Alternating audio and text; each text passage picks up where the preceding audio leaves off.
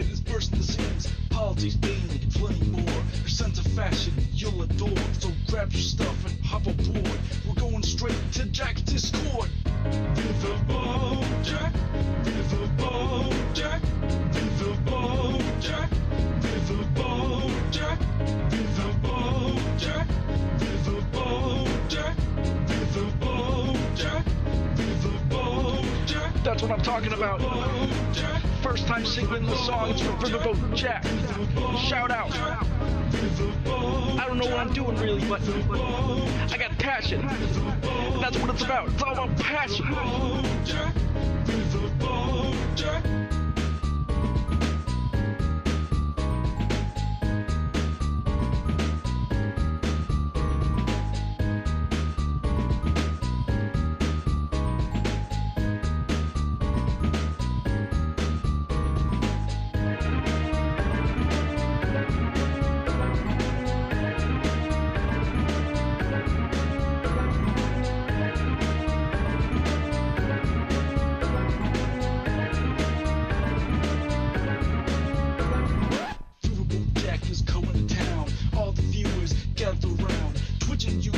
Where she streams, all that content is bursting the seams. Politics, being and plenty more. Your sense of fashion you'll adore. So grab your stuff and hop aboard. We're going straight to Jack's Discord.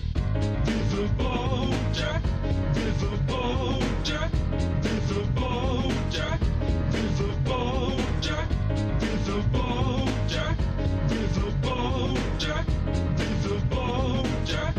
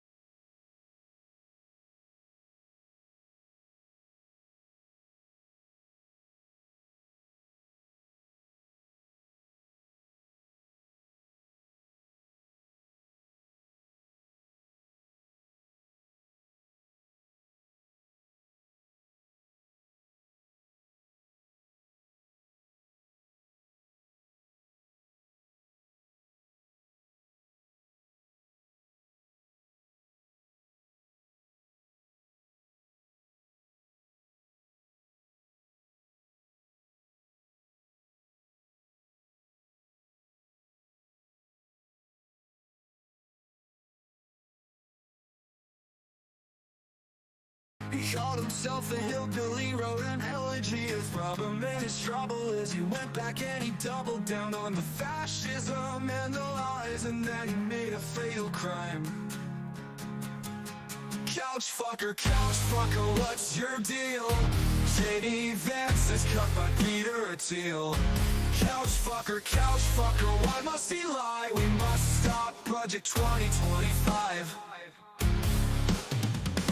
In 2005, you wrote back then only one time. I felt femininely when I saw that movie about New Jersey. I don't know what's wrong with me, but I must deny. And that's when J.D. Vance said he wants trans people to go die. Couch fucker, what's your deal? J.D. Vance is cut by Peter Thiel. Couch fucker, why must he lie? We must stop Project 2025. At the RNC, he felt maybe I'll be free if I take up on this task, being mega starting grasp to take over the country. I think JD Vance needs a swirly. Couch fucker, what's your deal? JD Vance is cut by Peter Thiel. Couch fucker, why must he lie? We must stop Project 2025.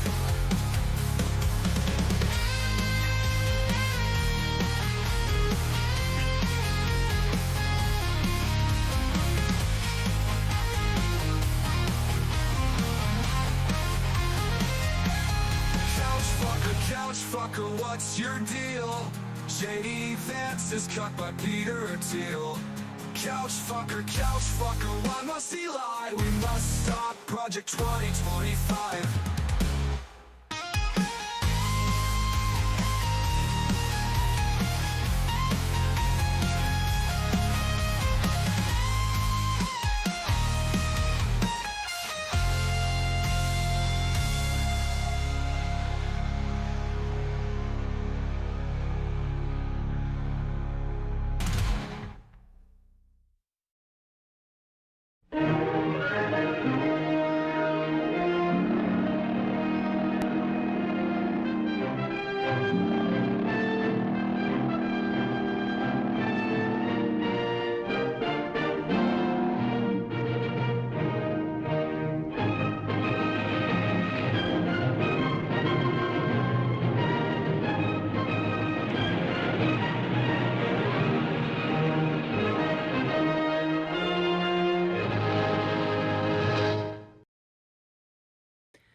Okay, now I have been having a devil of a time tonight trying to get my audio to work. How do I sound right now?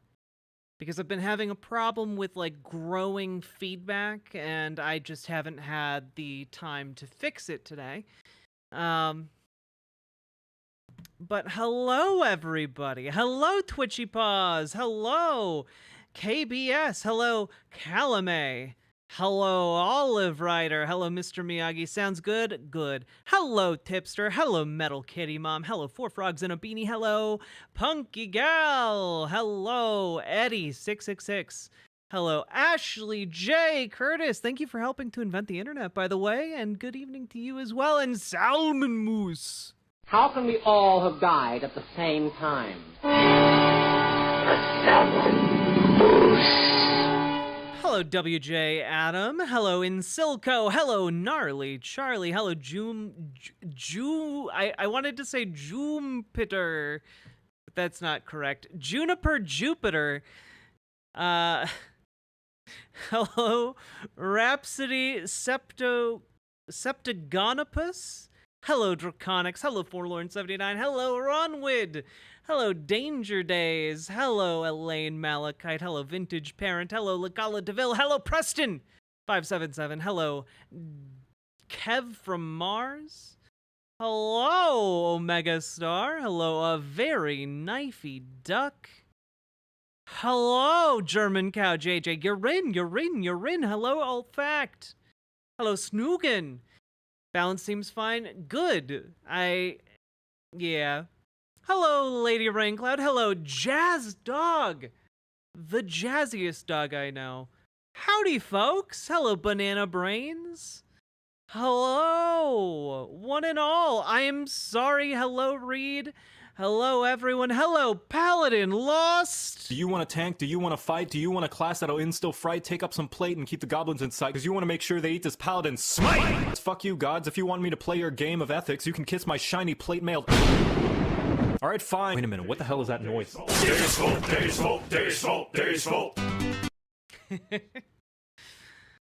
Oh, hello everybody. It has been a weekend, and it is now time for a week beginning.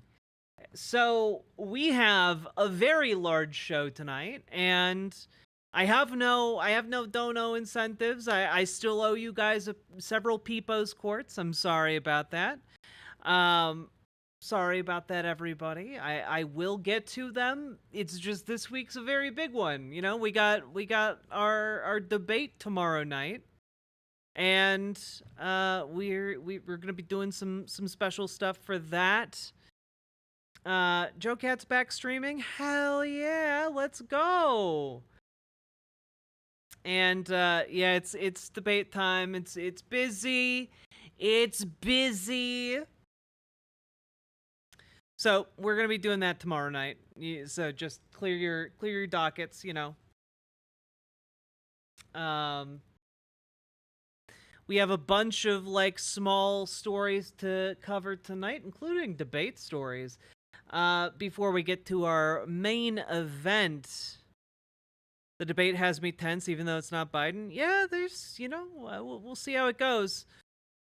You look super fancy tonight. Yeah, my partner and I were going to go to like a fancy party, and then we wound up not going. But I wanted to wear at least one version of the outfit to see how it looked, and it looked pretty good, if I do say so myself. Also, folks, remember to hit the follow button on the stream. Hit the subscribe button. Hit the like button. Hit the buttons.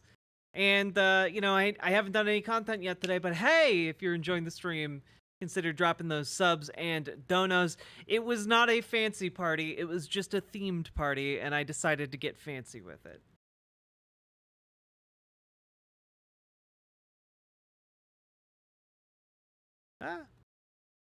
Okay.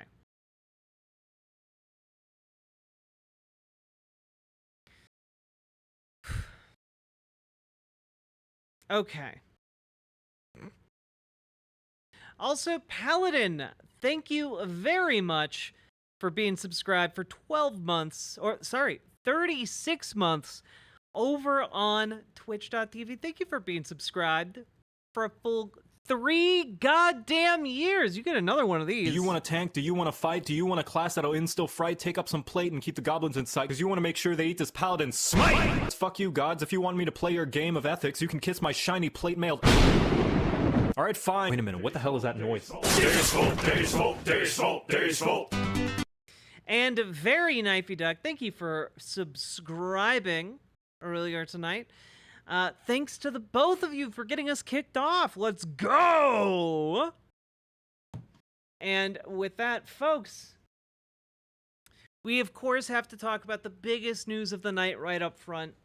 And that is, of course, despite the fact that a huge swath of conservatives have been outed as being paid propagandists for the Russian government, I have to be completely and utterly shocked to tell you guys the new norm is still coming out.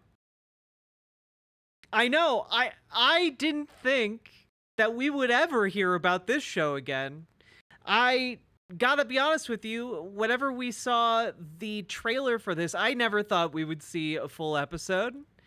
And I thought for sure after the shit hit the fan with the Tenet Media implosion that this was dead in the water. But I guess that's not the case. Somehow Norm has returned. So get ready for that. He's coming soon. Fine. Take my bibble. Salmon Moose, thank you for the 5 gifted tier 1 subs. Look at us go. Thank you so much. Guys, Salmon Moose making you all look like fools. God, and just in case anyone forgot what the new norm is, I want to play you an all-time quote from Dave Rubin in the, 2-minute long teaser. I don't understand. You're black. Cool. Thanks, Dave.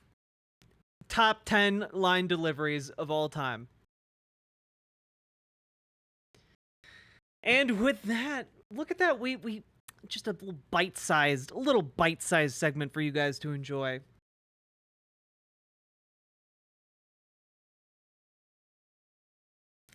Now, folks,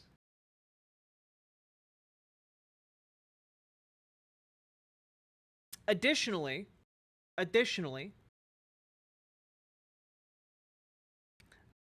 I figure we should start off. Well, let's just take a look at one single snippet of Senator Ron Johnson. Now, I've heard a lot of conspiracy theories in my time. You know, like I kind of troll through the scum of the internet looking for all of the wildest and craziest conspiracies out there.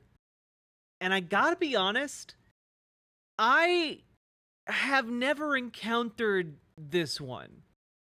And so it's shocking to me that I'm hearing it for the first time from a sitting U.S. Senator. John Ronson? Yes, John Ronson. Ron Johnson. And his conspiracy theory that I'm going to allow him to elaborate on is that the Great Depression was planned. So, let's hear what his argument for that is. Shall we? This comes to us courtesy of the Heartland Signal, doing good work in the Midwest. Is there something that can head off the debt crisis that can give, let's assume, a Trump presidency time to work on these things? Well, we've been doing it for years by just printing more money. Now, one of the interesting revelations of Creature from Jekyll Island is the fact that the Great Depression was pretty well planned. You know, all the big money men were pretty well warned that they were going to finally collapse the system. They had booms and busts. They had to finally just collapse the system, kind of start all over. So pull your money out of the market. And so, again, they're the big and powerful, you know, the Joseph Kennedys of the world, you know, the J.P. Morgans of the world. They got off scot-free. They got out of the market in time. So, again, I know this. I know it really sounds like conspiracy theory. I don't completely understand it, but it sure seems, it's just in my bones, I just feel there's a great deal of corruption and control there that the vast majority of people do not understand. And again, when you're the few people who do understand and you've got the levers of power, bad things can happen. So, yeah, that wasn't really an argument, was it? That was just an insane Hitler-esque conspiracy.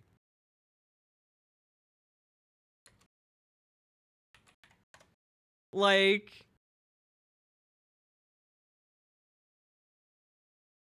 it is...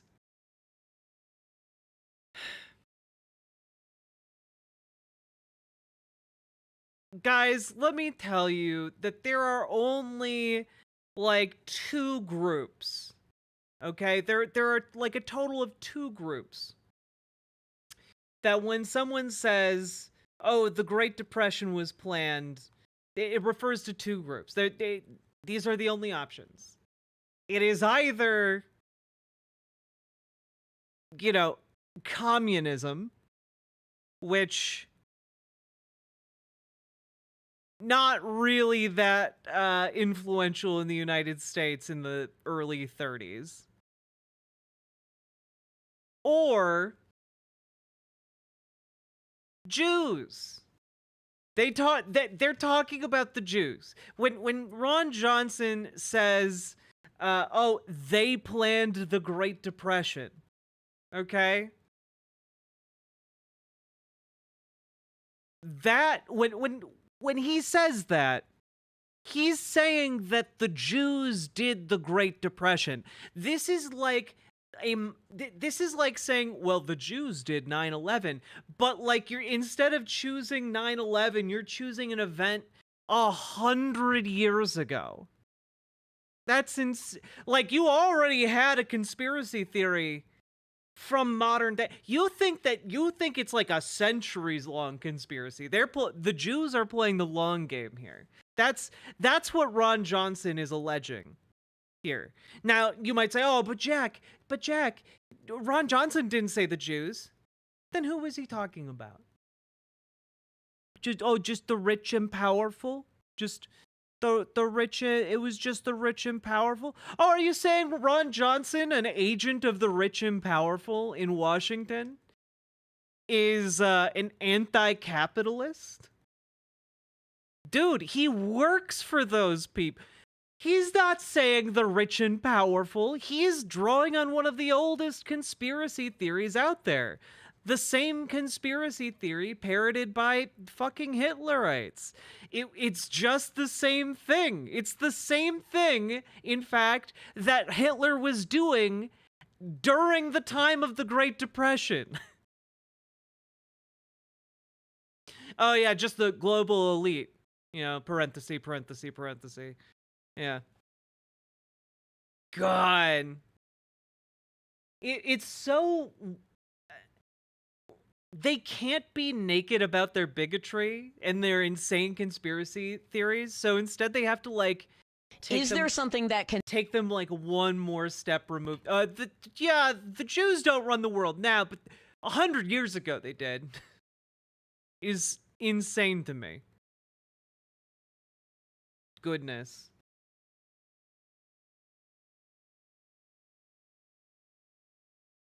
Now,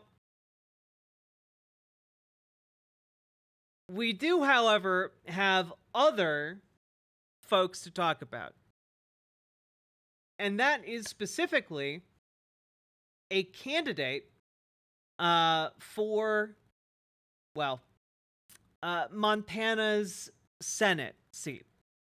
Now, many of you may be familiar with the name Jon Tester. He's currently in the race in Montana, and it's going to be a close one. It's going to be a really, really close one. And I don't know if you guys know this about Montana, but there's a number of reservations out there. And Republican candidate Tim Sheehy is running against Jon Tester. And, well, let's just say Tim Sheehy was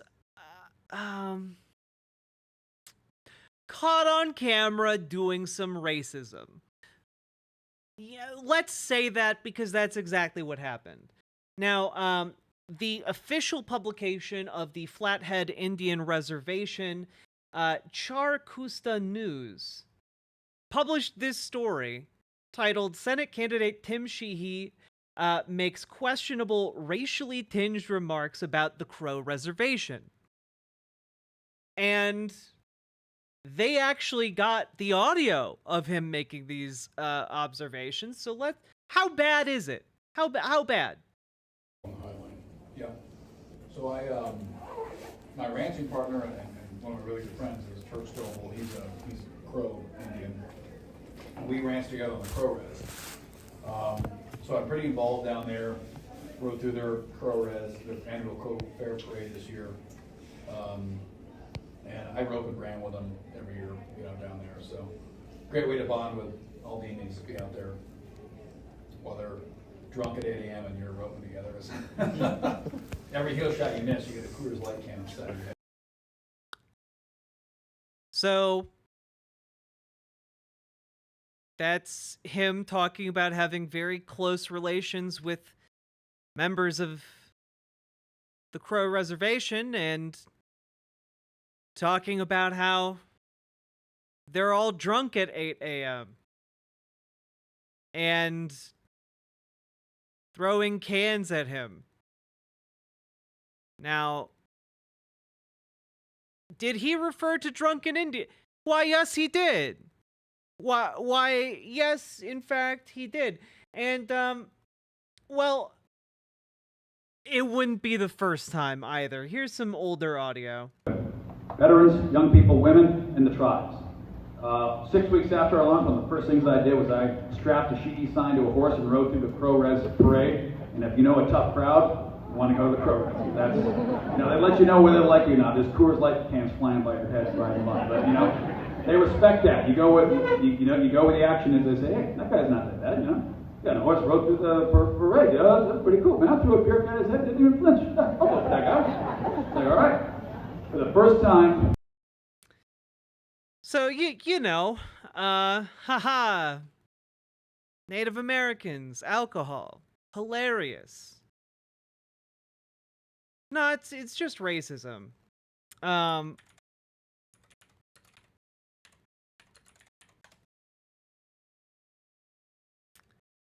Can I just look and see if I can find something here? I don't know if I'll be able to find it. Here, you know what? I might actually still have this.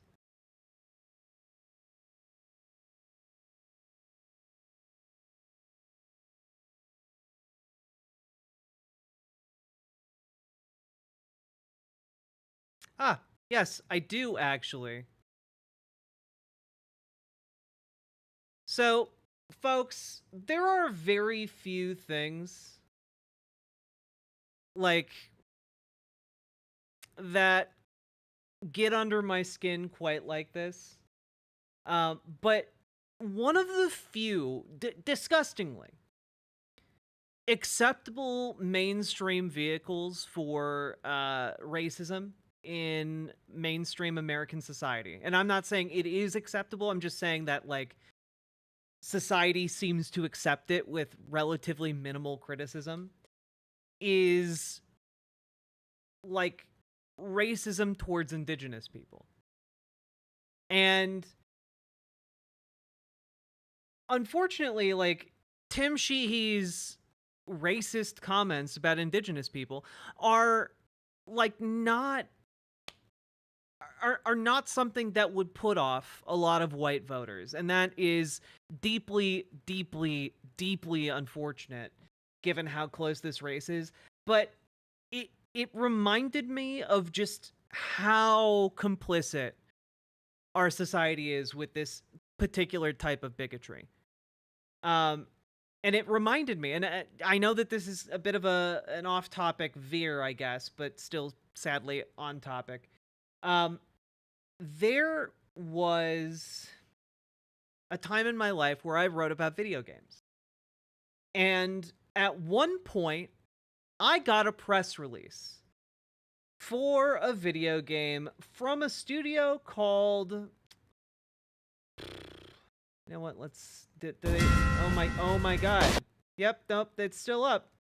From a studio called Doublesmith. Now, what was this game? Why are you bringing it up in this context? Well, the name of this game was Firewater Cowboy Chase. And it is an endless runner video game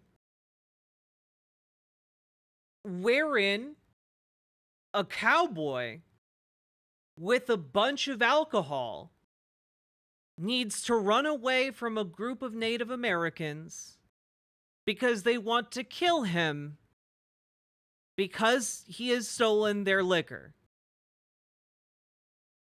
I kid you not, here I found the actual goddamn trailer for this game that is still up to this day. You are a cowboy. You are a drinker. And you stole booze from the Indians. Prepare for the ultimate Wild West chase. Collect gold. Boost with booze. Customize your cowboy. Daily challenges. Are you ready to boost? Firewater Cowboy Chase. Get it now. Yeehaw! Yeah. What year was this? This was 9 years ago. Granted, it was almost a decade ago, but like, that was still 2015. You know, that's not that long ago. And that actually got on the App Store. It absolutely got on the App Store. Yeah.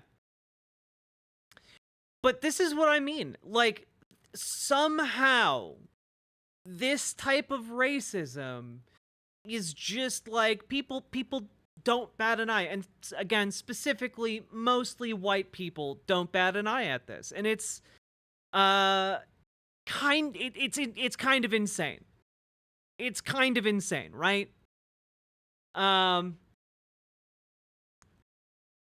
So what I'm trying to say is that hey, maybe we need to be a little bit more on the ball when it comes to bigotry towards indigenous people. And one way we can maybe do that is by sharing the Charcusta News article here with as many people as possible. I'm gonna post it in the chat here. You guys share it around on social media, all right?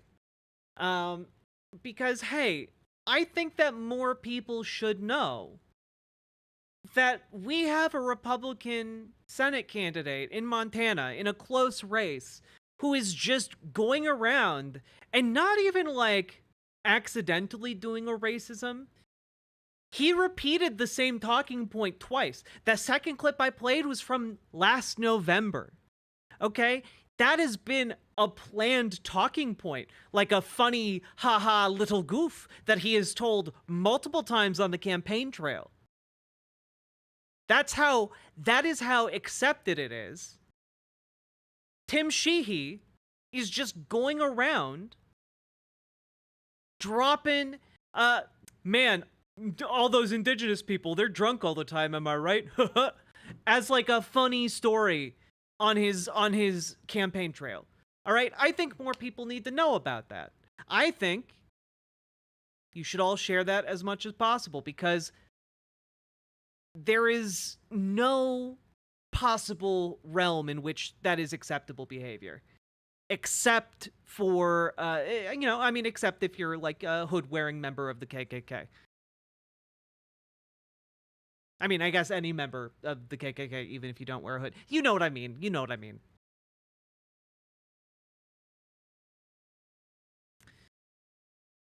That's some OG racism. Yeah. Yeah, Sheehy is currently up by 5%. He's doing pretty okay in Montana, but let's do our part to make sure people know what's going on.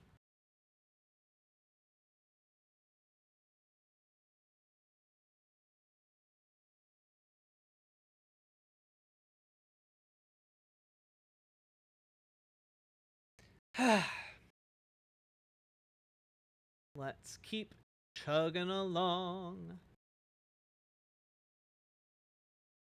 But yeah, I wrote about this game back in like 2015 when I got this press release.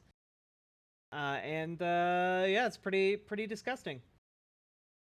Wrote about it in 2015. Yep. Damn. All right, I did want to share a few things of just like conservatives aren't doing so hot, guys. Okay? Conservatives aren't doing so hot.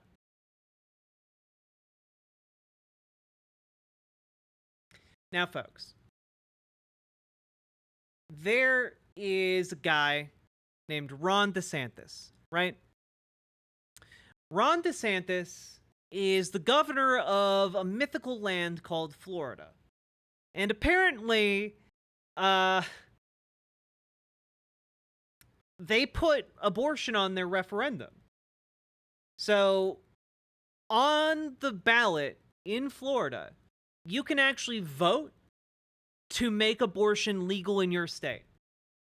Which is really, really cool. That makes this election so important, right? But, apparently Ron DeSantis is not a huge fan of this and has actually dedicated resources to intimidating people who may vote in favor of the referendum. i.e., Florida voters are being visited by the police. People in Florida, and a lot of them are saying that they first signed like a survey saying that they were going to vote yes on the referendum, are saying that they are now getting follow-up visits from the police. What can I say here? Isaac Here, this is from the Salon article. Isaac Minash, a voter who signed a petition to place the abortion referendum on the ballot, told the Times he too was contacted by police working for the Florida governor's office. According to Minash, a plainclothes police officer came to his home to question him, apparently seeking to verify that the signature on the petition was indeed his. Quote, "I'm not a person who is going out there protesting for abortion," Minash told the newspaper. "I just felt strongly, and I took the opportunity when the person asked me to say, yeah, I'll sign that petition." Another voter, Becky Castellanos, told the Times that she was visited by a state officer who interrogated her about a family member's petition signature. She said the incident felt intimidating. "It didn't surprise me that they were doing something like this to try and debunk these petitions and get them taken off the ballot," she told the outlet. So, yeah, basically, they are trying to intimidate voters. They're trying to intimidate the people who put the referendum on the ballot in order to illegitimize the referendum. I don't think it's going to work either, but, like, this is only like a half step removed from making these people disappear or, you know, torturing them into confession. Like, guys, they're sending police officers to the homes of people for exercising their First Amendment rights. Again, conservatives do not care about the First Amendment. They just care about owning the libs. There is no consistency when it comes to conservative voices and free speech. They don't care about it at all. They care about it until they can make sure that they're not the ones getting the visits by police.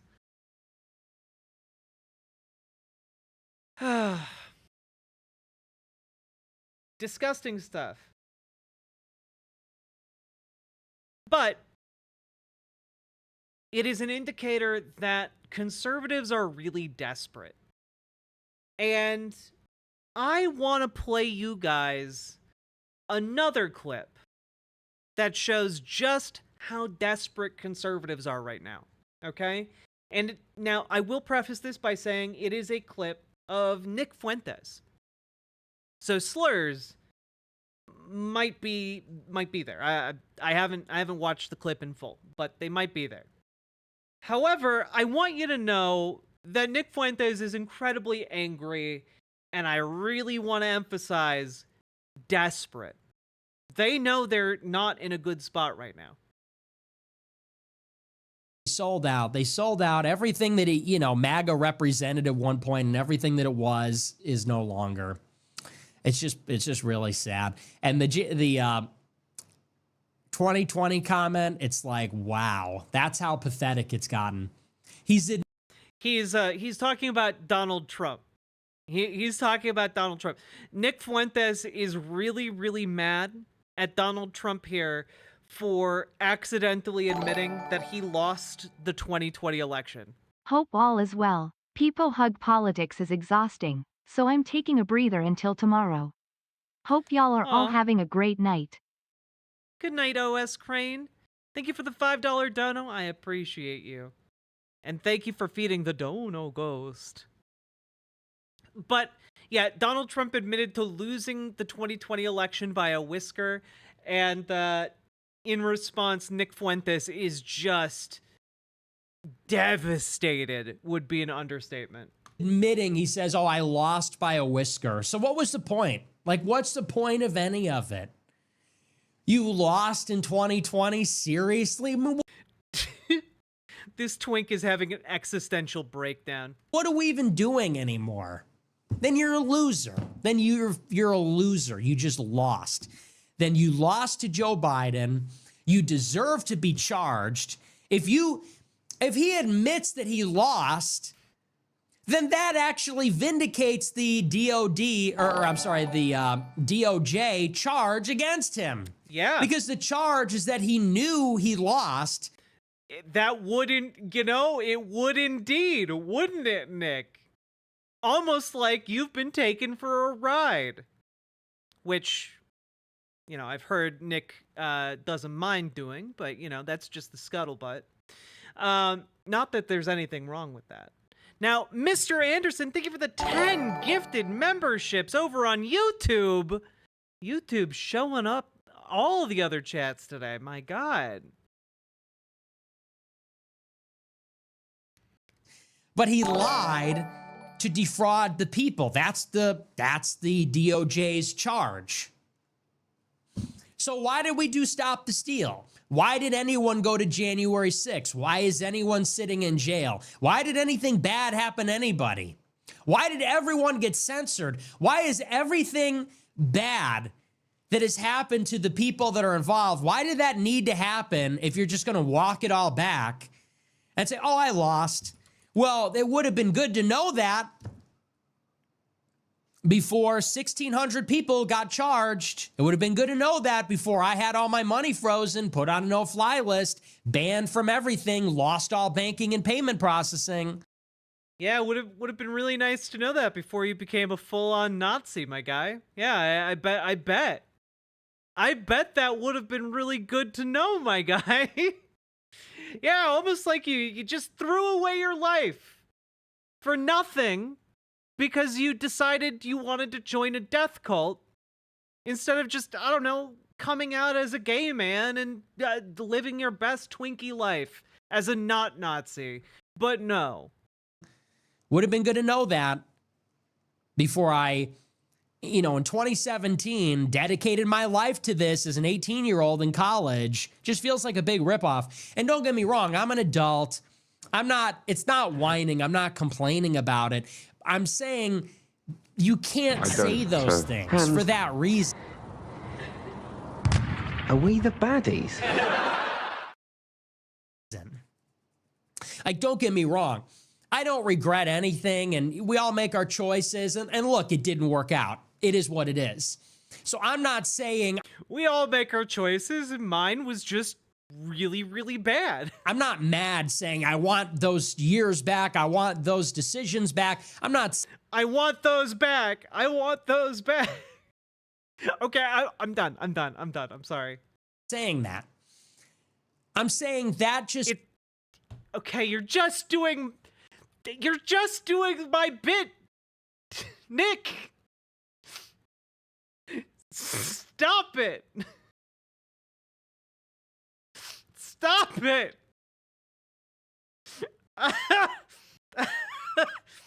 Oh, God. God damn it. God damn it. Oh. Monkey scripts to make the banner clickable because bored. Wait, I don't know how that works. Wait, Salmon Moose, you made Riverboat? I don't know what that means. Because I'm not a tech wizard. But Salmon Moose, thank you for the 5 gifted memberships. I appreciate you. Yeah, no, he's literally air dicking. He's doing the bit. You're stealing my bit.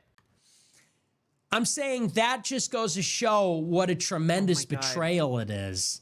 Oh my God, dude. It's just such a callous indifference to the sacrifices that his supporters made on his behalf. People are more willing, I think, to tolerate losing than a total betrayal. It feels now like the whole thing, and it wasn't pointless, but that's how it feels at this point.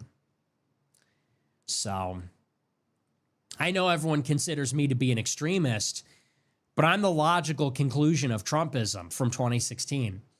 I have to say, he's not wrong. His position is the logical endpoint for what Donald Trump's ideology was. Like, being a sad, pathetic, loser, Nazi bitch is kind of the end point, right? Like, being like a pathetic, anti-Semitic, white supremacist, like, douchebag is the end point. He's not wrong. He's just kind of proud that he is those things, But, like, it's so pathetic that everyone watching Yeah, all of this is because Donald Trump said, like, I lost it by a whisker, whatever. Because, again, and Nick should understand this, but he's just so personally offended. Donald Trump never meant a single thing he said. You know, fascism is not predicated on truth. It's irrational by its very nature. And, you know, like that's... You get what you paid for, Nick. Was the Trump generation. I turned 18 when he became president. I was one of the first guys, one of the first influencers in the post-Trump world. And, you know, and I didn't leave the movement left me. Dude. They're desperate, man. They're losing. And they know it. It's lovely to see. It really is lovely to see. There's no other way to put it. And honestly, the suffering of my enemies just makes me stronger. And I think it's great. I'm here for it.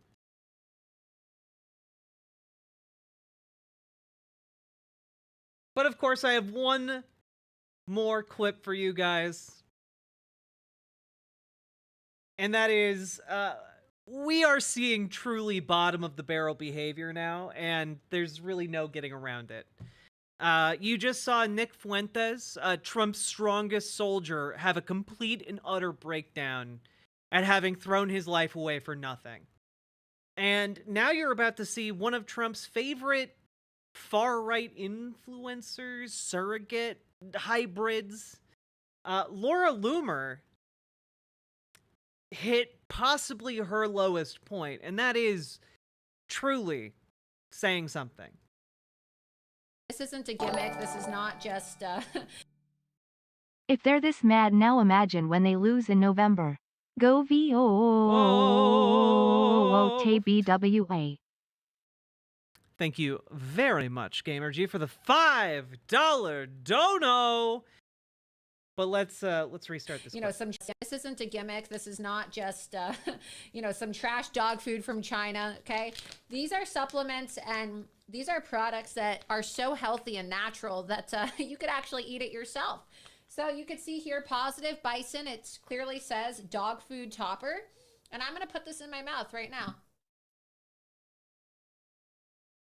So it tastes like meat, and maybe that is disgusting to you, but I'll show you right here. Look, this is the bison product right here. It clearly says dog food topper.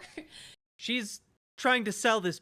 She's trying to sell the dog food, by the way. Like, this is, she's doing an ad read here and choosing to eat the dog food. You can see on camera. Actually tastes good. This isn't a gimmick. Like, you can see in the Chiron below, Positive is a dog food company, and she's offering her code for 15% off. She's literally eating dog food for a paycheck, man. These people are desperate, and they're losing. Guys, do you think you eat dog food if you are not pathetically desperate?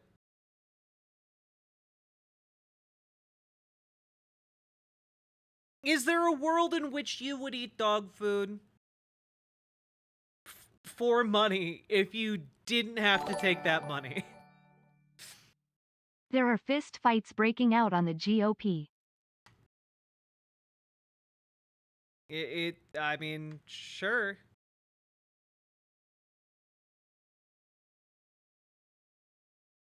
Oh. Yeah, I mean, like, it's just, they're not in a good state, guys. Republicans can't get their act together. And you know what? It's only going to get worse as we get closer to the election. It's only going to get worse specifically for one man named Matt Gaetz. Now, you all thought that Matt Gaetz' scandal was dead and gone. You thought wrong, my friends. Never before seen details about Matt Gaetz' alleged sex scandal may soon be public, thanks to a friend. One of Matt Gaetz' friends sued a number of people in the alleged sex scandal, generating a number of depositions. Now those depositions could become public. And, yeah, this is in fact the same Matt Gaetz who may soon face a document dump in federal court with details about the sex parties he attended, allegedly, and the time he had sex with a child. That's right. Remember, there were allegations that he slept with an underage teen, and then those all got swept away by an ethics committee and no further investigation? Well, the depositions are coming, baby. The depositions are coming, and this is... I think there's a decent chance that this is going to look extraordinarily bad for Matt Gaetz. And this isn't like, oh, at some point in the future we'll have these. Nope, this should be made public by September 19th. So, a federal judge is deciding whether several of those accounts will be made public, including a declaration from Gaetz' ex-girlfriend that one source familiar with the matter described as candid, as well as the never-before-seen deposition of the woman who claims she was sex-trafficked when she was 17, who I believe was saying she was sex-trafficked to Matt Gaetz. I believe that was the account. So, yeah, this has the potential to be really, really bad for Matt Gaetz. And I, for one, am here for it. So we will definitely be covering that the second those drop. And I am very much looking forward to it. And you know what? I could be wrong. Maybe nothing will come of it. Maybe those depositions will come out, and it'll be just the loveliest little Pooh Bear of a Matt Gaetz. But somehow I doubt it. And part of why I doubt it, have you guys ever seen Matt Gaetz? Does this look like a man you'd accept a drink from? No. This is the guy, when he enters the room, every woman puts their hand slowly on top of their drink, okay? Just a smooth. Yeah, nah, this guy is bad vibes from the second you see him. And far be it from me to engage in a political vibe, but we'll see how validated those vibes are, and all of the allegations that have come out up to this point about his behavior come later in September. Got about 10 days, Matt. Hope you enjoy them. Whew.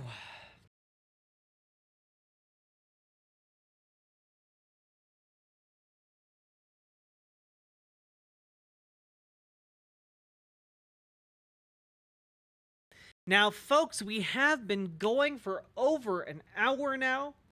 But before I get to the top of the hour ad break, we have actually one more little opening segment. We have one more little opening segment. You guys thought I was done? Ha! You fools. You buffoons. It's just a short little thing. Hey, look at this. This is according to abc.net.australia. Look at this. Puberty blocker is a safe, effective, and reversible form of gender-affirming care, finds review triggered by Westmead Hospital investigation. Wow, who'd have thought? Hormone replacement therapy. Puberty blocking care safe and effective, why, I never. This is the first I'm hearing about it. Next, you'll be telling me that only you can stop forest fires, and the water's wet.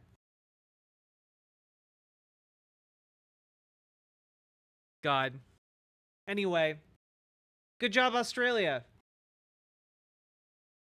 I wish we could get it together. Well, actually, water isn't wet. Be quiet, nerds.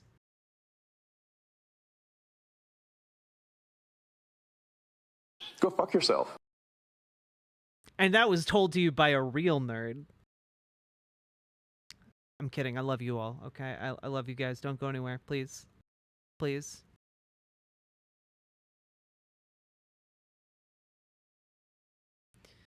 I am trying to buy your vote. I need to build a schema for all of these. Oh, give me a break. Go home to mommy. I did everything right and they indicted me. 10 out of 10. I'm not built to suck your dick. See, like, a lot of these need a lot more play. Oh no, Sam Cedar. Wow, what a fucking nightmare. Ah, the worms are back. Ah, the worms are back. All right.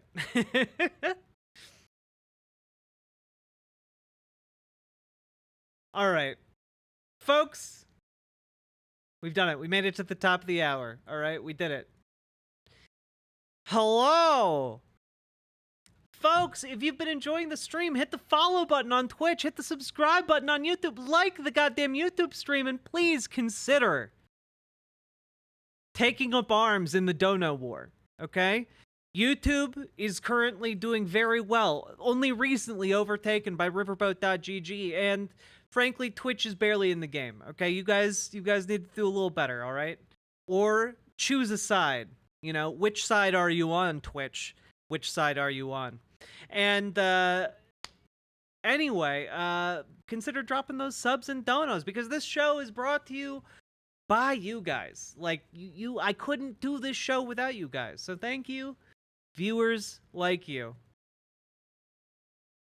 Simric, thank you for the $2 super chat. Tossed me a Prime sub. Thank you very much. Thank you for doing your civic duty. Appreciate it. It is September, indeed. What do I need to do to get myself a soundboard spot? I need like a short little audio clip. I need like words and stuff. I don't know what makes a good audio clip here. I just know it when I see it or look it up. Google debunkers. You know, like that.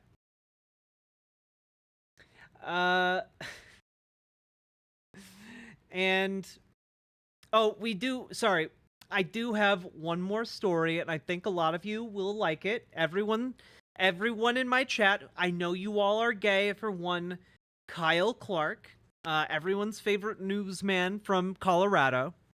Well, he has a little story about an election denier who's been ordered by a judge to reveal the evidence that he's been keeping secret about the election. And until he reveals his secret information about how the election was rigged, he is going to be fined $1,000 a day. But he's taking a brave stand against it. The election denier, ordered by a judge to pay $1,000 a day until he complies with a court order to provide proof of his claims, is now saying he won't pay it.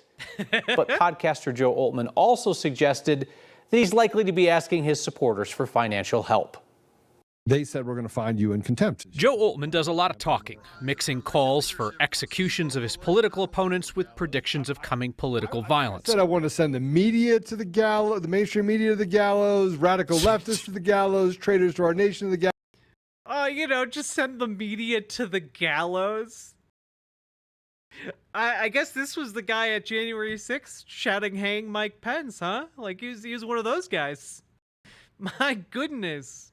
And they all kind of fit in the same bucket. And now the conservative podcaster from Douglas County has been told to put his money where his mouth is. Oh, it's the Dono Ghost telling you to donate. It's the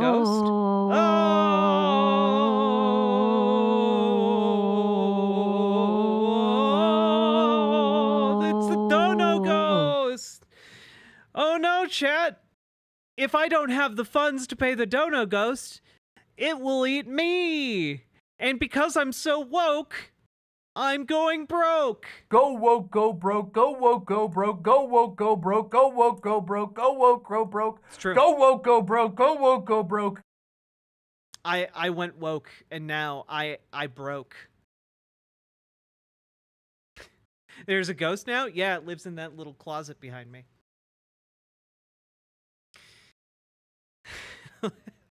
Anyway, let's go. Ordered by a judge in Colorado to provide proof of his election rigging claims or pay $1,000 a day to the Coloradan that he accused of fixing the 2020 election. That would be Eric Coomer from Denver-based Dominion Voting Systems. Yeah, so Derek Cooper from Dominion Voting Systems happens to be in Colorado, and this guy this podcaster has basically created an entire fiction around this guy from Dominion Voting Systems, like rigging the entire thing. It's crazy. I like how the slogan for his show is "Your Daily Dose of Sanity," as he talks about hanging people. Yeah, you would think that like that would tip off his audience. You know, like that, like it's on screen right next to him, your daily dose of sanity, and he's like, "Yeah, I think we should hang people." You know, if that's chat, okay? If you're ever in that kind of trouble, you don't have to turn to that guy, okay? We all know where you can turn when you're in trouble. The next time you get in trouble, call a crackhead. You'd be safer. Unironically, you'd be safer around a crackhead than you would around that guy. And he has an audience that he thinks is going to support him for $1,000 a day?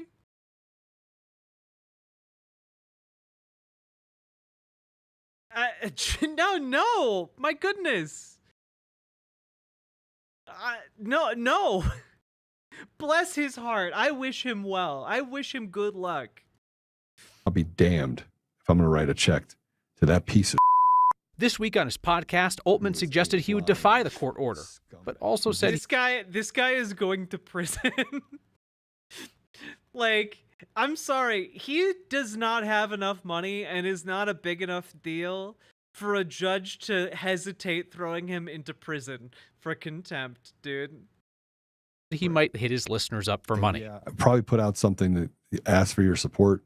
Altman, a longtime business owner in Dougco, has bragged about his supposed wealth, but now his tone has changed. We'll figure it out. Everything. Dude, yeah, you might be wealthy, but you're like snowmobile outside of town wealthy, okay? Snowmobile dealership outside of town wealthy, all right? You are not $365,000 a year loss wealthy, okay? Thing that I have is in my retirement, so it's should be easy. I've worked my entire life and literally have to walk away having nothing because of these pieces of trash. Altman's conspiracy theory that Dominion worked with Antifa to rig the election. Oh, okay. I hadn't actually looked into what his full conspiracy theory was. I thought it was just evil businessman manipulates outcome of the election. But no, it's Antifa organized with this guy? Why would he need Antifa when he owns the Dominion voting system company that you think has total control over the election results? Why? What possible use of Antifa would there be? Also, who? What do you think What does he think the organizational structure of Antifa is? Like, conservatives tend to think that Antifa is like, has like ranks and hierarchy and like an organizational method. No, it has none of that. It's just a bunch of people who show up because they fucking hate Nazis, okay? Oh, did you raise a kid who watched Indiana Jones and took it a little bit too seriously? Oh, congrats. You have raised an Antifa super soldier, I guess. I don't know. I feel like it's a pretty low bar to become Antifa. Do you hate Nazis? Yes. Congrats, you're Antifa. God, it's not even, it's not even interesting. It's just stupid. I feel constantly, in this political space, like, what's the name of the detective from Knives Out? What's his name? Because I feel like this scene. It's so dumb. It's so dumb, it's brilliant. No! It's just dumb. I feel like that. It's so, like, that's how this feels. Benoit Blanc, thank you.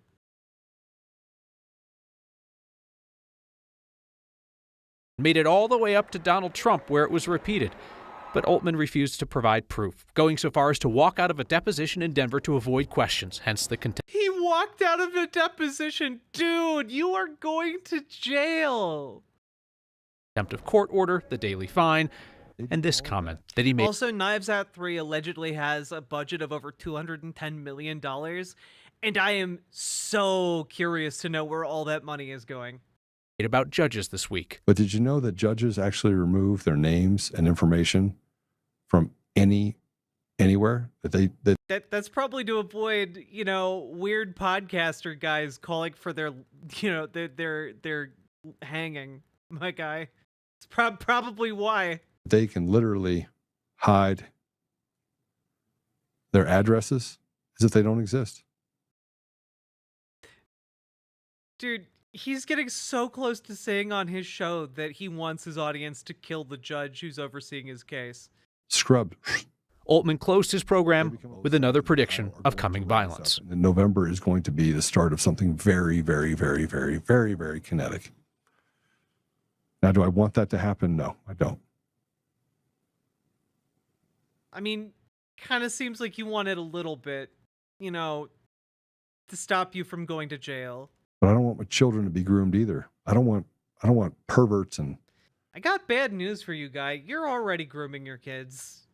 And Satanists to be the one that gets the last word.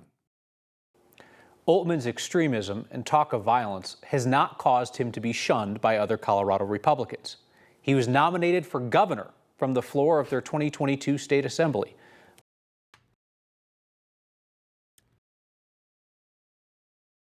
What?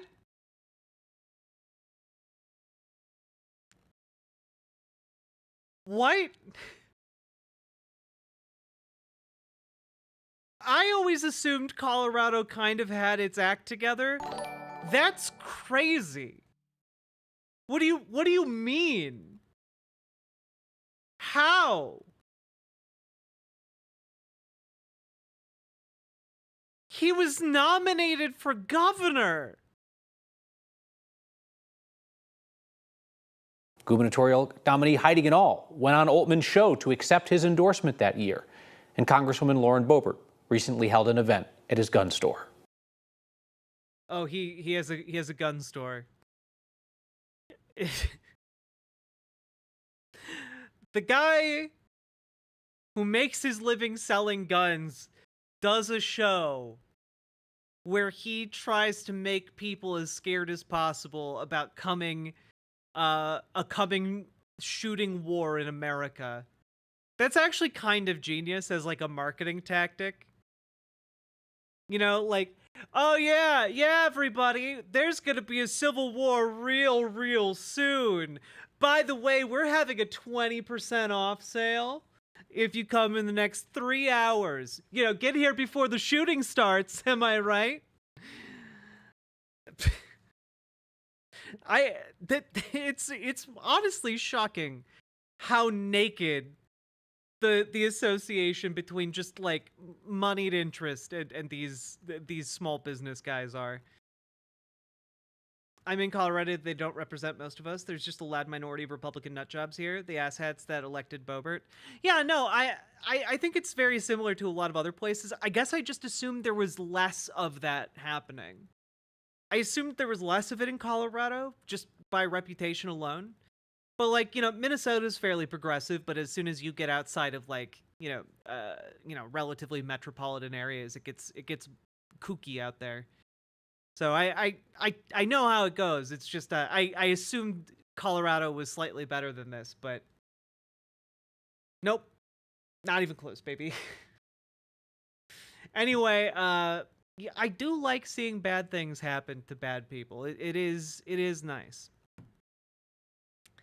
Now, I'm just gonna end that segment.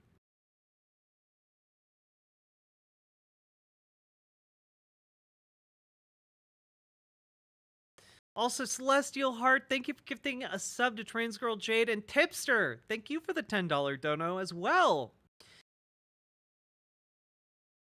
Yeah, nah, Sophie, I've decided that I can't do Brianna Wu discourse. I hate that bitch too much. Like, she's fucking crazy, and just is willing to do or say anything.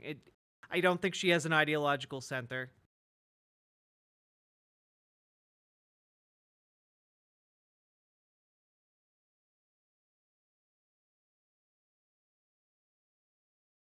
No, calling her any kind of political ideology is giving her too much credit.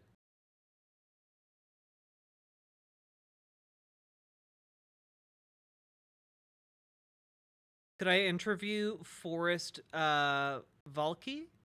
Is he does he do videos on like atheism and stuff? I'd be definitely interested in talking with him. I just don't know that like I'm pretty sure his channel is much larger than mine, right? Like,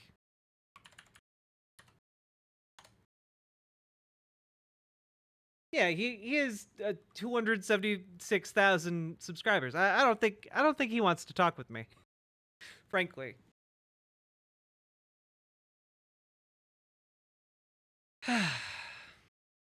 A political blobfish. That's a decent analogy. I like it.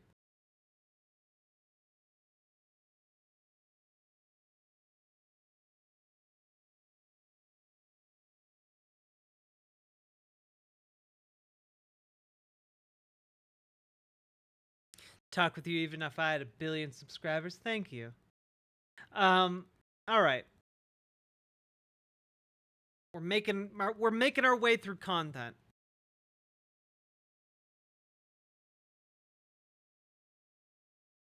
Oh God.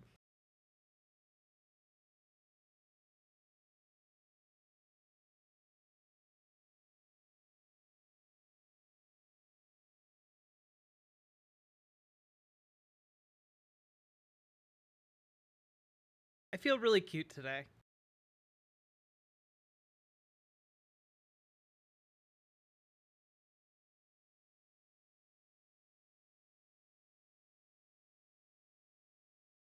Thanks, Sophie.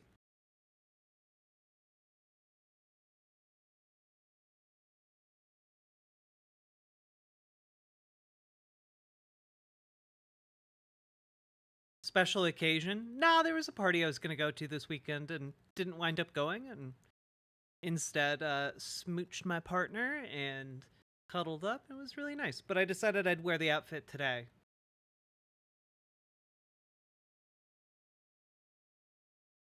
Also, furs are nice.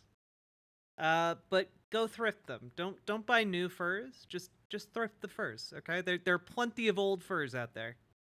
I got this for like $40.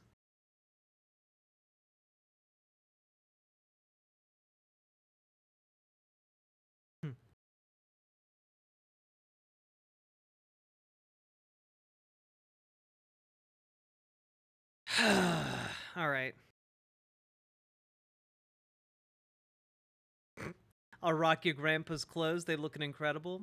Agreed. All right. Are you not hot while wearing that fur?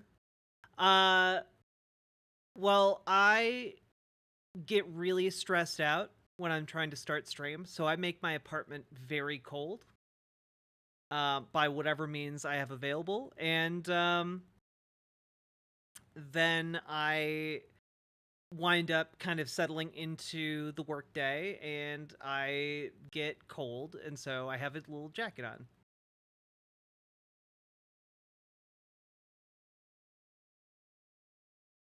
Just kind of like a thing, you know? Yeah, you know, having an anxiety disorder sucks. Jack's gonna pop some tags, only got $20 in her pocket.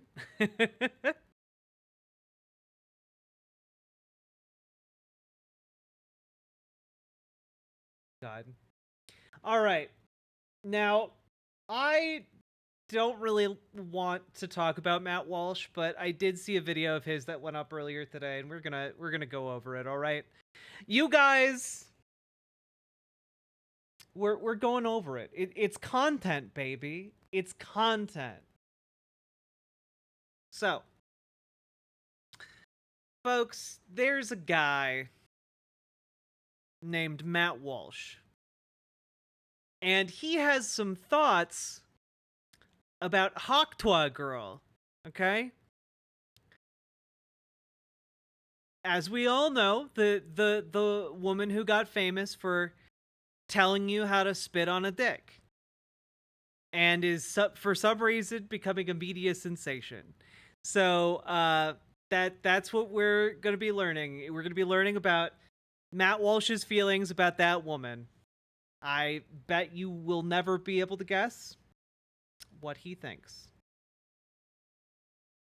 His 15 minutes of fame meant something, and it was pretty close to actually 15 minutes. People recognized that just because someone did something to attract attention, we didn't necessarily have to keep giving them attention for months and even years after the fact. Attracting attention was not considered an end in and of itself. And so if you were famous for any sustained period of time, it generally meant, for most of human history, honestly, that you had some identifiable talent. It meant you had a skill that most people don't possess. And that was kind of the bare minimum. But that's changed now, and fame is now unquestionably cheaper and more meaningless than it's ever been in the history of the world. That's true. Matt Walsh used to be a daytime radio talk show host, a shock jock who did fart jokes and tasered his coworkers' asses and refereed adult baby diaper wrestling amongst men with swastika tattoos while burning books. And he got famous, so if he can do it, anyone can. I'm sure he feels a certain kinship with Tuah girl. It takes nothing to become famous now. It doesn't mean anything. Very knifey duck, thank you for the $5 dono. I will try my best not to make fun of Matt Walsh's beard because I am sure she is a nice lady. Oh no, I did the thing. I didn't see that coming. I like that. I appreciate it. And there's no greater evidence of this unfortunate fact than the ongoing prominence of Haley Walsh, a 21-year-old woman who, of course, became famous back in June for creating the Tuah meme. That's the most benign way I can describe her rise to fame. In another era, making a vulgar sex joke during some man on the street style interview would maybe buy you a day or two of attention at most. Jay Leno would, he'd put you on his show and the crowd would laugh politely and applaud and then everyone would move on. But in 2024, making a crude sex joke in a man on the street interview gets you millions of social media followers, all kinds of endorsement deals, a line of merchandise, hundreds of media appearances. And of course, inevitably now, we all knew this was coming, a podcast. Watch. thought I was. Dude, why you have less skill? Dude, Matt Walsh, you were a guy who did fart jokes on the radio and talked about how women who got like sexually assaulted were drunk whores who had it coming. Like that's your entire persona. And then you managed to get hired by like a propaganda billionaire outfit that just stuck its hand so far up your ass that it turned you into a little sock puppet for whatever corporate line they wanted you to say. And there you've been ever since. Like, you've been making your bag doing exactly the same thing that this lady has. She's just more honest about it. Done? I'm just getting started, baby. I'm Haley Welch. A little while ago, my life took a complete left turn and it changed forever. And along the way, I've realized that everybody's entitled to their own opinion. Well, now it's my time to talk.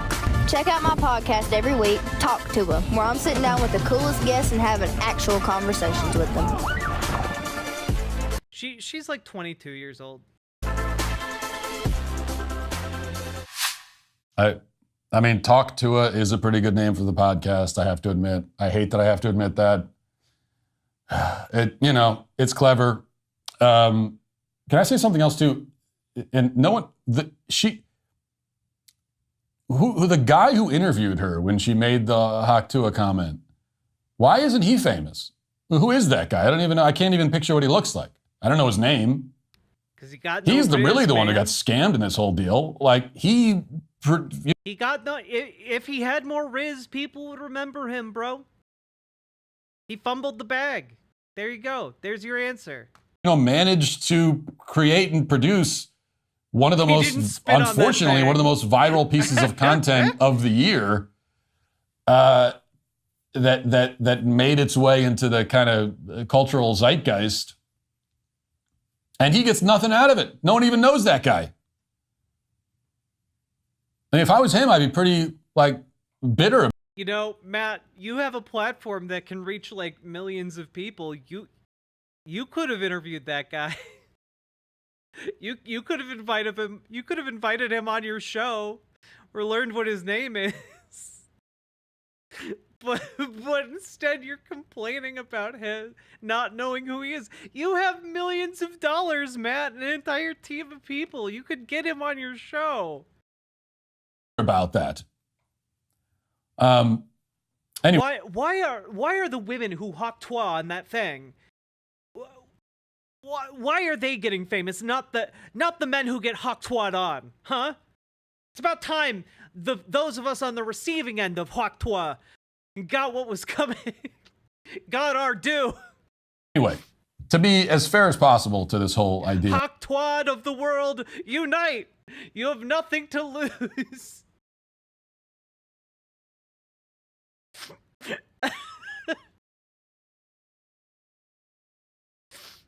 I can't finish what I wanted to say.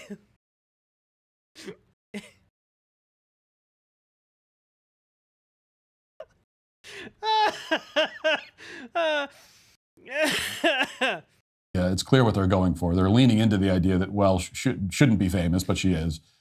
That's why she started a company called 16 Minutes to sell her merchandise, which is obviously a play on the idea of 15 minutes of fame. So there's a whole Kardashian angle to the marketing here, where Haley is famous for being famous, and we should all loosen up a little bit and enjoy it, I guess, is the idea.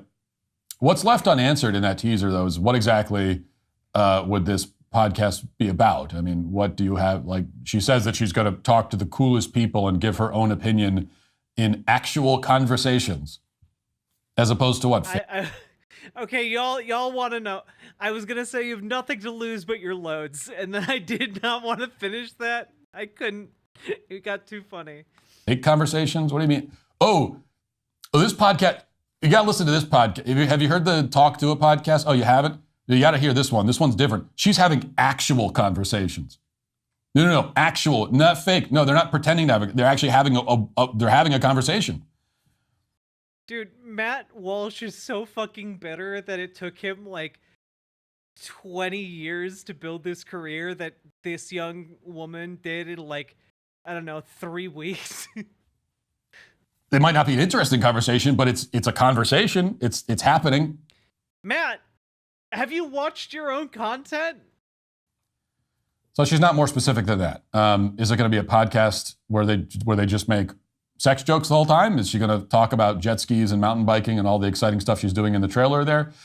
What's the content going to be exactly? Who knows? Now, if you saw Haley Welsh's interview with Bill Maher from a couple of... Man, I love the extent of his observation here. What kind of content is she gonna make?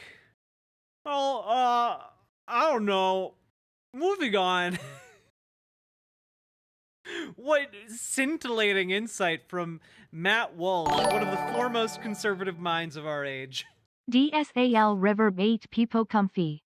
Mewtwo appeared. Thank you for resubscribing with Prime over on Twitch. I appreciate you. Weeks ago, you probably know what, because by the way, yeah, she was interviewed by Bill Maher because she said Hawk Tuah on camera, and so that means that now she needs to be interviewed by Bill Maher. Dude, he's so fucking mad. He's so bitter. He wants to be on Bill Maher. Which honestly, Matt, you could probably just go on Bill Maher. Like he's basically a conservative. Like you could probably get like a line on with him on like, I don't know, 80% of the issues. But if you watch that, you probably know what this podcast isn't going to be about. It's not going to be about knowing things or having any insight into anything that's happening of any significance. Matt, your show isn't about knowing things. You don't talk about anything. Your contribution is just hatred and bigotry. You're just like, well, black people are inferior to white people every episode, or women are worse than men. Am I right, fellas? Every episode. That's you. We can be pretty sure that from this moment alone, although there's a lot of moments like this to choose from, but watch this. When the boys in America were going off to World War I, did they teach you in school when World War I was? I'm sure they did, but I probably took a nap in that class. Do you have any idea? Let's see, I'm going to say... God, she looks like a... Guys, just real quick. Probably took a nap in that class. Do you have any idea? Just real quick, okay? One, Bill Maher is kind of creepy here, not gonna lie. Number two, she is tiny. Like, guys, she's 22 years old. She's an adult. One of the things, if you are older than 22, okay? Okay? If you're older than 22, you look at her and you're like, nah, that she looks like a babby. Like if you're like 35, like she's too young. She's in a very different stage of her life. You know, like I feel like this really emphasizes like age dynamics and age difference dynamics to me. Like I you know, she's an adult, I'm an adult. I couldn't date her. She's too small. She's too young. Like she's going through completely different shit.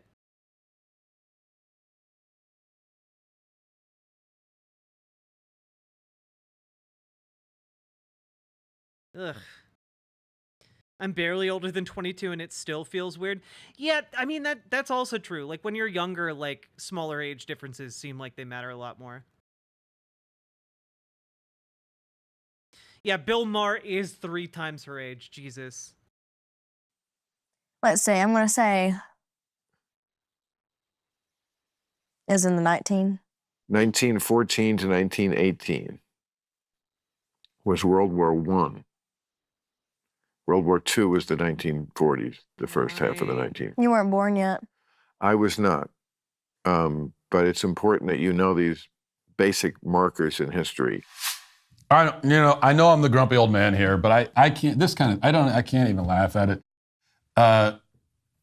You're an adult. I think she's a college student, right? She went to college, probably. I don't know. And you're not sure about the century when World War I happened? Now, plenty of moments like that. You can watch the whole thing if you're so inclined to for some reason. But and have you seen who else gets shows, Matt? Matt, have you ever watched a Dave Rubin episode? You're gonna sit here and tell me that people who don't know shit about shit shouldn't have shows? That's like half the people who make shows for the conservative right. Like, what do you... Matt, glass houses, Matt. Your house is made out of glass. Stop throwing rocks. Apparently, she can guess when World War I took place within about 100 years. She barely had the century down. So, needless to say, this will not be a history podcast. And we're not gonna belabor the point, but how do you manage to make it to the age of 21 without having absorbed the basic information about the century when the world wars occurred? Okay, well, I'm just gonna throw this out there, Matt. It was over 100 years ago. 1918 was over 100 years ago. Now, I know it's a really pivotal... Like, I studied history. I understand it's a very pivotal and important conflict in world history. That being said, it's not like World War I comes up in everyday conversation. Most people aren't going around being like, hey, remember when they used mustard gas for the first time? No. People aren't doing that. Hey, remember when there was a no man's land and they had to meticulously recreate trees out of iron during the night and then sneak them out into no man's land to operate as spy posts? No one's doing that in normal conversation if they're not autistic, Matt. Okay? I do it because I'm autistic, and I think that that's fascinating. Yeah, they would photograph trees in no man's land, okay? And they would carefully recreate it out of metal and then add like an artistic veneer to paint it like the tree. And then in the middle of the night, under the light of mortar fire and bombs and shells, they would erect the tree in no man's land, in the space between the front lines, between the trenches. And they would erect the tree, and then they would place people inside to be, like, lookouts for, like, the next day or two. And so they'd be in kind of this armored shell of a tree for days. Isn't that neat? I think that's cool. That's wild. Yeah. World War I was basically like everyone had new modern ideas for how to conduct warfare, and they decided to throw all of those methods at the wall to see what would stick. If you're ever bored one day, look up all of the different types of tanks that they tested during World War I. It's honestly crazy.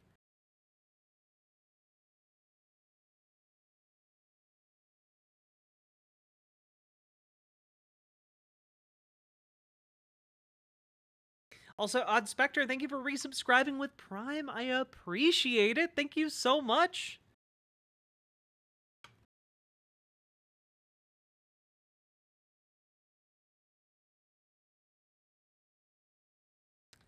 Military engineering in World War I was crazy.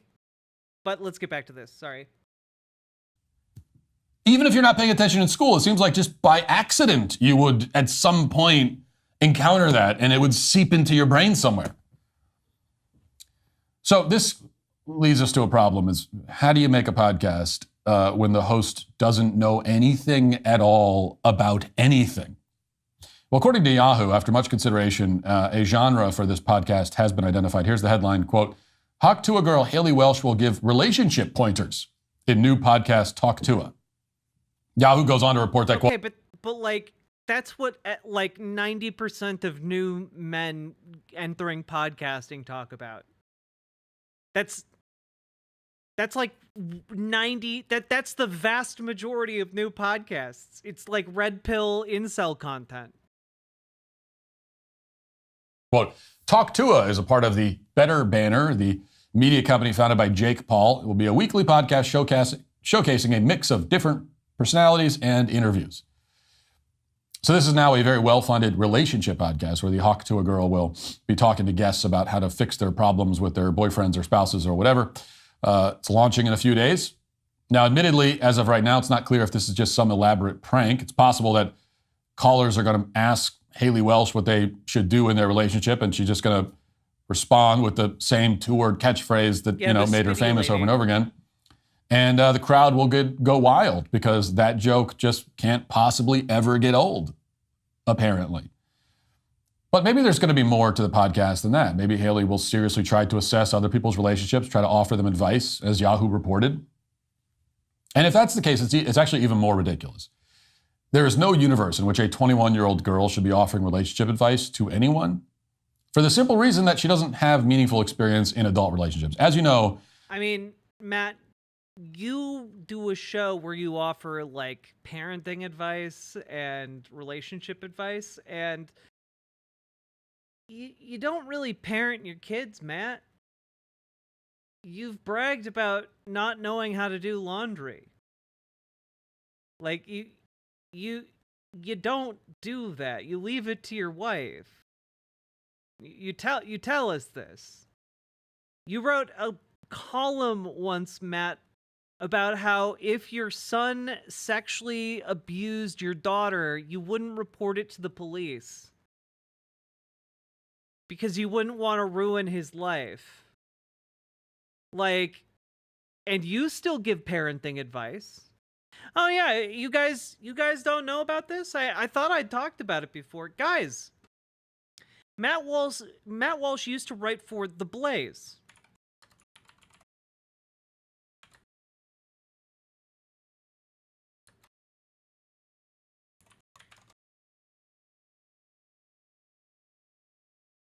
Here, let me pull this out. He wrote an article called "The Duggars Aren't Hypocrites, Progressives Are." Now, for those of you who do not remember, the Duggars, they were a reality television show household about a group of, well, a family, I guess. And how many kids were there? Let's see here. Oh my God. Yeah, this was a show called 19 Kids and Counting. About a family that just kept having children. And it was very weird. Anyway, one of those children was Josh Duggar, and wouldn't you know it, there was a molestation controversy that wound up ending the show. Let's see. Yeah. A police report from 2006 was released to the public in In Touch Weekly magazine, stating sexual molestation allegations against the Duggars' eldest son. And yeah, he was actually touching his sisters. And genitals. So, you know, in response to that, also Josh Duggar was caught with a huge trove of child pornography, right? So anyway, Matt Walsh wrote a defense column of Josh Duggar. A Christian failing to live up to his faith does not make him a hypocrite. It makes him cowardly, perhaps. It makes him selfish. It makes him flawed. It makes him sinful. By now, you probably heard that Josh Duggar, oldest son of the 19 kids and counting family, did some very bad things a long time ago. Apparently, when he was 14 and 15, Josh fondled several young girls, including a number of his younger sisters, and touched their genitals. After admitting to these acts, his parents presented the situation to the church's leadership, and Josh was sent to a family friend in Little Rock, where he spent several months doing physical labor. When he came home, his parents brought him to a state trooper. The trooper talked to the boy, but no arrest was made. A police report was filed, though, and Josh and his sisters received counseling. The behavior stopped there. By the way, the behavior didn't stop there, hence the child pornography, but, you know, whatever. Well, I'm just going to scroll down here because he tries to defend Josh Duggar's behavior in a number of different ways. But the number 3 is really where it stands out. This is Matt Walsh. 3. I know I'm opening myself up to some serious criticism here, but let me be honest with you. If my own son, God forbid, came to me and admitted to doing what Josh Duggar did, I don't know that I'd immediately run to the cops. Would you? Is it really that simple? The decision to have your child arrested as a sex offender would be an automatic thing for you? Really? I guess I'm just a horrible person then.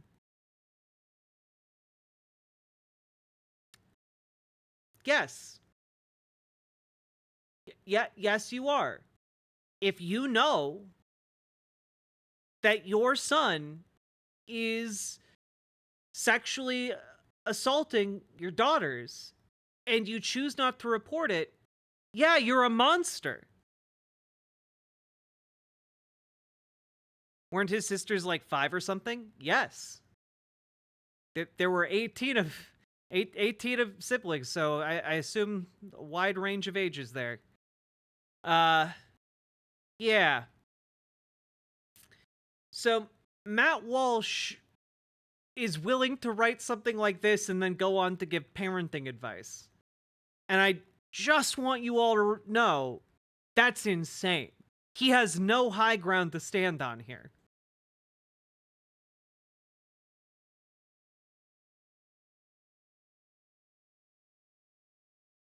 Because I've complained about this many times in the past. This is a problem that is not specific to Haley Welsh. There has been a proliferation of people on social media and in podcasts giving relationship advice, despite the fact that they have no wisdom on the topic to impart at all. They have had no success in that area at all, and yet they're giving advice. So this is my opportunity to get back on my familiar soapbox once again to remind you that you should not listen to relationship advice or insight from anyone who does not have demonstrable success in the area of romantic relationships. This should be controversial. You know, if I told you not to listen to car maintenance advice from somebody who can't even change their own tire. Also, I'm just going to throw this out there. You also probably shouldn't listen to relationship advice from a guy who thinks it's okay to sexually assault his own daughters. Like that's what he wrote in The Blaze, man. He wrote about that. He put his name on that article. You would immediately agree. Same principle applies here. Almost all of these relationship podcasts are worthless. Also, yeah, Matt is overlooking the core conceit of the Tuah podcast, which is that she's clearly hawk-twat enough, all right? She clearly knows what she's doing. That was a very quick answer she gave in that interview. I think a lot of people would trust her advice on hooking up. I think she has demonstrable success in that arena. Worse than worthless, because they're run by people whose only experience with relationships is failing at them and who have not learned anything from the failures because they keep failing. And so it's not like they can give you advice based on, they can't tell you the things they learned the hard way because they haven't learned anything. Success in a romantic relationship means meeting someone, dating, getting engaged, getting married, and then staying married. Nobody is qualified to dispense advice on romance or relationships unless they have completed all of those steps. And even then, like 80% of the people who have completed all of those steps still probably don't have much to say of any value on the topic. That's just the reality. But Yes, certainly Matt we can Walsh say has that kids. everybody who has yet to complete the steps has nothing of value to say on the topic at all because they couldn't possibly. You know, this is a really easy argument for Matt Walsh to make when not a single episode of that show is available. You know, like, not a single... You don't know. Like, the only clip you showed of her was from a Bill Maher podcast where she's getting asked questions about World War I, which I need to remind you is not a dating question. She might know an awful lot about dating. She might not know anything about World War I. Now, I don't blame Haley for not being married yet. She's only 21, but that's the point. 21-year-olds have almost no experience being adults in the world. It's unlikely they have much wisdom to offer. I certainly didn't at that age. I doubt that Haley does. The only notable thing that she's done is make a sex joke. But, for now, her handlers are pretending that the sex joke is evidence that she's an interesting and brilliant person. In promoting this new podcast, Better Media says that, quote, Haley Welsh is a bona fide superstar, and her charisma, unique perspective, and innate connection with her audience makes her the perfect fit for our platform. Tuah will bring a fresh and dynamic voice to our content lineup, and we can't wait for our audience and brand sponsors to connect with Haley in an authentic way that embodies the ethos of Better Media as a whole. He's so the ethos. bitter. So they're falling back on the corporate PR speak because they know there's no substance to any of this. The point of promoting this person is not to... Dude, you dedicated an 11 and a half long minute segment on this to complaining about a random podcast launching that you think won't be very good. Again, you don't have the high ground on this one, my guy.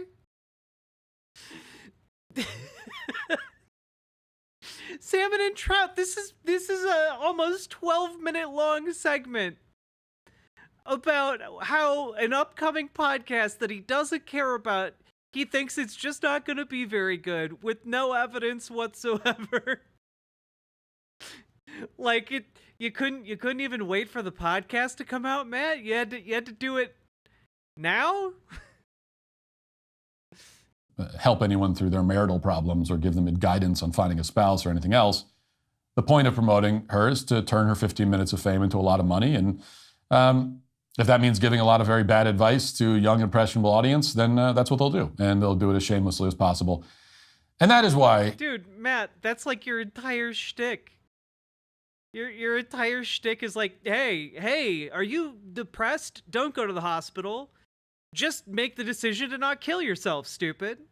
Like, that's your advice to, like, depressed people.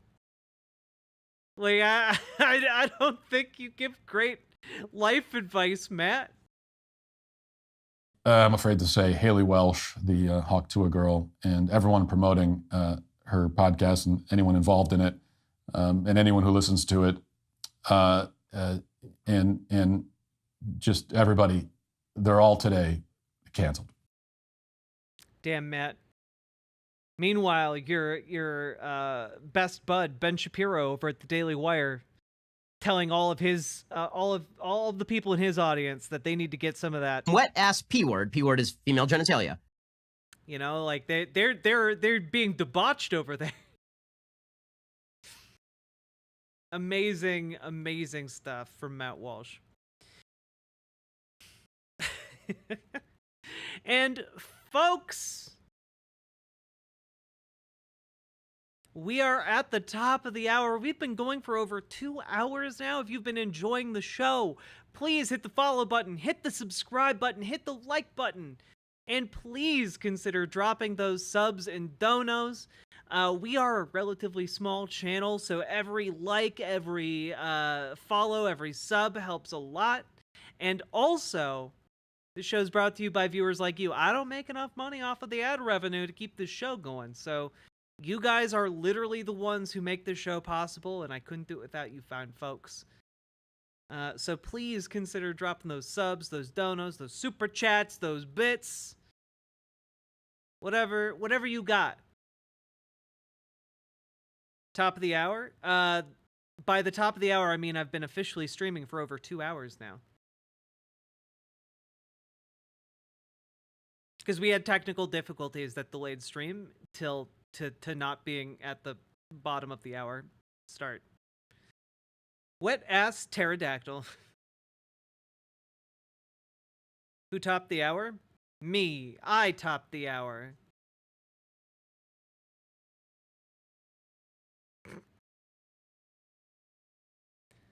Ooh. Now, folks, we do have more stories coming, but before we get in there, I'm gonna go use the bathroom, all right? I will be back shortly. Don't you guys go anywhere. BRB.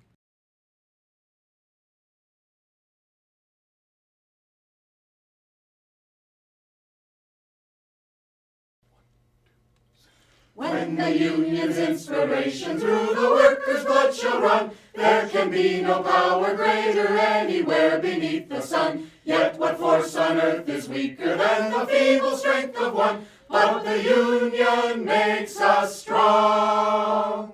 Solidarity forever. Solidarity forever. Solidarity forever. For the union makes us strong. Is there aught we hold in common with the greedy parasite who would lash us into serfdom and would crush us with his might? Is there anything left to us but to OBWA. Oh my god, it was the Dono Ghost! Got me right before I got up from the computer! Paladin, thank you for the 10 gifted tier 1 subs! And thank you for feeding the hungry Dono Ghost. I can feel its presence upon me even now, its foul ectoplasmic stink reeking through my nostrils like 1,000 corpses burning. And yet, all I feel is the cold chill of its hands reeking up and down my spine as it lingers out from the door behind me. The Dono Ghost, you see, it strikes! The Dono Ghosts say donate or they will haunt your bones. Oh. It comes for my bones. My bones! Ooh, the Dono Ghost! Whoa. Archangel, thank you for the $5 dono. Is that ectoplasm or JD Vance's couch? It's the ghost of JD Vance's couch. The Dono Ghost strikes. When union's inspiration through the Dono Ghost shall flow. All right, I still need to use the bathroom. BRB. organize and fight, for the union makes us strong. Solidarity forever. Solidarity forever. Solidarity forever. For the union makes us strong. They say our day is over. They say our time is through. They say you need no union if your collar isn't blue. Well, that is just another lie the boss is telling you, for the union makes us strong. Solidarity forever. Solidarity forever. Solidarity forever. For the union makes us strong. They divide us by our color, they divide us by our tongue. They divide us men and women, they divide us old and young. But they'll tremble at our voices when they hear these verses sung. For the union makes us strong. Solidarity forever. Solidarity forever. Solidarity forever. For the union makes us strong. They have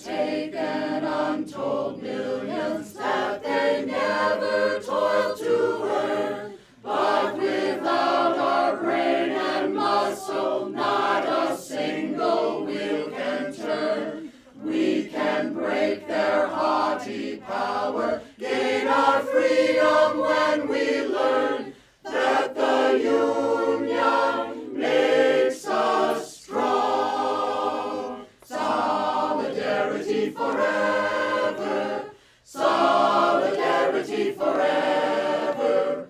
Solidarity forever. For the Union makes us strong.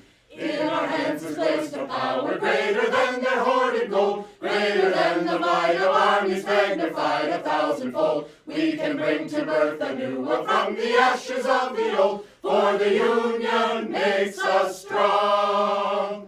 Solidarity forever. Solidarity forever. Solidarity forever. For the Union makes us strong.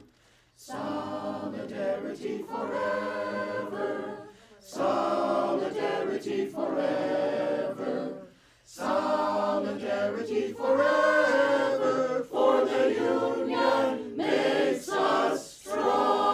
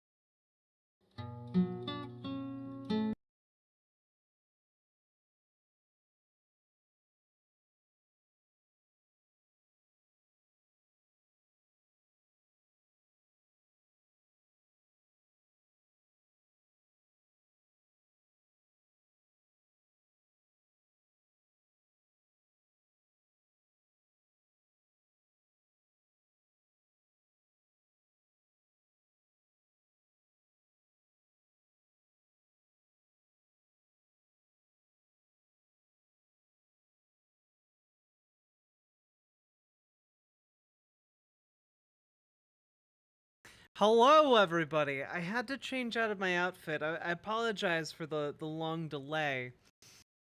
I had to change out of my outfit because the fur I was wearing a little bit too vintage. Got a little bit of a rip in it, and I had to stop wearing it till I can get it fixed.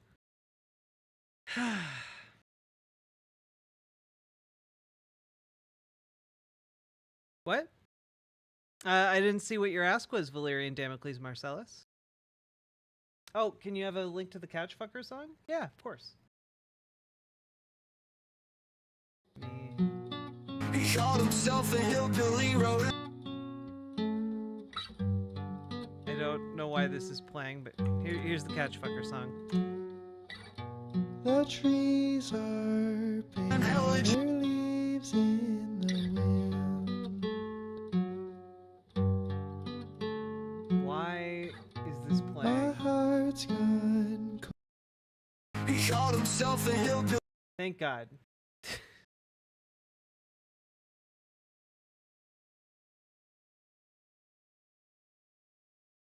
I feel like I look like the tiredest streamer ever, not the cutest one. But thank you, Catalina Gearbox. Now, folks, I've returned. And we have content to cover. So much goddamn content. Good night, Luzerk. Is it sweater weather already? I don't know. I just threw on a cloth that I got my hands on. That's right, a cloth. All right, folks. Let's start with one of the bigger-ish stories, I guess. I know that it's become a bit I know it's become a bit passé to talk about Andrew Tate, okay? I know that he's not real, like he's in Romania, he's being investigated, he's going through the legal kerfuffles.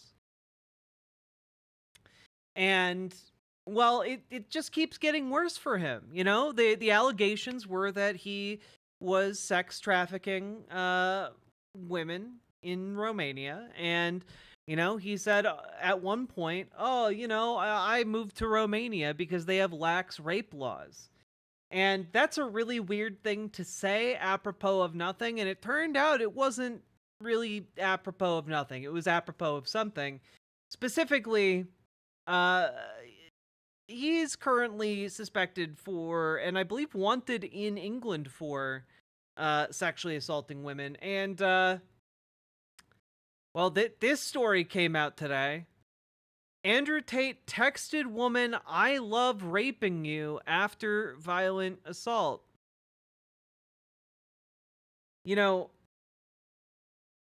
Typically, you don't want to write down your crimes immediately after doing them and then send that evidence to your victim. But I guess I'm glad it happened in this case, because you have documented evidence right there that you did the crime, and that is probably good for the woman's case in this situation. The controversial social media influencer currently faces rape and human trafficking charges in Romania is accused separately of rape by 4 women in the UK. 2 of the women shared fresh details of their allegations, which Tate denies in a new BBC Panorama program. One of the women, given the pseudonym Anna, said Tate attacked her when she went to his house in Luton after a few dates. Yeah. He started kissing me. He just looked up at the ceiling and said, "I'm just debating whether I should rape you or not." And then, he began doing that. And then afterwards said that he did it. So, it's really just open and shut, man. One of the messages seen by BBC Panorama said, "And I love raping you and watching you let me while still debating if it's a good idea or not. I like the conflict you have. Are you seriously offended I strangled you a little bit? Like, this, he did the thing. Like, there's no really getting around this. It's not like he kept it a secret. He was proud of it, chat. Like, the woman's alleging that that he did it, and he said that he did it. Like, there's open and shut, and then there's like, it was never even open in the first place. It's just shut the entire way through. Like, I know there are people out there who are still gonna try and like defend Andrew Tate on this, but like,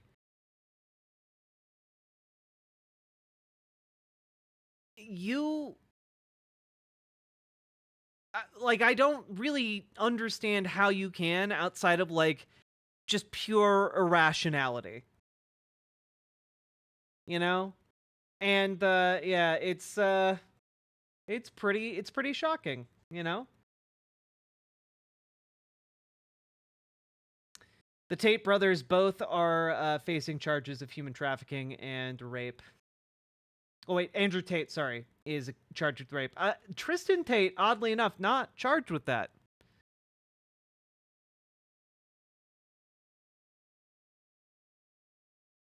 Yeah, I'm not gonna start playing this clip. But yeah, Andrew Tate, they have the goddamn screenshots. Crazy.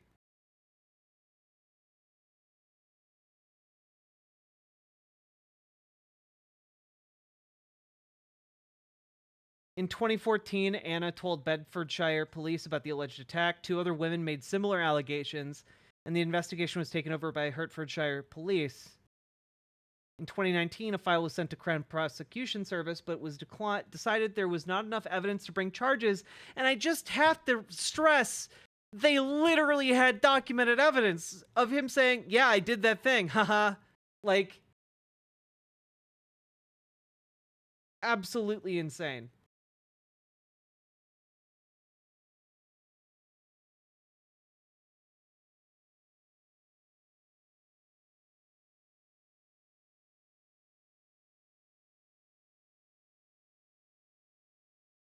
Yeah.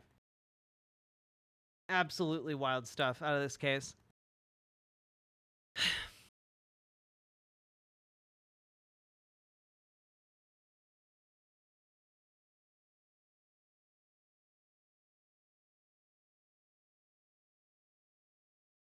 Like, I don't know what more there is to say. Like, he clearly did it. He bragged about doing it. I don't understand why the legal, like, wheels are taking so long to turn on it. Outside of the fact that he has money. That's really it. It's amazing how slow you can make the wheels of justice when you have enough money. Is this why he went to Romania? No, he went to Romania because he, well, in his words, he believes Romania has laxer rape laws. That's his actual given reason for going to Romania. He believes that, like, he believed that he wouldn't get charged with rape if he went to Romania. You know, for all of the sexual assaults he does. Everyone is a hero in their own head, but Tate wants to be a villain. God.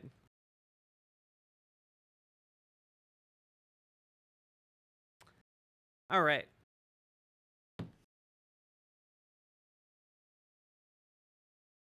Didn't this come out shortly after Big Brother? I don't know when what season of Big Brother he was on, so maybe?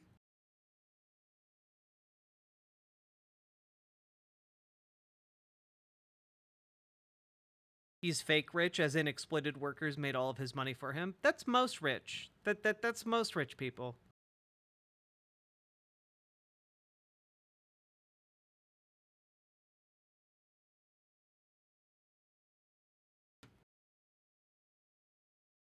All right. Now, folks, we have to talk about what's coming up tomorrow, okay? We got to talk. And their affiliated. Let me get all the tabs ready. My bad.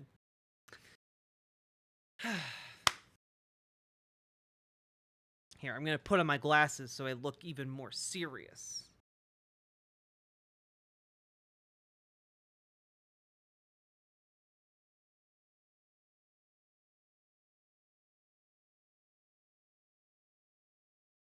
Nailed it.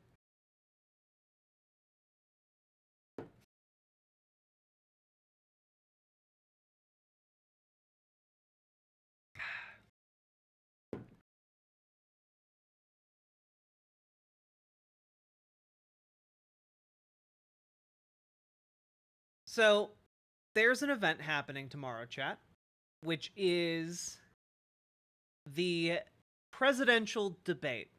It is the debate between Kamala Harris and Donald Trump. It's going to be pivotal for many people in America. It's going to be the first time that they become aware that Kamala Harris is even running for president, and is going to be the place where they learn the most about Kamala Harris. It is the thing that tends to be watched by the most Americans when it comes to politics outside of like actual election day coverage. And yeah, it's kind of a do or die day. Frankly, it is the day where we finally see the delivery of the promise of prosecutor versus felon. It's going to be interesting to see how it shakes out, to say the least. Now, we have a lot of stuff, we have a lot of ground to cover here.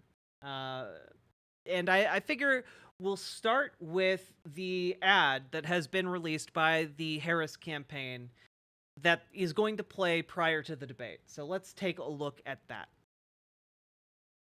In 2016, Donald Trump said he would choose only the best people to work in his White House. Now those people have a warning for America. Trump is not fit to be president again. Here's his vice president. Anyone who puts himself over the Constitution should never be president of the United States. It should come as no surprise that I will not be endorsing Donald Trump this year. His defense secretary. Do you think Trump can be trusted with the nation's secrets ever again? No. I mean, it's just irresponsible action that places our service members at risk, places our nation's security at risk. His national security advisor. Donald Trump will cause a lot of damage. The only thing he cares about is Donald Trump. And the nation's highest-ranking military officer. We don't take an oath to a king or a queen or to a tyrant or a dictator. And we don't take an oath to a wannabe dictator. Take it from the people who knew him best. Donald Trump is a danger to our troops and our democracy. We can't let him lead our country again. I'm Kamala Harris, and I approve this message. I mean, I think that this is I think this is a fairly good ad. Frankly, I think it's going to be pretty successful.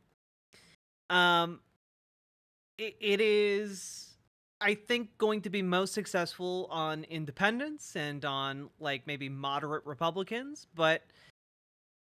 and I believe is the debate going to be on Fox News? Is it still slated for Fox, or is it on ABC again? I'll figure it out. Anyway, good ad. For what they're going for, I believe. I think for what they're going for, that is a good ad. ABC. Okay, gotcha. And I will say that it does feel like we're really getting some slim pickings when it comes to policy.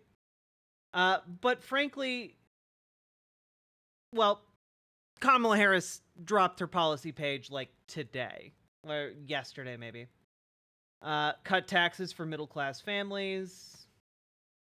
Committed to ensuring no one earning less than $400,000 a year will pay more in taxes.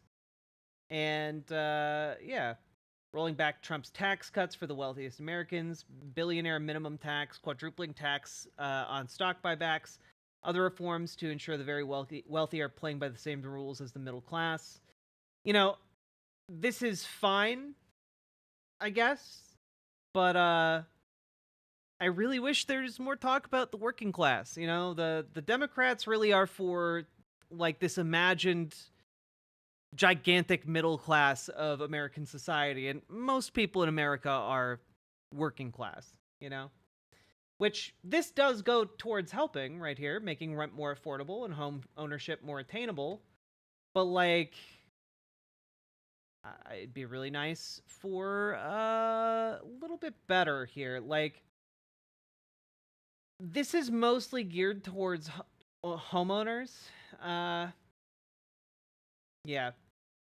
Right here, Vice President Harris has put forward a comprehensive plan to build 3 million more rental units and homes that are affordable to the end of to end the national housing supply crisis in her first term. Cut red tape to make sure we build housing faster, penalize firms that hoard available homes to drive up pricing for local home buyers, which and also like make it illegal to price fix with landlords with AI and such. But like, while these are good, it's just like not really enough. It's good. You should allow corporate price fixing. You should ban. Man, I am bumbling my words. Maybe I'm too tired. I'm gonna keep going though. It's good to ban this stuff. It's good to ban price fixing. It is good to expand the supply of homes, but I don't think the supply of homes is going to lower rent costs, frankly. It'd be nice if it did, but I don't see that really happening. I've never been in an area where you've suddenly seen like a increased supply of housing and then the rent has gone down. I've never seen that happen. Maybe it happens in some places. I just haven't seen that, you know? So it feels kind of like a way of saying we're going to help the working class without actually helping the working class. Yeah, and I mean, to be fair, I think most families in America own, but like there's still like 30-40% of Americans who rent. Like it's crazy. Good night, Ashley. Get good sleep. But bringing down drug costs, growing small businesses. There's some in here. There's some aspects in here that are really good, but a lot of it's fairly middle of the road. You know, none of it's really groundbreaking when it comes to, oh man, like it's not like she's announcing like the New Deal 2.0, you know? Which she was never going to do, and really no one expected her to do that, but it is kind of becoming more of a problem for her as we get closer to the full campaign season being in effect. You know, a lot of people are saying, oh, well, we know who Kamala Harris is. We know she's replaced Biden, but what is she going to do to change things? Like, how is she going to be different from Biden? Because, you know, we want things to get better. We don't want things to like just kind of slowly get better. We want things to change and improve meaningfully in a way we can see. And that's not something she's really done a good job of painting for the general public outside of, you know, politically brain poisoned folks like us.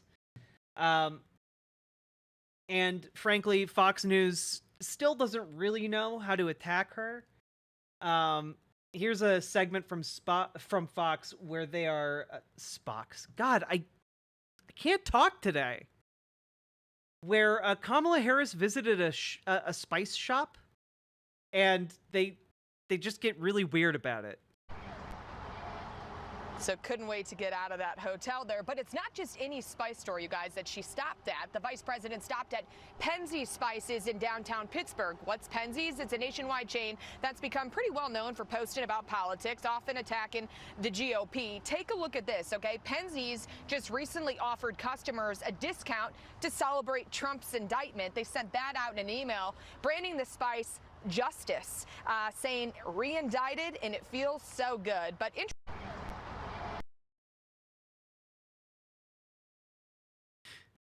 like, instead of attacking Kamala Harris, they decided to attack the spice story.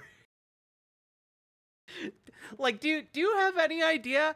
They did like a week of content on Obama's tan suit, okay? They did like a whole media cycle on Obama's tan suit. They've got nothing on Kamala Harris. Like, nothing. It's really incredible. So far, Kamala Harris has managed to keep herself pretty clean, pretty squeaky clean when it comes to her matchup with Trump, right? Like, that's great. However, there's only so far you can get with attacks on Donald Trump. Like, here's a clip from Trump from a recent rally. And you know, getting them out will be a bloody story. Should have never been allowed to come into our country. Nobody checked them. And he's talking about doing the mass deportation, like the hallmark of his campaign, the largest ethnic cleansing in American history, at least like on a short timeline. Maybe I'll say modern American history. There we go. He's talking about it being bloody, and he'll soy, but you know what I mean. You know what I mean. I'm not gonna get. He's talking about this, and he's talking about, and also it's gonna be bloody. You know, we're gonna make them bleed. We're gonna be bled. You know, they're gonna fight us. We'll have to, you know, use the military to enforce these deportations. Like, he's basically talking here about how, hey, we're basically gonna go to war. We're basically gonna have a civil war. And that should be a bigger alarm bell than we're getting, but like everyone just acts like it's normal. He's advocating for an ethnic cleansing, the likes of which no one in modern memory can even comprehend in America. And it is, I don't know. It seems to be just like a tiny blip on the radar. Or like this one, right here. Before, it seemed as if Donald Trump wasn't going to deliver on some of the promises of Project 2025, like dismantling the Department of Education, but ultimately we'll live, and you know what we're doing here. I say it all the time. I'm dying to get back to do this. We will ultimately eliminate the Federal Department of Education and send education back to Wisconsin and back to the states. Ultimately. Oh, okay. So we are getting rid of the Department of Education. Okay. Yeah. Cool.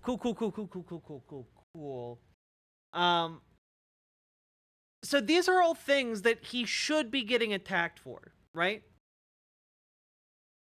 Do people like this line? Conservatives like it because they just want all kids to be homeschooled or sent to church. Like that's fundamentally it. And they don't want, they view public school as an evil thrust upon them. And the the Kamala campaign is pointing all of these out. You know, like they posted both of these clips. But we have a problem, and that is attacking Donald Trump is not going to be enough. And putting forward policies that are just like tiny improvements on Obama or Biden era policies, it's not going to be enough. Like, Kamala Harris needs to run on something she can really make her own. And she doesn't really seem to have any of those big ideas yet that would carry a campaign. Something like a Medicare for all. Something that would actually be like, hey, this is what we're bringing you.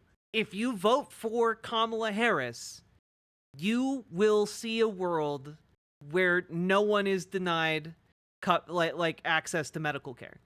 Because you will all have coverage. You know, something like that. Maybe she's waiting for the debate. Maybe. But I want to turn over to this Time Siena poll because I know a lot of people are freaking out about it. It came out, was it yesterday or today? 2 days ago. Okay, people are freaking out about this. But Trump and Harris neck and neck after summer upheaval, Time Siena poll finds. And it shows Donald Trump up by 1 point. And, well, that's scaring a lot of people. It's scaring a lot of people. People look at this and they're like, oh my God. Donald Trump is up by a point. He's got it in the bag. You know, the projections are saying he has a 99% chance of winning. And, like, I'm here to tell you guys, this poll is actually good. But the goodness of it is kind of buried quite a bit. Because you can actually take a look here at the breakdown. And, well, it's pretty interesting. But we're going to scroll on down here.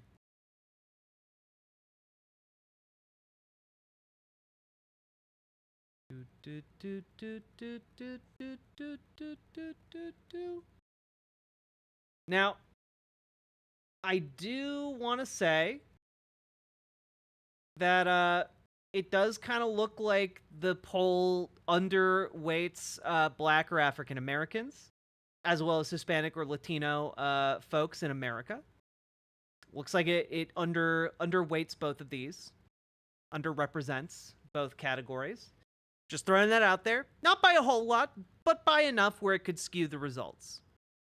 And I think, though, the absolute biggest point against this particular poll when it comes to the methodology here is right down here.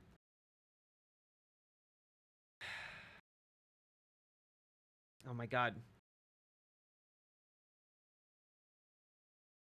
Abortion. I know it's one of the lower.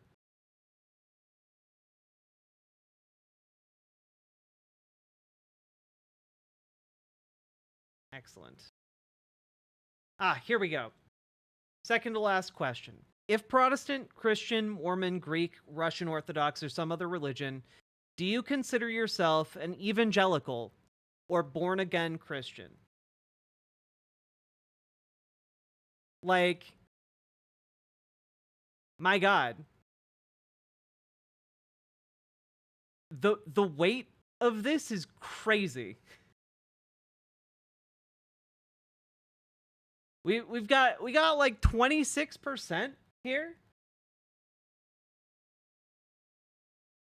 in the likely electorate. But let me take a look. The number I saw earlier was crazy here. Might have been the wrong poll.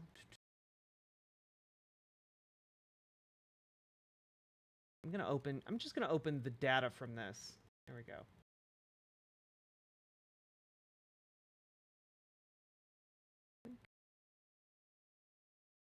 That wasn't the right number. Beep, beep, beep, pew.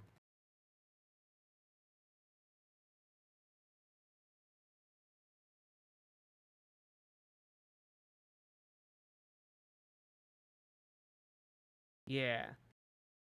Oh no, same number. All right. But like, let me take a look here. Evangelical For some reason, I remembered this number as 56%, which was crazy. 26% percentage of U.S. population.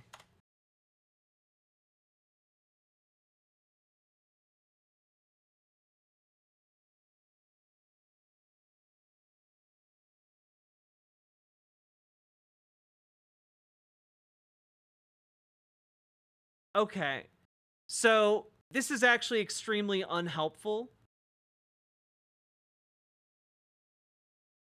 Basically, there's a lot of different ways to define what an evangelical is, okay?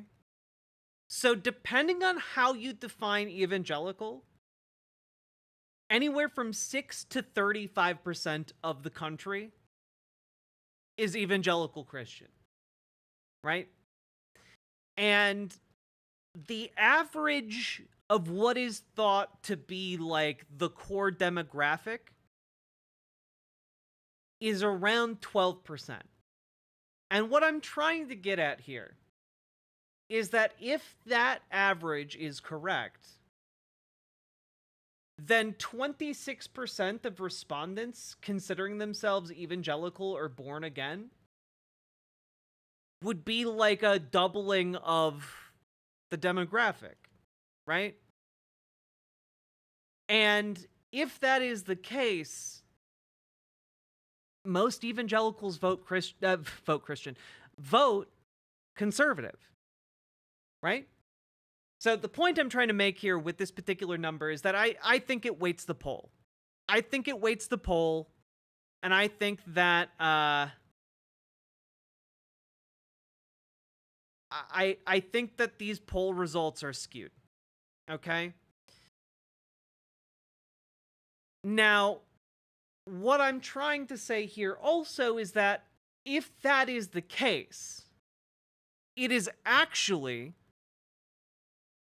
very good results.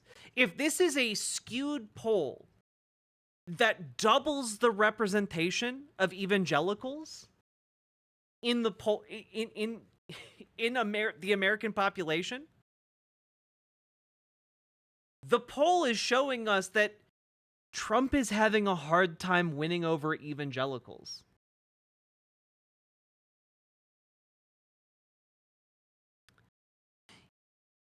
It is, yeah, there are also sampling issues when it comes to like the rural population, the white population, Southern voters. Like, there are issues, though. I'm not sure from what I saw, I wasn't sure if they were oversampling Southern voters, but that's just me. But like the racial polling is off for sure. All I can say is that this is a best case scenario type of poll for Trump, in which like the Black and Hispanic vote are suppressed, in which, you know, like evangelical weight is doubled. It is a best case scenario for him, and he's still only winning by 1%.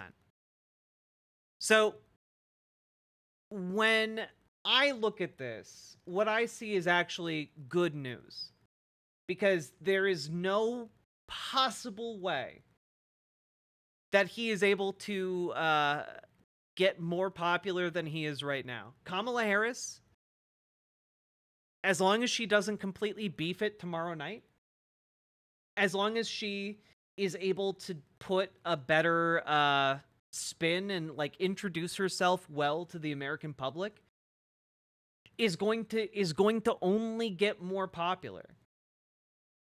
And also, one of the things that this poll shows and polled people on was essentially what they're concerned about. And frankly, one of the top issues of concern is that people don't really know what Kamala Harris stands for yet. They don't know what her policy is, and they struggle to differentiate her from Biden. And if she can differentiate herself, if she can plant her flag on like a specific policy goal, she will be able to do much, much better. If she can, like, clearly communicate to people, I will get you this thing. She will do very, very well. Yeah, I would say that, like, overall, this poll is great news for us. But it's, like, I think it's great also because it doesn't allow us to be complacent, because this is still too close. You know, we should be winning by more. Go out there, get volunteering, get yourself helping to register people to vote. Get the ball rolling on this. Now's the time to do it. Get involved. Learn how you can help in the election process, in the Harris campaign. Get going. We need you out there right now, tomorrow. My one younger brother, who's a fundamentalist Christian, said to me that he's sure if he can vote for Trump. I think he's actually seen enough. Oh, he's not sure if he can vote for Trump. Yeah. There is a small but growing movement of evangelicals for Kamala. It's pretty crazy.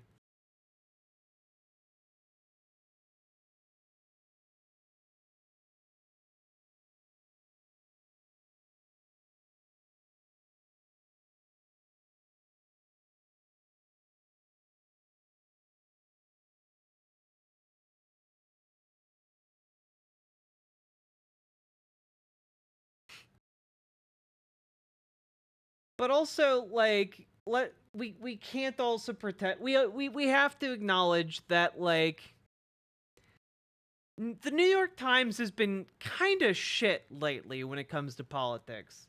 Like, even Salon is out there being like, their reporting and polling is consistently wonky in a way that seems untrustworthy.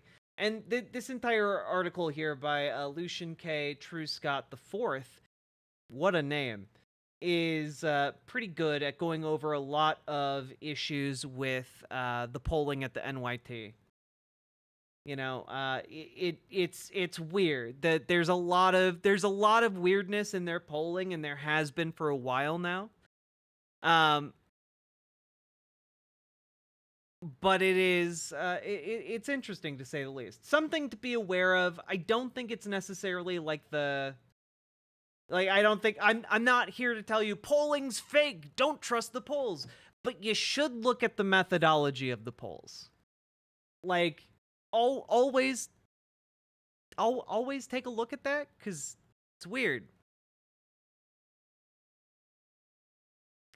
Yeah, Mr. Malachite, if the New York Times poll had Hispanic and Black residents at 10%, they were underestimating each by about 10% going by the census data. Yeah, and Black and Hispanic folks both overwhelmingly vote, both groups overwhelmingly vote Democrat.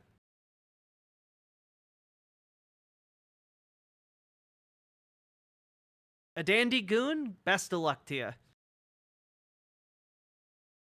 Should we believe polls are made by the devil? Yes.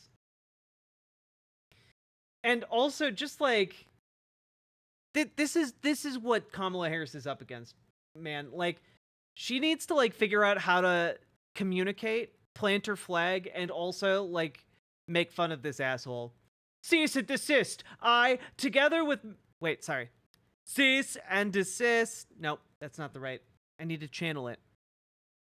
Folks, cease and desist. I, together with many attorneys and legal scholars, am watching the sanctity of the 2024 presidential election very closely, because I know, better than most, the rampant cheating and skullduggery that has taken place by the Democrats in the 2020 presidential election. It was a disgrace to our nation, and therefore, the 2024 election, where votes have just started being cast, will be under the closest professional scrutiny, and when I win, those people that cheated will be prosecuted to the fullest extent of the law, which will include the long-term prison sentences, so that the depravity of justice does not happen again. We cannot let our country further devolve into a third world nation, folks, and we won't! Please be aware that this legal exposure extends to lawyers, political operatives, donors, illegal voters, and corrupt election officials. Those involved in unscrupulous behavior will be sought out, caught, and prosecuted at all levels. Unfortunately, never before seen in our country. Like, he's so, like he's lost in the sauce, man. Listen to him. Can you imagine you're a parent and your son leaves the house and you say, Jimmy, I love you so much. Go have a good day in school. And your son comes back with a brutal operation. Can you even imagine this? What the hell is wrong with our country? Yeah, he's saying that you can send your kid to school and they'll just do bottom surgery on your kid at school. It's so dumb. It's so dumb. Guys, do you have any idea how hard it is to get bottom surgery? You have to get like multiple doctors. You have to get multiple doctors to sign off on it. You have to get like multiple psychologists. You've got to recover for like weeks and months. Like it's expensive. It takes a long time. It's one of the most complicated surgeries we've developed to date. And he thinks we're just giving it away for free to children? Is this the new, like, there are razors in the Halloween candy conspiracy? There are trans surgeries in the schools? Life is like a public school. Never know when you're gonna get the trans surgery. It's too dumb to even make fun of. It's just dumb.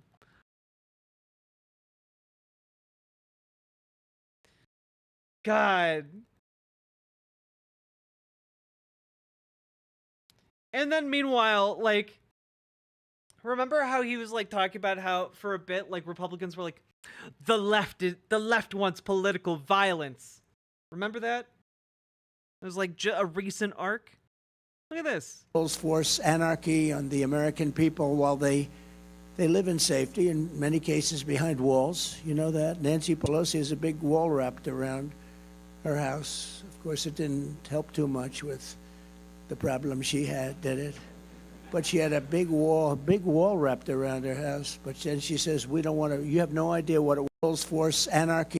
So, can we just take a moment? Like,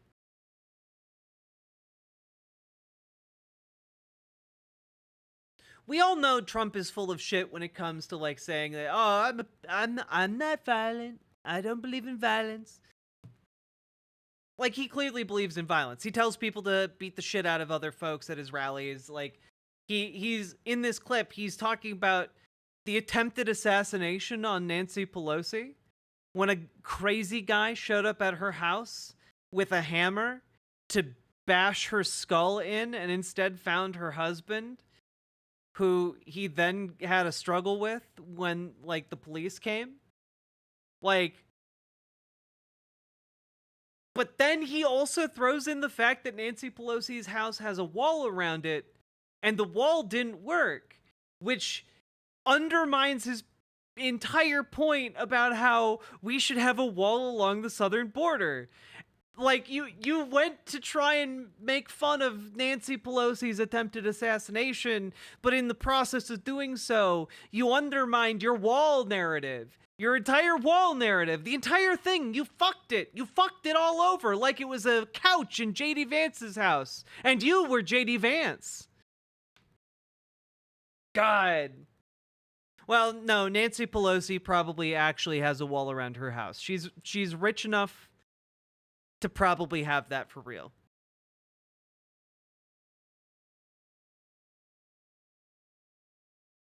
Over under, what are the chances Trump calls Kamala a slur during the debate? I have to be honest with you. There's a decent chance. I did everything right and they indicted me. Keldoge, thank you very much for subscribing, and you know it. I did everything right, and they indicted me. It's true. It's true. It's true. And folks, like, Donald Trump isn't doing okay.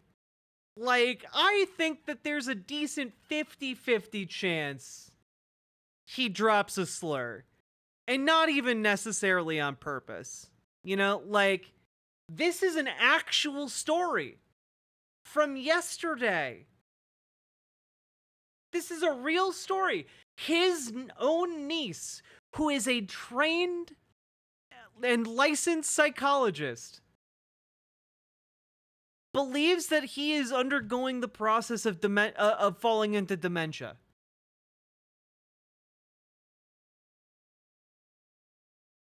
Like, this is from The Independent. This is like an actual journalist. I'm not pulling this out of, like, you know, actual nowhere. This is a real outlet. Crazy enough. Mary Trump, the niece of Donald Trump, has shared her analysis for the former president's mental health, and says it's deteriorating after he struggled to answer a question on childcare. Do we have the clip? Because that would be that'd be pretty great. Is it this one? Damn it, no.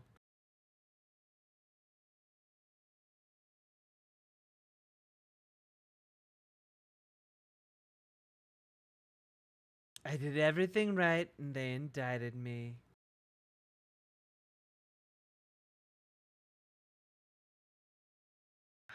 I don't have that clip. Wait, maybe I do? Maybe I have the clip? Do I have the clip?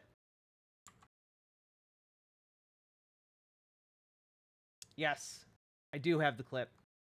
Thanks, past me. Also about... Damn it, that's not the clip. I have the full speech.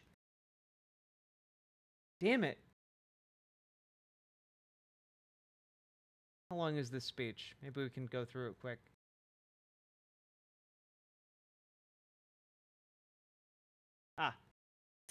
Thank you, C-SPAN, for highlighting when it happens. That's actually great. Good job. Also, Simric, thank you for the $2 super chat. I'm so fancy. Oh my god. C-SPAN, you are here for the good of the public. You should not be running ads.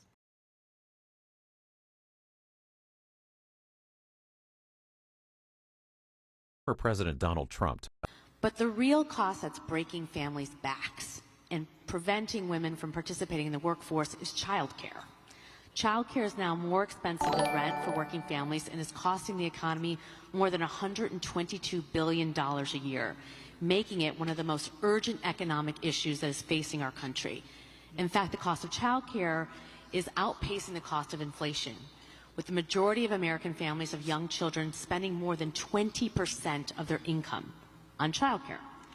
One thing that Democrats and Republicans have in common is that both parties talk a lot about what they're going to do to address the childcare crisis, but neither party has delivered meaningful change.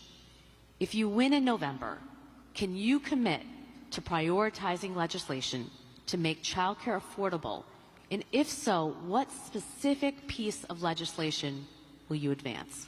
Well, I would do that, and we're sitting down. You know, I was somebody, we had Senator Marco Rubio, and my daughter Ivanka was so impactful on that issue. It's a very important issue.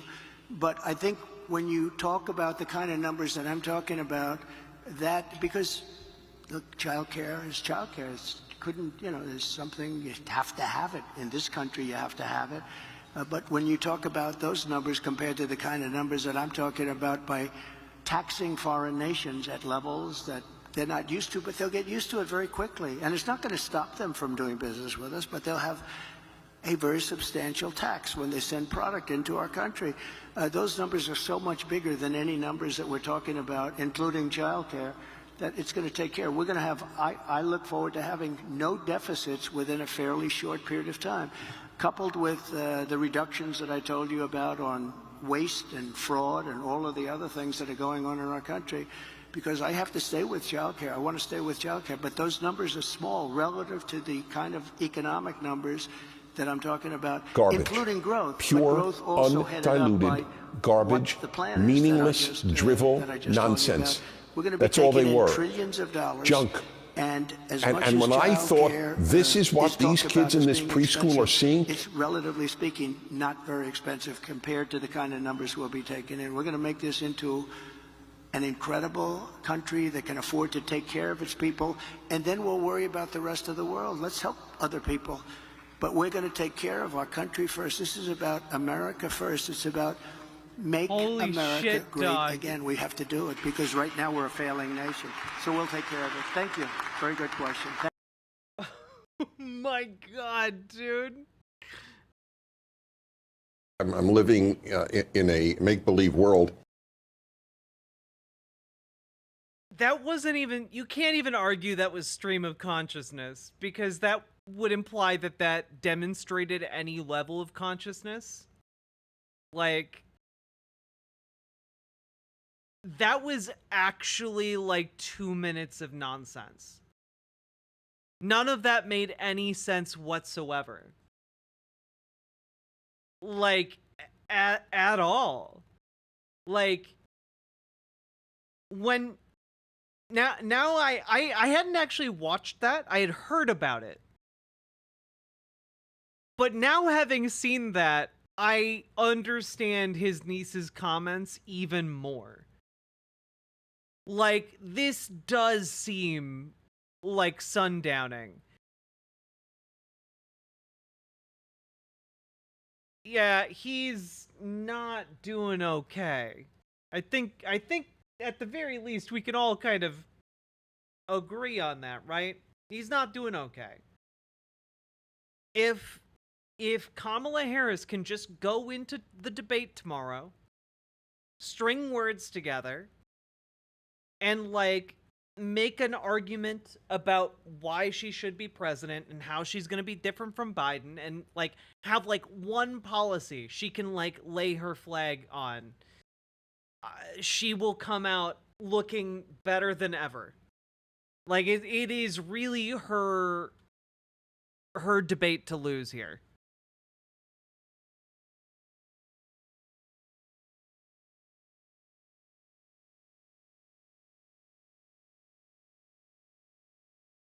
What Trump said in that clip. What you...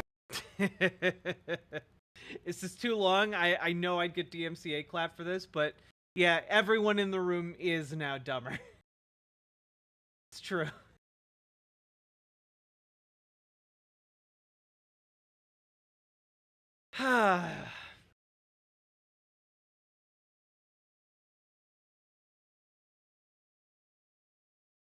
Shocking relationship discovered between posture and cognitive decline? What?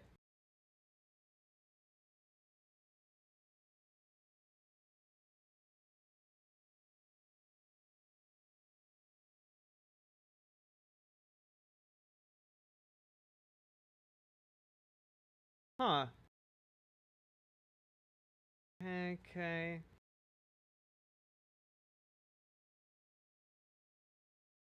That's so interesting. Okay, so like your spine's bendiness to going forward for posture can like be attributed or correlated to cognitive decline. That's so interesting.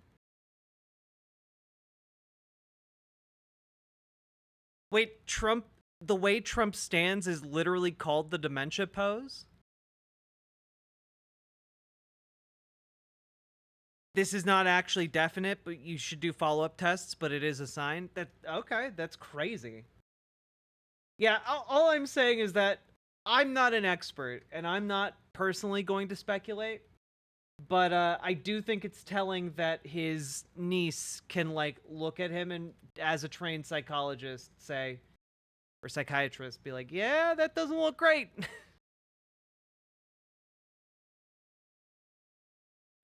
All right, folks.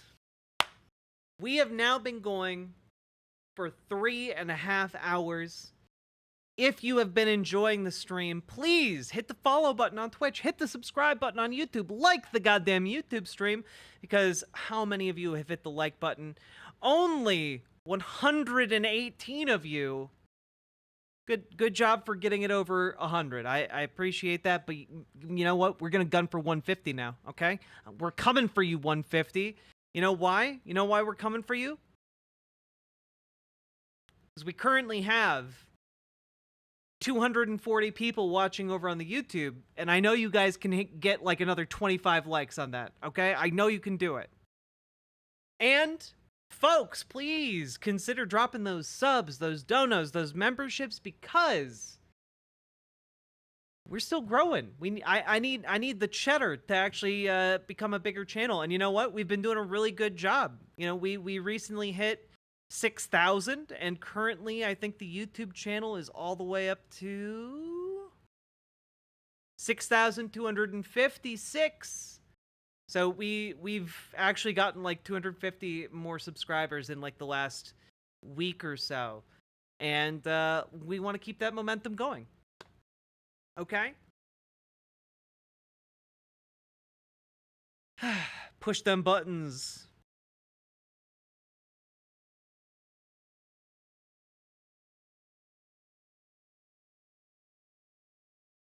Yeah, we're gonna be bigger than Hassan, baby.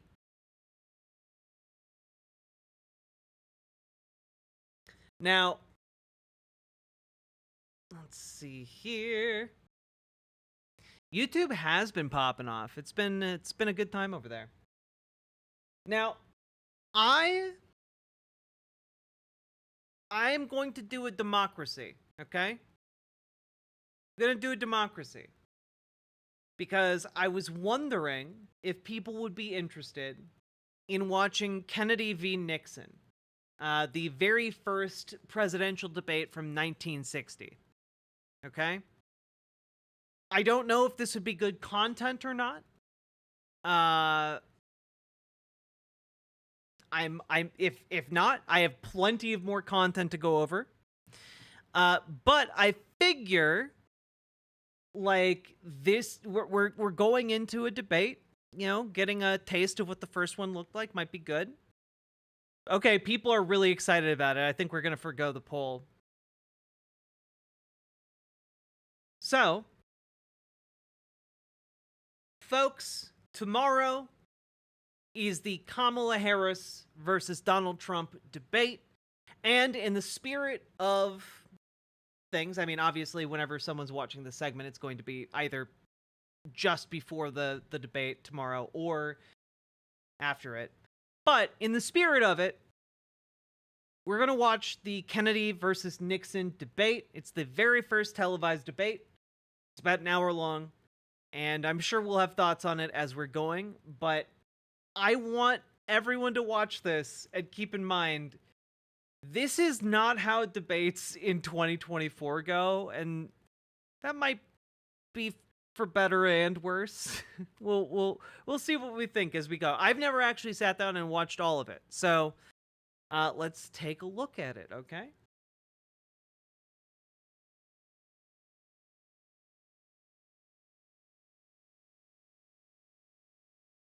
Good evening. The television and radio stations of the United States and their affiliated stations are proud to provide facilities for a discussion of issues in the current political campaign by the two major candidates for the presidency. The candidates need no introduction.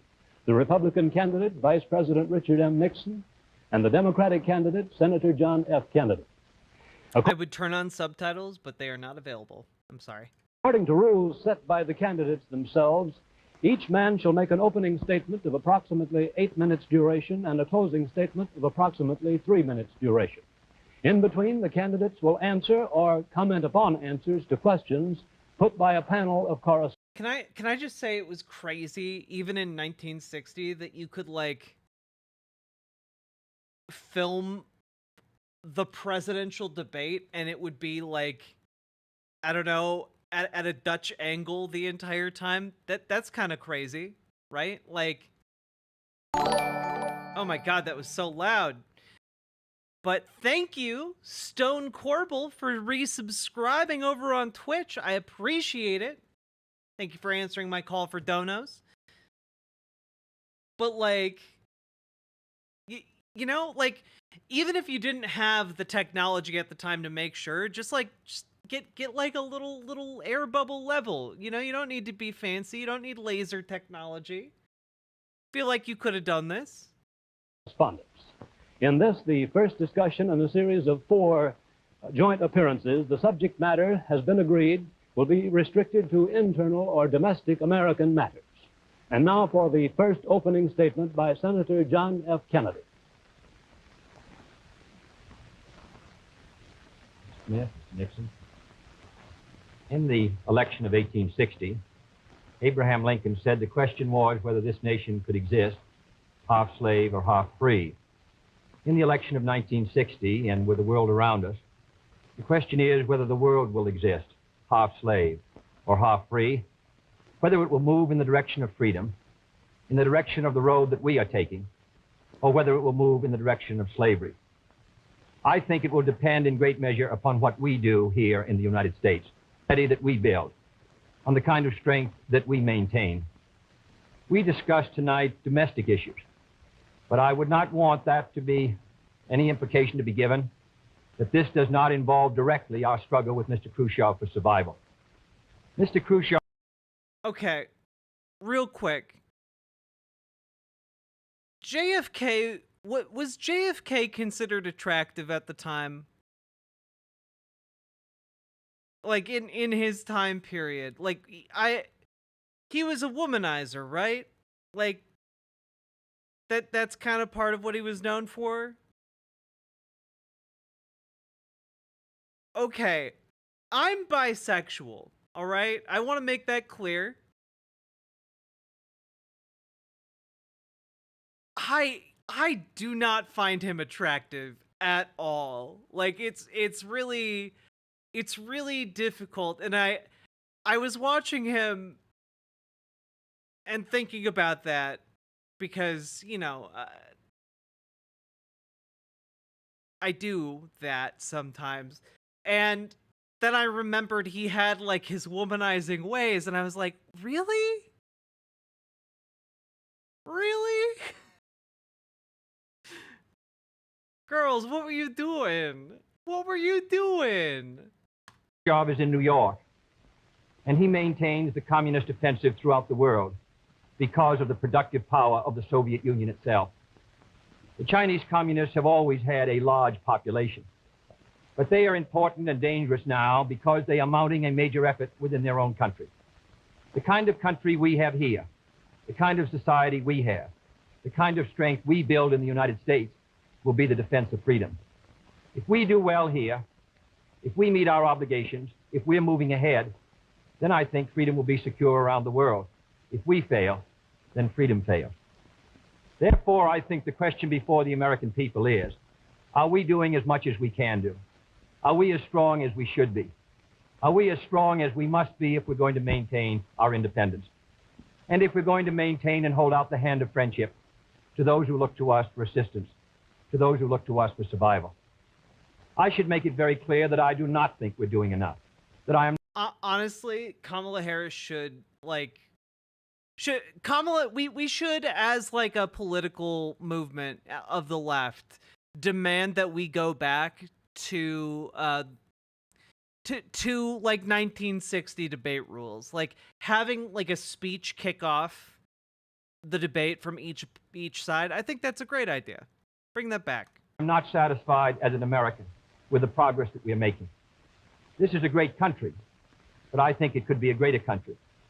And this is a powerful country, but I think it could be a more powerful country. I'm not satisfied to have 50% of our steel mill capacity unused. I'm not satisfied when the United States had last year the lowest rate of economic growth of any major industrialized society in the world, because economic growth means strength and vitality. It means we're able to sustain our defenses. It means we're able to meet our commitments abroad. I'm not satisfied when we have over $9 billion worth of food, some of it rotting, even though there is a hungry world. And even though 4 million Americans wait every month for a food package from the government, which averages 5 cents a day per individual, I saw cases in West Virginia, here in the United States, where children took home part of their school lunch in order to feed their families, because I don't think we're meeting our obligations towards these Americans. Man, we really haven't improved that much, have we? I'm not satisfied when the Soviet Union is turning out twice as many scientists and engineers as we are. I'm not satisfied when many of our teachers are inadequately paid, or when our children go to school part-time shifts. I think we should have an educational system second to none. I'm not satisfied when I see men like Jimmy Hoffa, in charge of the largest union in the United States, still free. I'm not satisfied when we are failing to develop the natural resources of the United States to the fullest. Here in the United States, which developed the Tennessee Valley and which built the Grand Coulee and the other dams in the northwest United States, at the present rate of hydropower production, and that is the hallmark of an industrialized society, the Soviet Union by 1975 will be producing more power than we are. These are all the things, I think, in this country that can make our society strong or can mean that it stands still. I'm not satisfied until every American enjoys his full constitutional rights. If a Negro baby is born, and this is true also of Puerto Ricans and Mexicans in some of our cities, he has about 1/2 as much chance to get through high school as a white baby. He has 1/3 as much chance to get through college as a white student. He has about 1/3 as much chance to be a professional man. Look, it was the 1960s, okay? They threw that word around like candy back then. About 1/2 as much chance to own a house. He has about... Keep in mind, JFK is the progressive one in this situation. 4 times as much chance that he'll be out of work in his life as the white baby. Yeah, the 1960s were I don't want the talents of any American to go to waste. I know that there are those who say that we want to turn everything over to the government. I don't at all. I want the individuals to meet their responsibilities. And I want the states to meet their responsibilities. But I think there is also a national responsibility. The argument has been used against every piece of social legislation in the last 25 years. The people of the United States individually could not have developed the Tennessee Valley. Collectively, they could have. A cotton farmer in Georgia, or a peanut farmer, or a dairy farmer in Wisconsin or Minnesota, he cannot protect himself against the forces of supply and demand in the marketplace, but working together in effective governmental programs, he can do so. 17 million Americans who live over 65 on an average Social Security check of about $78 a month. They're not able to sustain themselves individually, but they can sustain themselves through the Social Security system. I don't believe in big government, but I believe in effective governmental action. And I think that's the only way that the United States is going to maintain its freedom. It's the only way that we're going to move ahead. I think we can do a better job. I think we're going to have to do a better job if we are going to meet the responsibilities which time and events have placed upon us. We cannot turn the job over to anyone else. If the United States fails, then the whole cause of freedom fails. And I think it depends in great measure on what we do here in this country. The reason Franklin Roosevelt was a good neighbor in Latin America was because he was a good neighbor in the United States. Because they felt that the American society was moving again. This is why they need to teach rhetoric in schools again, so that people know how to properly construct arguments. Because JFK here is properly constructing an argument and properly orating it and or at least competently orating it. It comes across when he talks oh yeah, these are extremely reasonable proposals. They don't anymore, not even a little bit. I want us to recapture rhetoric. That's not STEM. That image.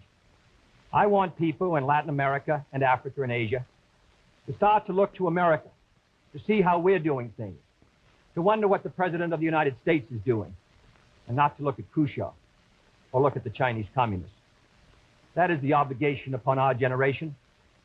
In 1933, Franklin Roosevelt said in his inaugural that this generation of Americans has a rendezvous with destiny. I think... Oh, public speaking was absolutely not a required class in my school. Our generation of Americans has the same rendezvous. The question now is, can freedom be maintained under the most severe attack it has ever known? I think it can be. And I think in the final analysis, it depends upon what we do here. I think it's time America started moving again. And now the opening statement by Vice President Richard M. Nixon. Like, yeah, that was a really solid opening statement. Let's do this again. You know, let's have these awkward, like, debate format ass debates. Let's actually have debates. Make debates great again. Smith, Senator Kennedy. The things that Senator Kennedy has said, many of us can agree with. There is no question but that we cannot discuss... Like even Nixon opens his statement by like, yeah, you can't really argue with his points. Oh, he's got his head on straight, that guy. Our internal affairs in the United States without recognizing that they have a tremendous bearing on our international position. There is no question but that this nation cannot stand still because we are in a deadly competition. A competition not only with the men in the Kremlin, but the men in Peking. We're ahead in this competition, as Senator Kennedy, I think, has implied. But when you're in a race, the only way to stay ahead is to move ahead. And I subscribe completely to the spirit that Senator Kennedy has expressed tonight, the spirit that the United States should move ahead. Where then do we disagree? I think we disagree on the implication of his remarks tonight and on the statements that he has made on many occasions during his campaign to the effect that the United States has been standing still. We heard tonight, for example, the statement made that our growth in national product last year was the lowest of any industrial nation in the world. Now, last year, of course, was 1958. That happened to be a recession year. God. Isn't it kind of incredible that we're watching something from like 80 years ago? Like almost a century ago? Isn't that crazy? But when we look at the growth of GNP this year, a year of recovery, we find that it's 6 9/10% and one of the highest in the world today. More about that later.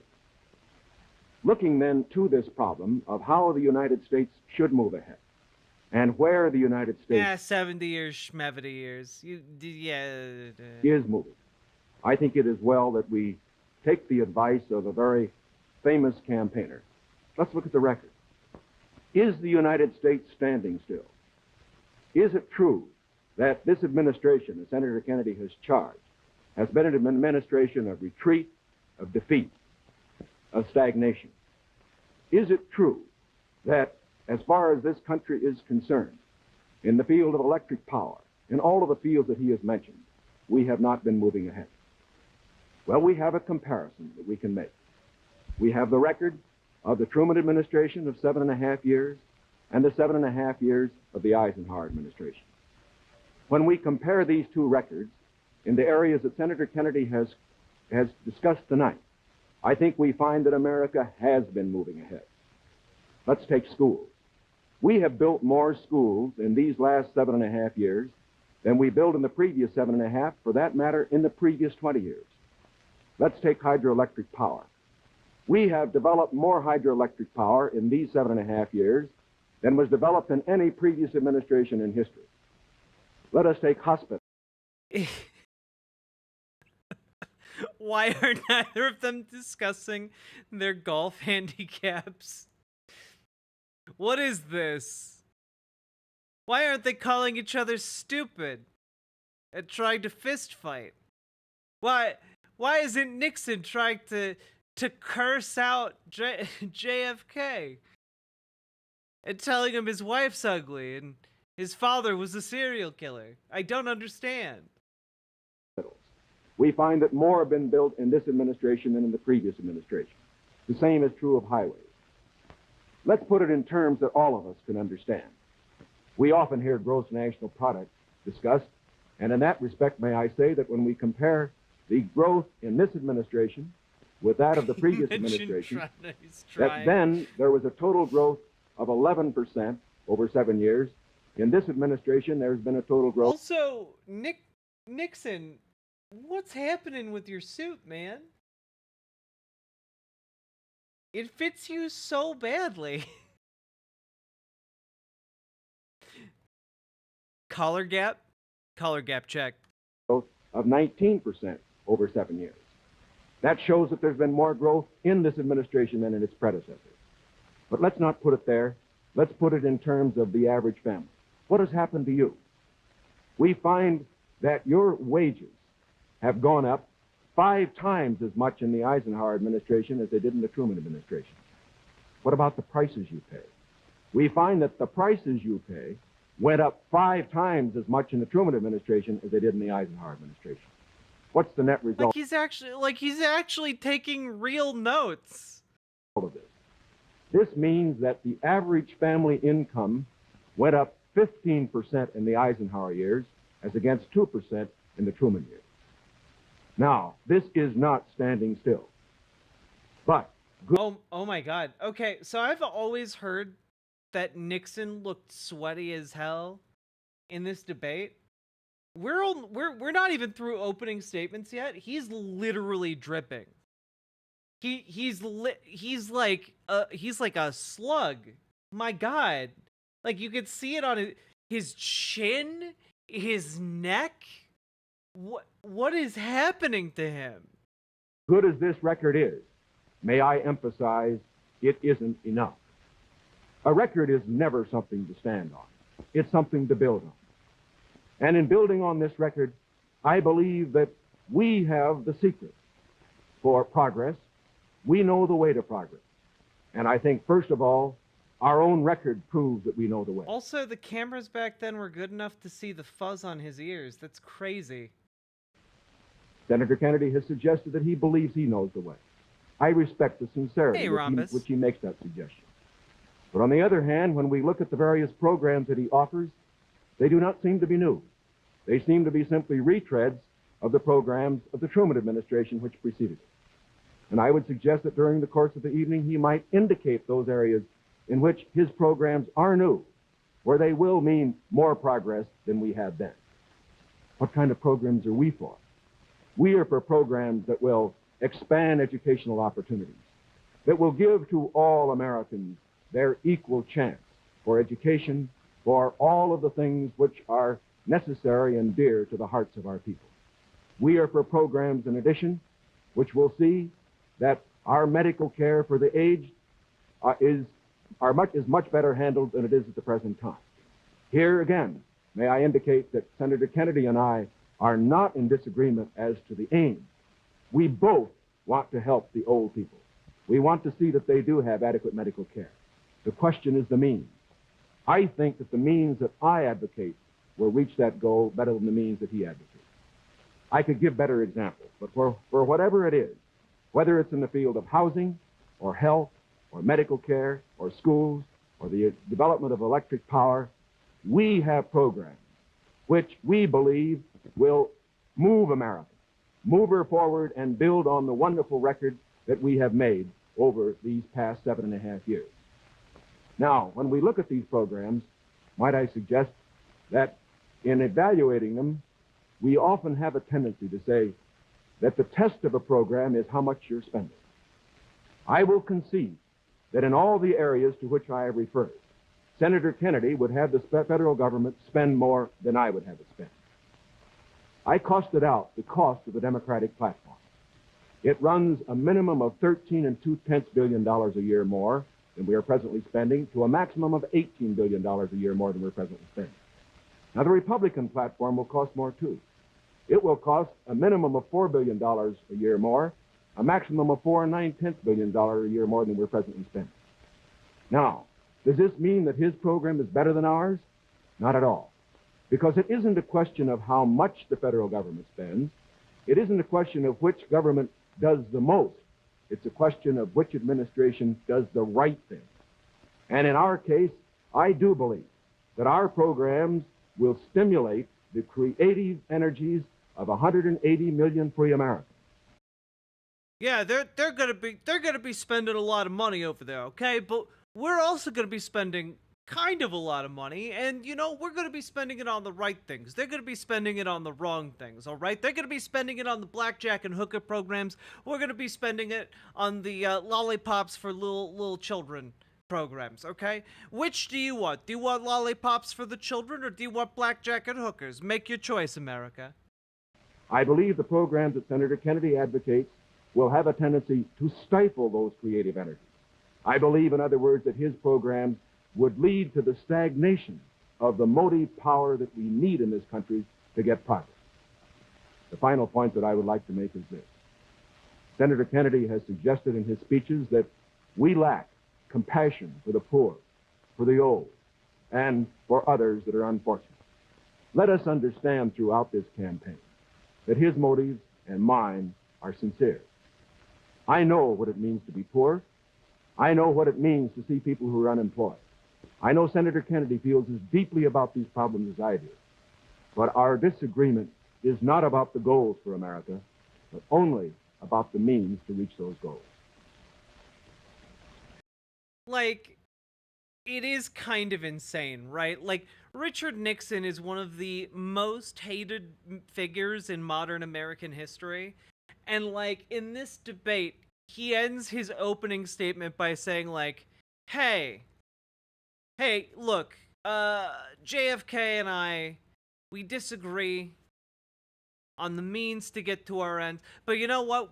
We're both fundamentally good people who want good things for America. Like, that exchange would never happen from a Republican in 2024 towards a Democrat. Crazy. Also, hello, Raiders. Welcome, welcome, welcome. My name's Riverboat Jack. I'm a socialist, and we are debate prepping tonight. Going over the first presidential debate between JFK and Nixon. Settle in, get yourself some water, and hit the follow button, hit the subscribe button, hit the like button, and consider dropping those subs and donos. All right, moving on. Thank you, Mr. Nixon. That completes the opening statements, and now the candidates will answer questions or comment upon one another's answers to questions put by correspondents of the networks. The correspondents. Seriously, was this shot by, like, Alfred Hitchcock? Like, why is it at a Dutch angle? I don't understand it. I'm Sandra Van Oker, NBC News. I'm Charles Warren, Mutual News. Can I just say I'm really loving the like swivel to the camera, like the little thing they got going on here. We need to bring this back. We need to return to tradition, okay? Return to tradition. We need to film all debates at like a 15-degree angle and have very low budget debate venues, okay? Just a journalist slightly swiveling will be enough, okay? We don't need these billion-dollar smart touch screen walls. We don't need that. Just give us some swivel chairs. I'm Stuart Novin, CBS News. Bob Fleming, ABC News. The first question to Senator Kennedy from Mr. Fleming. Senator, the Vice President in his campaign has said that you are naive and at times immature. He has raised the question of leadership. On this issue, why do you think people should vote for you rather than the Vice President? Well, the Vice President and I came to the Congress together in 1946. We both served in the Labor Committee. I've been there now for 14 years, the same period of time that he has, so that our experience in government is comparable. Secondly, I think the question is, what are the programs that we advocate? What is the party record that we lead? I come out of the Democratic Party, which in this century has produced Woodrow Wilson and Franklin Roosevelt and Harry Truman, and which supported and sustained these programs which I've discussed tonight. Mr. Nixon comes out of the Republican Party. He was nominated by it. And it is a fact that through most of these last 25 years, the Republican leadership has opposed federal aid for education, medical care for the aged, development of the Tennessee Valley, development of our natural resources. I think Mr. Nixon is an effective leader of his party. I hope he would grant me the same. The question before us is, which point of view and which party do we want to lead the United States? He keeps getting sweatier Mr. every Nixon, single would you like time. to comment on that statement? I have no comment. The next question. Oh God, how is his chin that sweaty? Sweat doesn't congregate on the chin. That's not a place sweat should usually go. Mr. Novin. Mr. Vice President, your campaign stresses the value of your 8-year experience. And the question arises as to whether that experience was as an observer or as a participant or as an initiator of policy making. Would you tell us, please, specifically what major proposals you have made in the last 8 years that have been adopted by the administration? Well, number one, I would say that you should like, comment, and subscribe for Riverboat Jack on YouTube.com and also on Twitch.tv/RiverboatJack. It would be rather difficult to cover them in 2.5 minutes. I would suggest that these proposals could be mentioned. First, after each of my foreign trips, I have made recommendations that have been adopted. For example, after my first trip abroad, I strongly recommended that we increase our exchange programs, particularly as they related to exchange of persons, of leaders in the labor field and in the information field. After my trip to South America, I made recommendations that a separate inter-American lending agency be set up, which the South American nations would like much better than to participate in the lending agencies which treated all the countries of the world the same. I have made other recommendations after each of the other trips. For example, after my trip abroad to Hungary, I made some recommendations with regard to the Hungarian refugee situation, which were adopted not only by the President, but some of them were enacted into law by the Congress. Within the administration, as a chairman of the President's Committee on Price Stability and Economic Growth, I have had the opportunity to make recommendations which have been adopted within the administration and which I think have been reasonably effective. I know Senator Kennedy suggested in a speech at Cleveland yesterday that that committee had not been particularly effective. I would only suggest that while we do not take the credit for it, I would not presume to, that since that committee has been formed, the price line has been held very well within the United States. It is a bit shocking. Like, in the middle of this, like, JFK is just like, wait a minute, that's not right. But it's like,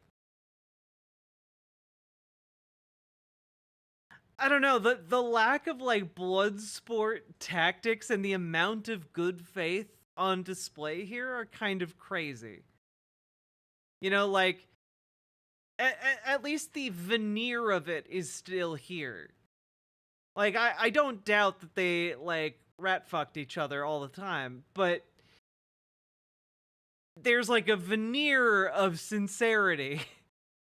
And it's wild to see because that is that's been dead and buried for like 30 years at this point where we're at.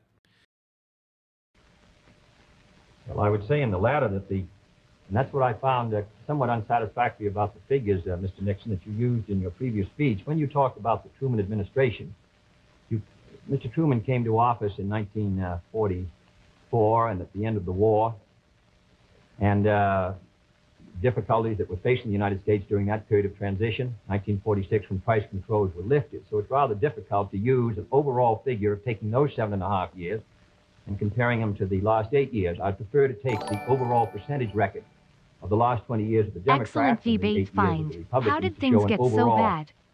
Well, frankly, Soymaster, the answer to that is cable.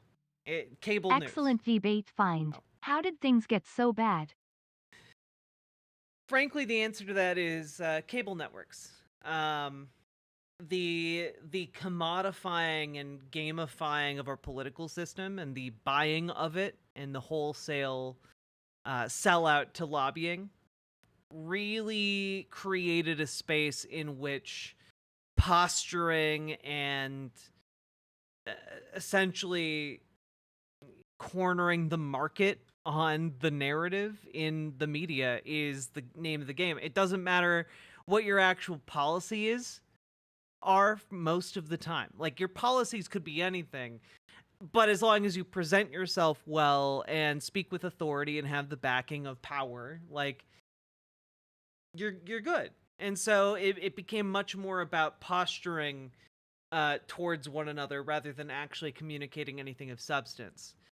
Because people are animals and we like posturing. We like it. It's part of, we like the social dynamic. We like the chest beating that happens, you know? And so there's that element, and that is emphasized and encouraged by the commodification of the entire system. You know, like, it winds up being effective to be like that because most people don't have the attention spans for in-depth policy discussions. What they have the attention spans for is, like, you know, Real Housewives of New York and or Real Housewives of the Jersey Shore or something, and like a 5-second clip of, like, Donald Trump calling some lady like a prostitute. That's what they got. It doesn't, what his coherent policy is doesn't matter. They just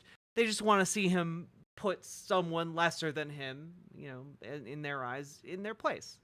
There's a market for that. There's just not a market for in-depth policy discussion, and unfortunately that matters because all of the news corporations rely on making money. So it's the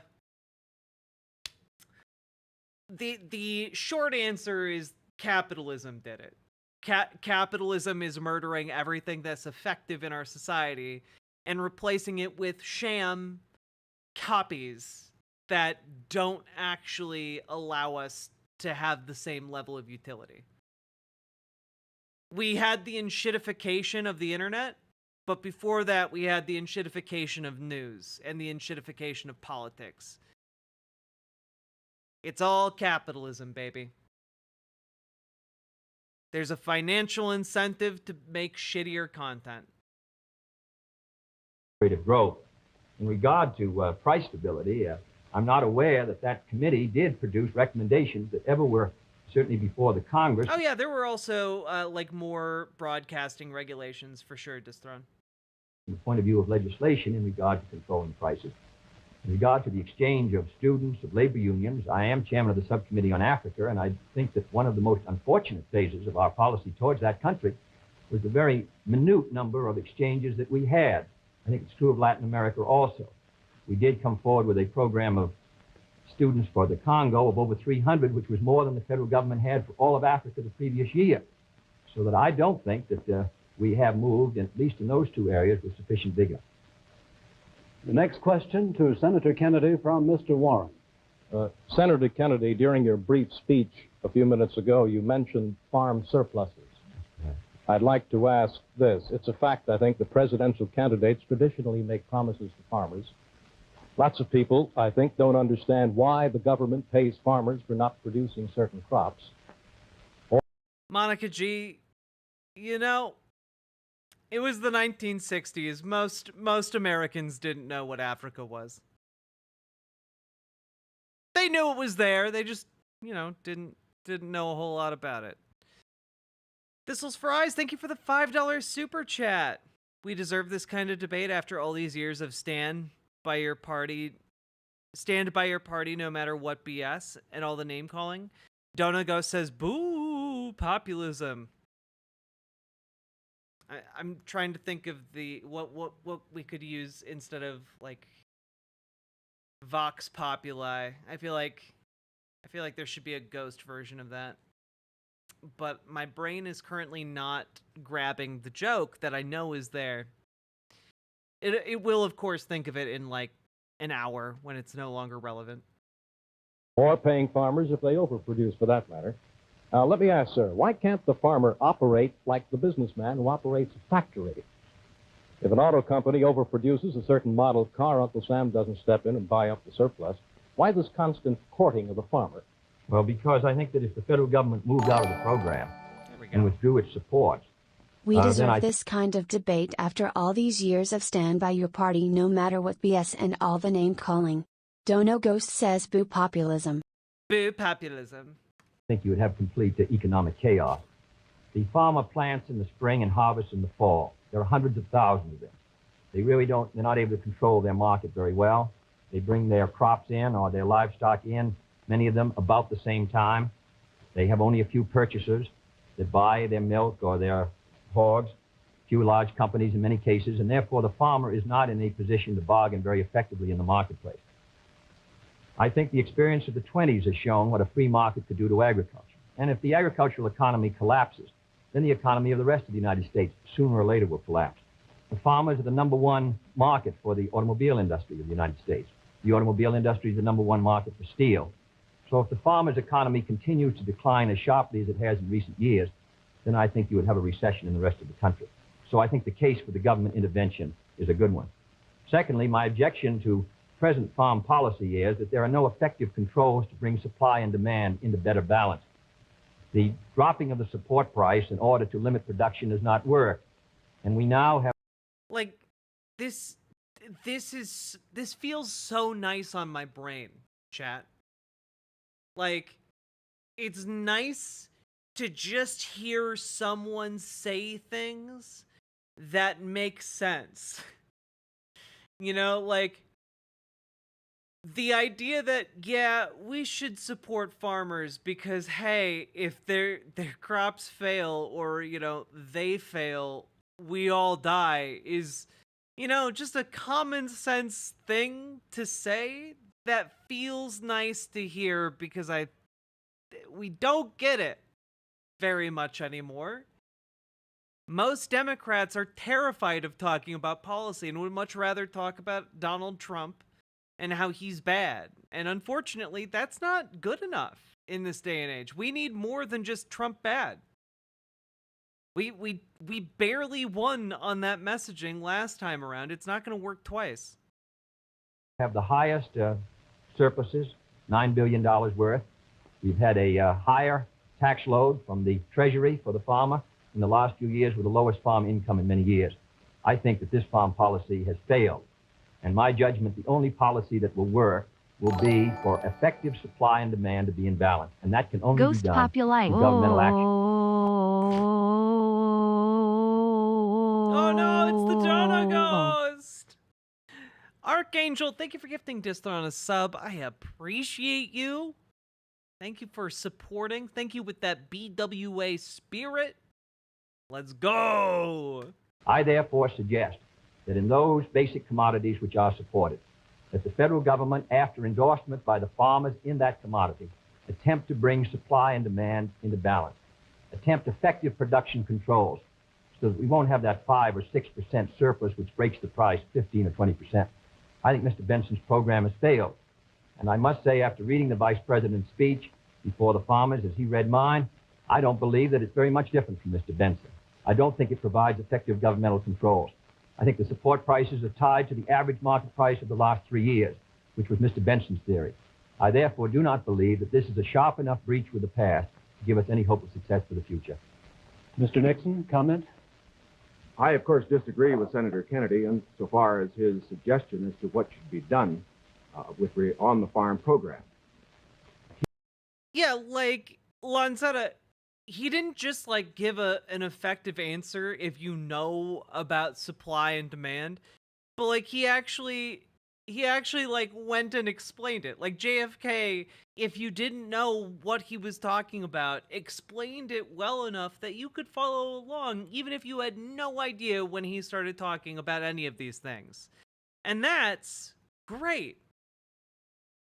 You know, like, that should be how more politicians talk about stuff, because frankly, getting into politics without watching, like, someone to help you parse it is almost impossible. It's so hard. He has made the suggestion that what we need is to move in the direction of more government controls, a suggestion that would also mean raising prices that the consumers pay for products and imposing upon the farmers controls on acreage even far more than they have today. I think this is the wrong direction. I don't think this has worked in the past. I do not think it will work in the future. The program that I have advocated is one which departs from the present program that we have in this respect. It recognizes that the government has a responsibility to get the farmer out of the trouble he presently is in because the government got him into it. And that's the fundamental reason why we can't let the farmer go by himself at the present time. The farmer produced these surpluses because the government asked him to through legislation during the war. Now that we have these surpluses, it's our responsibility to indemnify the farmer during that period that we get rid of the surpluses. Until we get the surpluses off the farmer's back, however, we should have a program, such as I announced, which will see that farm income holds up. But I would propose holding that income up, not through a type of program that Senator Kennedy has suggested that would raise prices, but one that would indemnify the farmer, pay the farmer in kind from the products which are in surplus. The next question to Vice President Nixon from Mr. Van Oker. Mr. Vice President, since the question of executive leadership is a very important campaign issue, I'd like to follow Mr. Noven's question. Now, Republican campaign slogans, you see them on signs around the country as we did last week, say, it's experience that counts. That's over a picture of yourself, sir, implying that you've had more governmental executive decision-making experience than your opponent. Now, in his news conference on August 24th, President Eisenhower was asked to give one example of a major idea of yours that he adopted. His reply was, and I'm quoting, "If you give me a week, I might think of one. I don't remember." Now, that was a month ago, sir, and the President hasn't brought it up since. Going on. And I'm wondering, sir, if you can clarify Oh, it might not have started yet. I think it started in 1960, so... version is correct. The one put out by Republican campaign leaders or the one put out by President Eisenhower? Well, I would suggest, Mr. Van Oker, that if you know the President, that was probably a facetious remark. I would also suggest that insofar as his statement is concerned, that I think it would be improper for the President of the United States to disclose the instances in which members of his official family had made recommendations, as I have made them through the years, to him which he has accepted or rejected. The President has always maintained, and very properly so, that he is entitled to get what advice he wants from his cabinet and from his other advisors without disclosing that to anybody, including, as a matter of fact, to Congress. Now, I can only say this. Through the years, I have sat in the National Security Council. I have been in the cabinet. I have met with the legislative leaders. I have met with the President when he made the great decisions with regard to Lebanon, Kimoy Matsu, other matters. The President has asked for my advice. I have given it. Sometimes my advice has been taken. Sometimes it is not. I do not say that I have made the decision. And I would say that no president should ever allow anybody else to make the major decisions. The President only makes the decisions. All that his advisors do is to give counsel when he asks for it. As far as what experience counts and whether that is experience that counts, that isn't for me to say. I can only say that my experience is there for the people to consider. Senator Kennedy's is there for the people to consider. As he pointed out, we came to the Congress in the same year. His experience has been different from mine. Mine has been in the executive branch. His has been in the legislative branch. I would say that the people now have the opportunity to evaluate his as against mine, and I think both he and I are going to abide by whatever the people decide. Senator Kennedy? Like, it's such a... it's nice. It's like, Nixon is a bad guy, guys. But it's nice that even though he was bad, back in the day, he was like, we'll abide by whatever the people decide. Like, there was, like, this hallowed nature, this reverence given to the concept of democracy, regardless of what side you were on. And that has been completely and utterly snuffed out of the Republican Party of today. It's really crazy. I'll just say that the question is of experience, and the question also is what our judgment is of the future, and what our goals are for the United States, and what ability we have to implement those goals. Abraham Lincoln came to the presidency in 1860 after a rather little-known session in the House of Representatives. and after being defeated for the Senate in '58 and was a distinguished president. There is no certain road to the presidency. There are no guarantees that if you take one road or another that you will be a successful president. I have been in the Congress for 14 years. I have voted in the last 8 years. When the Vice President was presiding over the Senate and meeting his other responsibilities, I have met decisions over 800 times. Do you think it was real or just a mask of liking democracy? I think it was relatively real. I'm sure some of them like really fucking hated voters and, you know, democratic constraints, but I think on the whole, like most people were on the same page regarding that.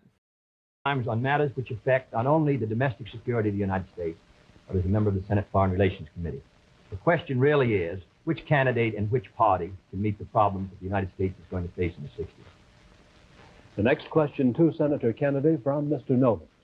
Senator Kennedy, in connection with these problems of the future that you speak of and the program that you enunciated earlier in your direct talk, you call for expanding some of the welfare programs for schools, for teacher salaries, medical care, and so forth, but you also call for reducing the federal debt. And I'm wondering how you, if you're president in January, would go about paying the bill for all this. Does this mean that I did not advocate reducing the federal debt because I don't believe that you're going to be able to reduce the federal debt very much in 1961, 2, or 3. I think you have heavy obligations which affect our security, which we're going to have to meet. And therefore, I've never suggested we should be able to retire the debt substantially or even at all in 1961 or 2. Senator, I believe in one of your speeches you suggested that reducing the interest rate would help toward... No, not reducing the interest. Reducing the interest rate, in my judgment, the hard money, tight money policy, fiscal policy of this administration has contributed to the slowdown in our economy, which helped bring the recession of '54, which made the recession of '58 rather intense, and which has slowed somewhat our economic activity in 1960. What I have talked about, however, the kind of programs that I talk about, in my judgment, are fiscally sound. Medical care for the aged, I would put under Social Security. The Vice President and I disagree on this. The program, the Javits-Nixon or the Nixon-Javits program, would have cost, if fully used, $600 million by the government per year and $600 million by the state. The program which I advocated, which failed by 5 votes in the United States Senate, would have put medical care for the aged in Social Security and would have been paid for through the Social Security system and the Social... Yeah, but like, what's striking to me is that I think so much of this rhetoric would be effective today if it were employed. You know, like, his answer here about, like, just belligerently being like, yeah, we're going to raise the debt because we have to, because we want to avoid worse outcomes. You know, like, he's blunt about it. He's forceful about it. It precludes any follow-up questions. And then he just kind of rushes ahead with what they're going to do. Because frankly, and conservatives hate this, the national debt isn't real, okay? National debts are worldwide shell games being played. And by those shell games continuing in perpetuity, okay? Want to know what happens? Everyone on the planet, every country, plays the shell game. And as long as that shell game goes on, we basically can just go over our budget. And that goes like that's like doubly true for America as like a global superpower.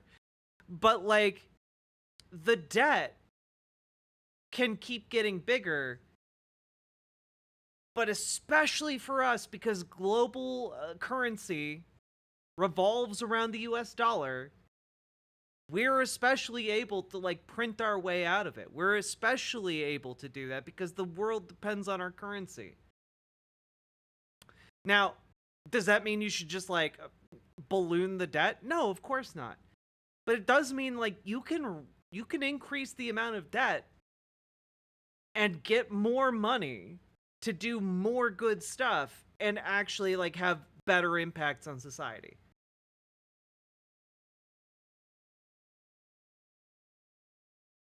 Yeah, like, national debts are more like, I don't know, a commodity countries trade with one another. You know, like that's basically what it boils down to. Social Security tax. Secondly, I support federal aid to education. and federal aid for teacher salaries. I think that's a good investment. I think we're going to have to do it. And I think to heap the burden further on the property tax, which is already strained in many of our communities, will ensure, in my opinion, that many of our children will not be adequately educated and many of our teachers not adequately compensated. There is no greater return to an economy or to a society than an educational system second to none. On the question of the development of natural resources, I would pay as you go, in the sense that they would be balanced. Yeah, at the time, JFK and Nixon aren't going to say that China and Russia are state capitalists. And the power revenues would bring back sufficient money to finance the projects in the same way as the Tennessee Valley. I believe in the balanced budget, and the only conditions under which I would unbalance the budget would be if there was a grave national emergency or a serious recession. Otherwise, with a steady rate of economic growth, and Mr. Nixon and Mr. Rockefeller in their meeting said a 5% economic growth would bring by 1962 $10 billion extra in tax revenues. Whatever is brought in, I think that we can finance essential programs within a balanced budget if business remains orderly. Yes, I think what Mr. Nova is referring to was not one of Senator Kennedy's speeches, but the Democratic platform, which did mention cutting the national debt. I think, too, that Stefan White, you are correct indeed. In communism, workers would own the means of production. They didn't own the means of production in China. They didn't own the means of production in Russia. Sorry to say, not communist, not socialist. Neither of those things. it should be pointed out that, of course, it is not possible, particularly under the proposals that Senator Kennedy has advocated, either to cut the national debt or to reduce taxes. As a matter of fact, it will be necessary to raise taxes. As Senator Kennedy points out, that as far as his one proposal is concerned, the one for medical care for the aged, that would be financed out of Social Security. That, however, is raising taxes for those who pay Social Security. It's true. Like it's incredible how many of the arguments are like the same and applicable to today. You know, like, well, if you pay for the old people to be able to live, that comes at a cost. You're gonna have to pay more taxes if you want old people to live. It's like, yeah, we want old people to live, and we should tax the wealthy more to make that happen. You know, like, yeah, you're right. It does come at an increase in taxes, but that tax burden can be taken on by the people who have the most in society. He points out that he would make pay-as-you-go be the basis for our natural resources development. For our natural resources development, which I also support incidentally, however, whenever you appropriate money for one of these projects, you have to pay now and appropriate the money, and while they eventually do pay out, it doesn't mean that the government doesn't have to put out the money this year. And so I would say that in all of these proposals Senator Kennedy has made, they will result in one of two things. Either he has to raise taxes or he has to unbalance the budget. If he unbalances the budget, that means you have inflation, and that will be, of course, a very cruel blow to the very people, the older people that we've been talking about. As far as aid for school construction is concerned, I favor that, as Senator Kennedy did in January of this year, when he said he favored that rather than aid to teacher salaries.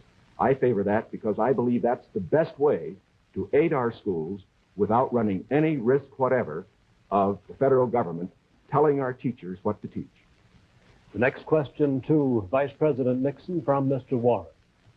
Mr. Vice President, you mentioned schools. It was just yesterday, I think you asked for a crash program to raise education standards. And this evening you talked about advances in education. Mr. Vice President, you said it was back in 1957 that salaries paid to school teachers were nothing short of a national disgrace. Higher salaries for teachers, you added, were important, and if the situation wasn't corrected, it would lead to a national disaster. And yet you refused to vote in the Senate in order to break a tie vote when that single vote, if it had been yes, would have granted salary increases to teachers. Dude! What a great actual journalism question to ask him in the middle of a debate. My God. wonder if you could explain that, sir. Awfully glad you got that question because, as you know, I got into it at the last, and my other question wasn't able to complete the argument. I think that the reason that I voted against having the federal government pay teacher salaries was probably the very reason that concerned Senator Kennedy when in January of this year, in his kickoff press conference, he said that he favored aid for school construction, but at that time did not feel that there should be aid for teacher salaries. At least that's the way I read his remarks. Now, why should there be any question about the federal government aiding teacher salaries? Why did Senator Kennedy take that position then? Why do I take it now? We both took it then, and I take it now for this reason. We want higher teacher salaries. We need higher teacher salaries. But we also want our education to be free of federal control. When the federal government gets the power to pay teachers, inevitably, in my opinion, it will acquire the power to set standards and to tell the teachers what to teach.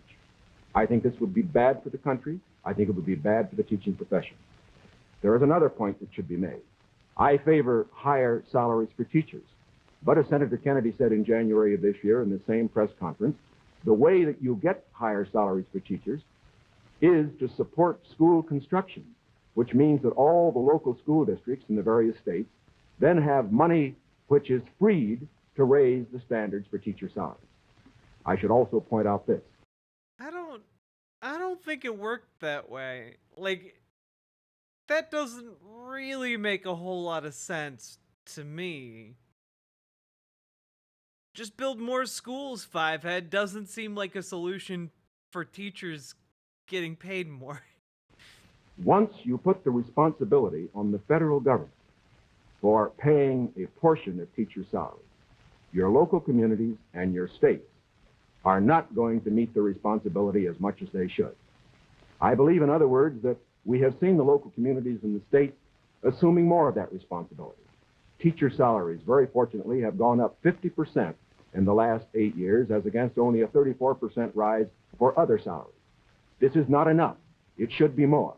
But I do not believe that the way to get more salaries for teachers is to have the federal government get in with a massive program. My objection here is not the cost in dollars. My objection here is the potential cost in controls and eventual freedom for the American people by giving the federal government power over education. And that is the greatest power a government can have. Senator Kennedy's comment? When the Vice President quotes me in January 60, I do not believe the federal government should pay directly teacher salaries, but that was not the issue before the Senate in February. The issue before the Senate was that the money would be given to the state.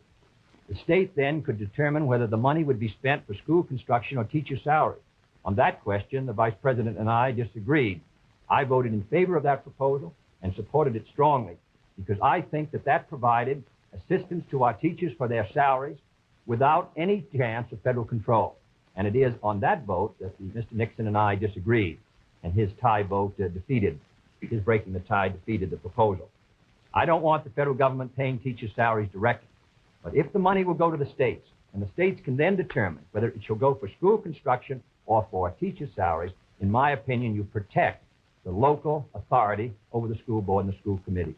And therefore, I think that was a sound proposal, and that is why I supported it, and I regret that it did not pass. Secondly, there have been statements made that the Democratic platform would cost a good deal of money and that I'm in favor of unbalancing the budget. That is wholly wrong, wholly in error, and it is a fact that in the last 8 years, the Democratic Congress has reduced the request for the appropriation by over $10 billion. That is not my view, and I think it ought to be stated very clearly on the record. My view is that you can do these programs, and they should be carefully drawn within a balanced budget if our economy is moving ahead. The next question to Senator Kennedy from Mr. Van Oker. Senator, you've been promising the voters that if you are elected president, you'll try and push through Congress bills on medical aid. Schools take bonds to build schools and have to pay those back. Having the Fed build the schools would mean no bonds, which frees up money for salary.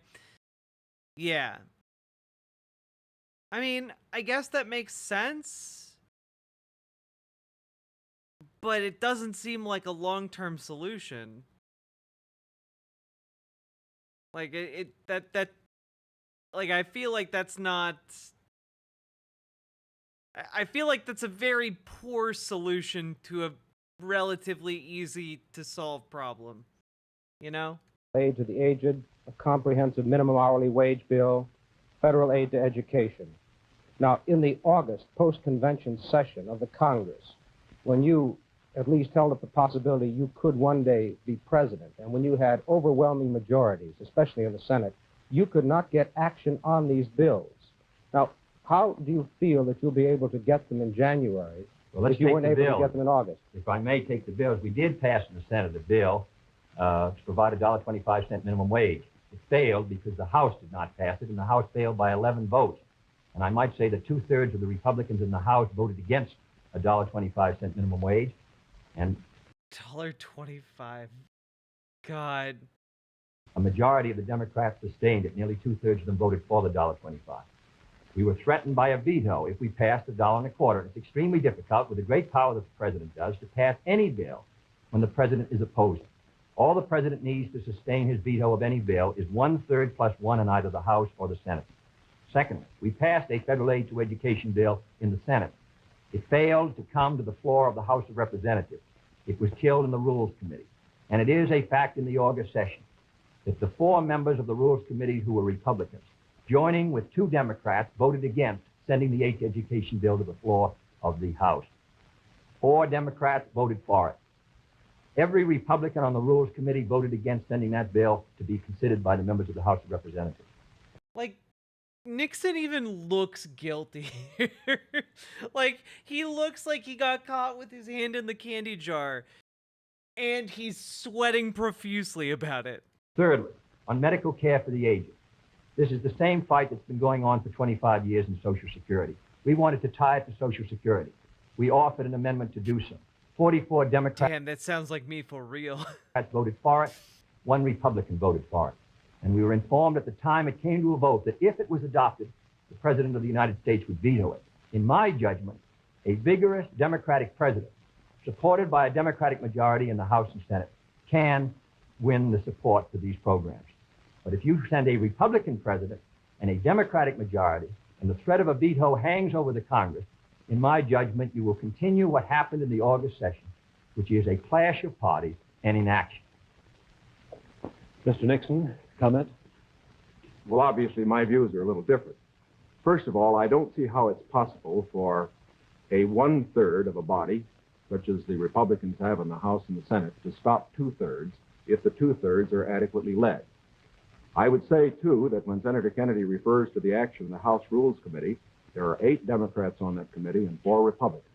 It would seem to me, again, that it is very difficult to blame the 4 Republicans for the 8 Democrats not getting something through that particular committee. I would say further that to blame the president and his veto power for the inability of the senator and his colleague to get action in this special session misses the mark. When the president exercises his veto power, he has to have the people behind him, not just 1/3 of the Congress. Oh, does he? 'Cause, man, I don't think that's how presidential power works anymore. Because let's consider it. If the majority of the members of the Congress felt that these particular proposals were good issues, the majority of those who were Democrats, why didn't they pass them and send to the president and get a veto and have an issue? The reason why these particular bills in these various fields that have been mentioned were not passed was not because the president was against them. It was because the people were against them. It was because they were too extreme. And I am convinced that the alternate proposals that I have, that the Republicans have in the field of health, in the field of education, in the field of welfare, because they are not extreme, because they will accomplish the end without too great cost in dollars or in freedom, that they could get through the next Congress. The next question to Vice President Nixon from Mr. Fleming. Mr. Vice President, do I take it then you believe that you could work better with Democratic majorities in the House and Senate, and Senator Kennedy could work with Democratic majorities in the House and Senate? I would say this, that we, of course, expect to pick up some seats in both in the House and the Senate. We would hope to control the House, to get a majority in the House in this election. We cannot, of course, control the Senate. I would say that a president will be able to lead. A president will be able to get his program through to the effect that he has the support of the country, the support of the people. Sometimes we get the opinion that in getting programs through the House or the Senate, it's purely a question of legislative finagling and all that sort of thing. It isn't really that. Whenever a majority of the people are for a program, the House and the Senate responds to it. And whether this House and Senate in the next session is Democratic or Republican, if the country will have voted for the candidate for the presidency and for the proposals that he has made, I believe that you will find that the president, if it were a Republican, as it would be in my case, would be able to get his program through that Congress. Now, I also say that as far as Senator Kennedy's proposals are concerned, that, again, the question is not simply one of a presidential veto stopping programs. You must always remember that a president can't stop anything unless he has the people behind him. And the reason President Eisenhower's vetoes have been sustained, the reason the Congress does not send up bills to him which they think will be vetoed, is because the people and the Congress, a majority of them, know the country is behind the president. Senator Kennedy? Well, now let's look at these bills that the vice president suggests were too extreme. One was a bill for $1.25 an hour for anyone who works in a store or a company that has $1 million a year business. I don't think that's extreme at all. And yet nearly 2/3 to 3/4 of the Republicans in the House of Representatives voted against that proposal. Secondly was the federal aid to education bill. It was a very, because of the defeat of teacher salaries, it was not a bill that met, in my opinion, the need. The fact of the matter is, it was a bill that was less than you recommended, Mr. Nixon, this morning in your proposal. It was not an extreme bill. And yet we could not get one Republican to join. At least, I think, 4 of the 8 Democrats voted to send it to the floor of the House, not one Republican, and they joined with those Democrats who were opposed to it. I don't say the Democrats are united in their support of the program, but I do say a majority are, and I say a majority of the Republicans are opposed to it. The third is medical care for the aged, which is tied to Social Security, which is financed. Well, think of it this way, Sophie. Some things have changed, right? Like, we do have medical care for the aged. We do have, strong Social Security still. We still have these things, and we've actually expanded on them and made them better. And, it's not like everything has stayed the same, but the rhetoric and the argumentation has stayed the same regarding some of these, right? We have better LGBTQ acceptance, better civil rights for people who aren't white in America than we did when this debate was happening. We are getting better in a lot of different ways, but it is a long and sometimes slow and agonizing process. But it's worth it. And this is why sometimes I talk on stream about how, I might not live to see Medicare for all. And, decommodification and, the coming, advent of socialism. But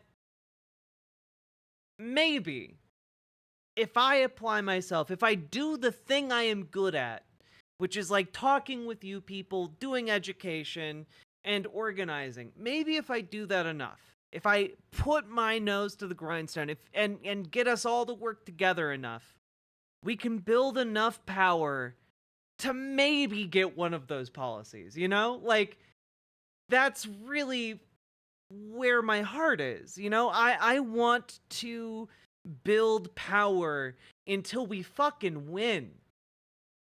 And I want to see that happen. And I think we can do it. I look out at the world and I say, I see a place that can be changed, people who can be reached, and people who need help. Regardless of where they are in the political spectrum, by the way, conservatives want to be able to go to the hospital too. I think that we can do this. It seems insurmountable, but even if we could just get Medicare for all passed, If we could just do that, how many lives would be saved? How many people would be able to live and work and laugh alongside of us? So, my hope is that I can radicalize and reach enough people to live to see that day, because that is going to be a good fucking day. Out of Social Security fund. Does not put a deficit on the Treasury. The proposal... Distron, no. The U.S. has never had a functional healthcare system. It's always been privatized. Advanced by you and by Mr. Javits would have cost $600 million. Mr. Rockefeller rejected it in New York, said he didn't agree with the financing at all, said it ought to be on Social Security. So these are three programs which are... Well, you know, you're very welcome, Dragonfly, but you guys make it possible for me to put in the work, you know? Like, when you subscribe, when you dono, like, that helps me and keeps us going and keeps us growing, you know? And I do think we'll get there. And I'm going to continue to do my best, you know, for as long as I can. Quite moderate. I think it shows the difference between the two parties. One party is ready to move in these programs, the other party gives them lip service. Mr. Warren's question for Senator Kennedy. Senator Kennedy, on another subject, communism is so often described as an ideology or a belief that exists somewhere other than in the United States. Let me ask you, sir, just how serious a threat to our national security are these communist subversive activities in the United States today? Well, I think that... Okay, you know, also some things have gotten better. So some rhetoric has gotten a little bit better, I guess. You know, they're not asking the president, how many of these commie fucks are in our country? How many children have they turned gay? Wait a minute. Maybe they have. Maybe some of the rhetoric is still the same there, huh? They're serious. I think it's a matter that we should continue. But at least that question would get asked to a Republican now, and not to the Democratic. Can you imagine? What if that was one of the questions to Kamala Harris in the debate tomorrow? To give great care and attention to. We should support the laws which the United States has passed in order to protect us from those who would destroy us from within. We should sustain the Department of Justice in its efforts and the FBI, and we should be continually alert. I think if the United States is maintaining a strong society here in the United States, I think that we can meet any internal threat. The major threat is external and will continue. Mr. Nixon, comment? I agree with Senator Kennedy's appraisal generally in this respect. The question of communism within the United States has been one that has worried us in the past. It is one that will continue to be a problem for years to come. We have to remember that the Cold War that Mr. Khrushchev is waging and his colleagues are waging is waged all over the world, and it's waged right here in the United States. That's why we have to continue to be alert. It is also essential in being alert that we be fair. Fair because by being fair, we uphold the very freedoms that the communists would destroy. We uphold the standards of conduct which they would never follow. And in this connection, I think that we must look to the future, having in mind the fact that we fight communism at home, not only by our laws to deal with communists, the few who do become communists and the few who do become fellow travelers, but we also fight communism at home by moving against those various injustices which exist in our society, which the communists feed upon. Like,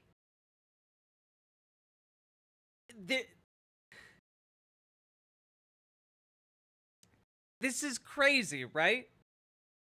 Like, Richard Nixon is giving a woke response in 1960. He's literally saying, well, we deal with the communists by, you know, taking care of the things that communists tend to latch onto and care about.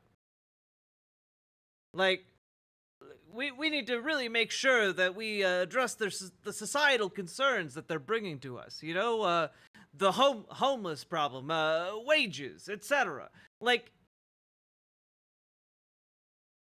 he's not wrong either. Like, you defang a lot of communist activity when like the economy is growing and you like you pay people more and like people aren't homeless and such. Like, yeah, that does reduce the interest in communism. But also, like, that's like the liberal response, right? This is kind of like from the time period where you know, both Republicans and Democrats were liberal. They just were, you know, socially conservative and socially liberal. Like, that was the main distinction. And it is kind of wild to see that in action, isn't it? And in that connection, I again would say that while Senator Kennedy says we are for the status quo, I do believe that he would agree that I am just as sincere in believing that my proposals for federal aid to education, my proposals for health care, are just as sincerely held as his. The question, again, is not one of goals. We're for those goals. It's one of means. Mr. Van Oker's question for Vice President Nixon. Mr. Vice President, in one of your earlier statements, you said, we've moved ahead, we've built more schools, we've built more hospitals. Oh, no, I mean, sorry. I mean liberal in, like, the... Like, we tend to overgeneralize liberal, but like most Americans at this time were liberal, but there were like conservative formulation of yeah, I guess in an economic sense. Yeah, sorry. But like they believed in like liberal economic ideas. And so in a lot of ways, both of them are kind of united in like this economic understanding of the world, which gives them similar approaches. Obviously, like earlier in the debate, you had like you had like the, oh well, you know, we want a smaller increase to the budget, but they want a bigger increase to the budget, you know, that kind of thing. But yeah, a liberal conservatism. But like that's the thing. Liberalism can be both conservative and left-leaning. You know, like there's room within liberalism for both those things. You know? And I know that sounds oxymoronic, but you can be a conservative while still having a fundamentally liberal economic worldview, you know, or liberal economic lens through which you view the world. Does that make sense? I know that sounded maybe a bit confusing, but I hope, did that make sense, chat?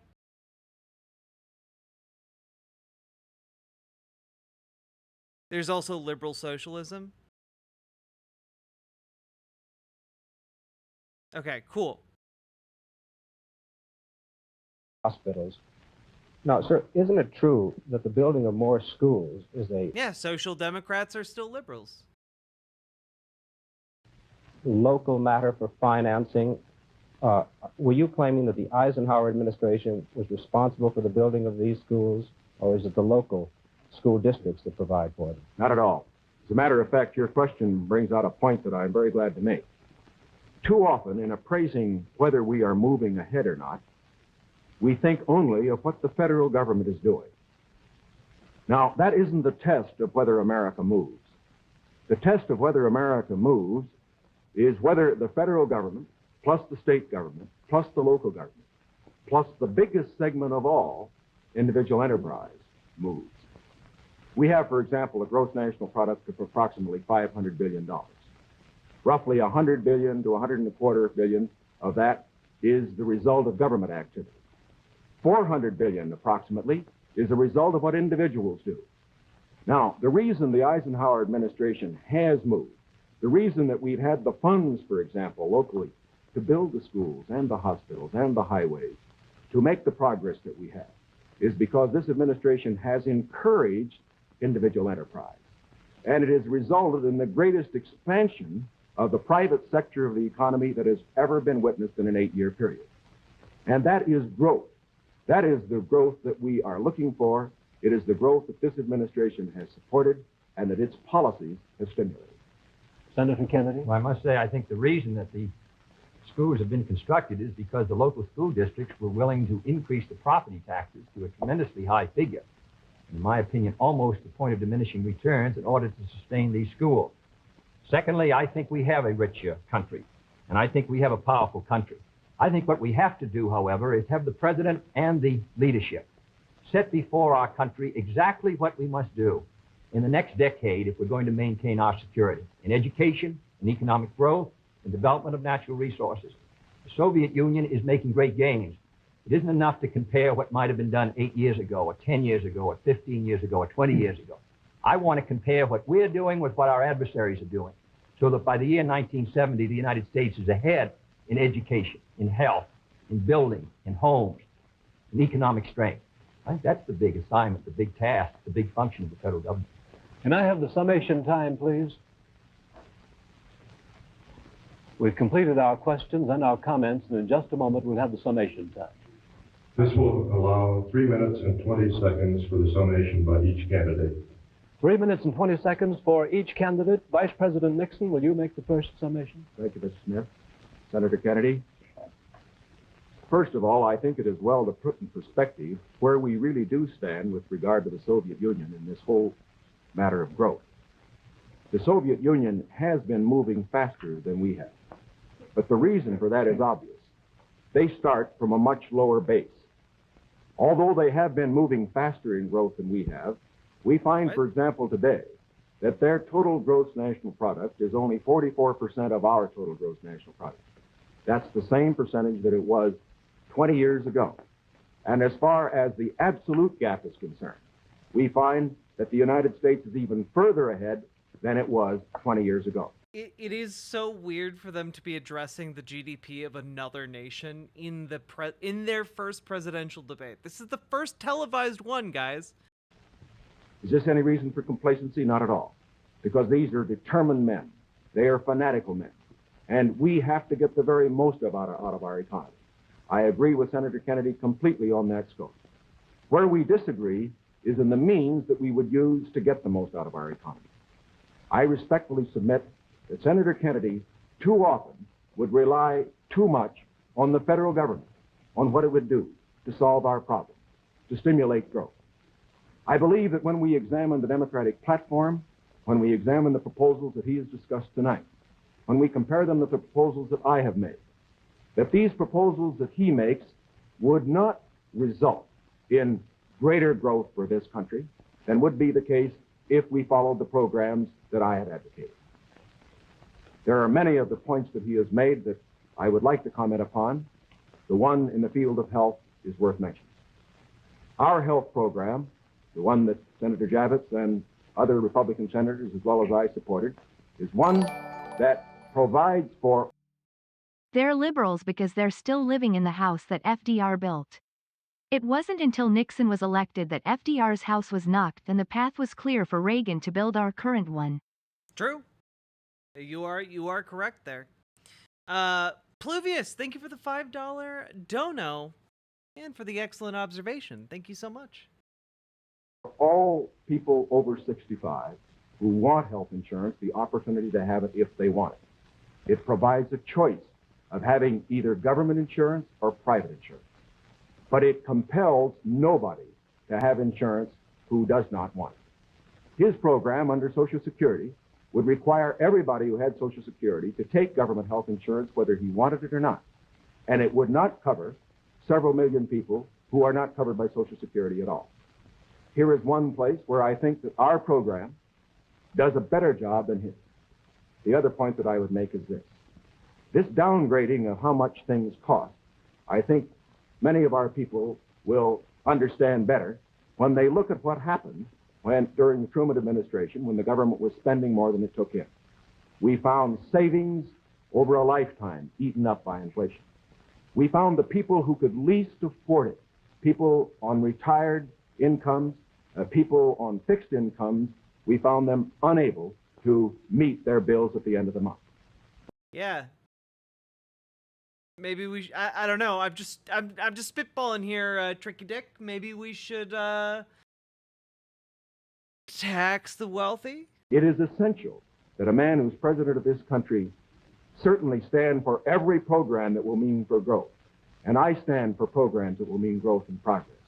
But it is also essential that he not allow a dollar spent that could be better spent by the people themselves. Senator Kennedy, your conclusion? The point was made by Mr. Nixon that the Soviet production is only 44% of ours. I must say that 44% in that Soviet country is causing us a good deal of trouble tonight. I want to make sure that it stays in that relationship. I don't want to see the day when it's 60% of ours and 70 and 75 and 80 and 90% of ours. Like,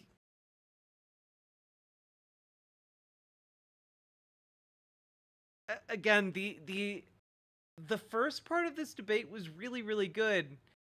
I was not expecting, like, this last 15 minutes of it to be obsessed with GDP of the USSR. You know, it's really wild. With all the force and power that it could bring to bear in order to cause our destruction. Secondly, the Vice President mentioned medical care for the aged. Our program was an amendment to the Kerr bill. The Kerr bill provided assistance to all those who were not on Social Security. I think it's a very clear contrast. 1935, when the Social Security Act was written, 94 out of 95 Republicans voted against it. Mr. Landon ran in 1936 to repeal it. In August of 1960, when we tried to get it again, but this time for medical care, we received the support of one Republican in the Senate on this occasion. Thirdly, I think the question before the American people is, as they look at this country and as they look at the world around them, the goals are the same for all Americans. The means are at question. The means are at issue. If you feel that everything that is being done now is satisfactory, that the relative power and prestige and strength of the United States is increasing in relation to that of the communists, that we are gaining more security, that we are achieving everything as a nation that we should achieve, that we're achieving a better life for our citizens and greater strength, then I agree. I think you should vote for Mr. Nixon.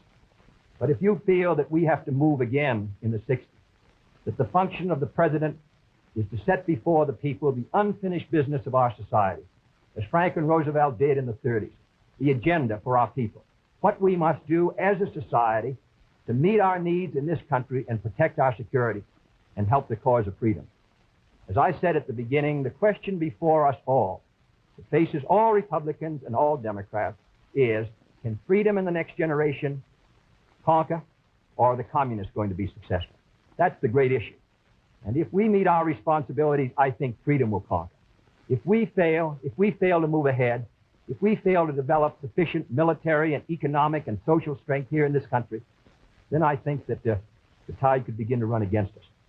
And I don't want historians 10 years from now to say, these were the years when the tide ran out for the United States. I want them to say, these were the years when the tide came in. These were the years when the United States started to move again. That's the question before the American people, and only you can decide what you want this country to be, what you want to do with the future. I think we're ready to move. And it is to that great task, if we're successful, that we will address ourselves. Thank you very much, gentlemen. This hour has gone by all too quickly. Thank you very much for permitting us to present the next President of the United States on this unique program.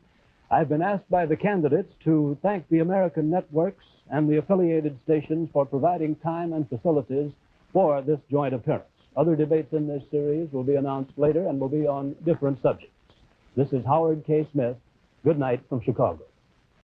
That was fascinating. Thank you for joining me on that. Like, I just want you all to know, don't expect that tomorrow. It's going to be like a mudslinging fest, and it will be nothing short of a miracle if Kamala Harris is able to get out, like, a full eye-catching policy proposal that people will actually care about the next day. You know, I feel like that's what she really needs to do at the debate tomorrow. You know, like, these people were able to talk in depth about, like, GDP of other countries. They were able to talk about different policy proposals regarding, like, school funding. You know, we need something specific from Kamala Harris tomorrow. because she needs to make a mark regarding what she is, who she is, and what she stands for, because that is what the polling indicated. And, you know, even though earlier I went over the polling data from the Times Siena poll, right? And we noted that there were some weighted issues, undervaluing of, you know, Black and brown communities, for one, overvaluing of the evangelical community in the poll. Even with all of that being said, if you look at like one of the main concerns, it's her as an unknown quantity, or her as like really just a continuation of Biden. And a lot of people that she's trying to reach don't want a continuation from Biden.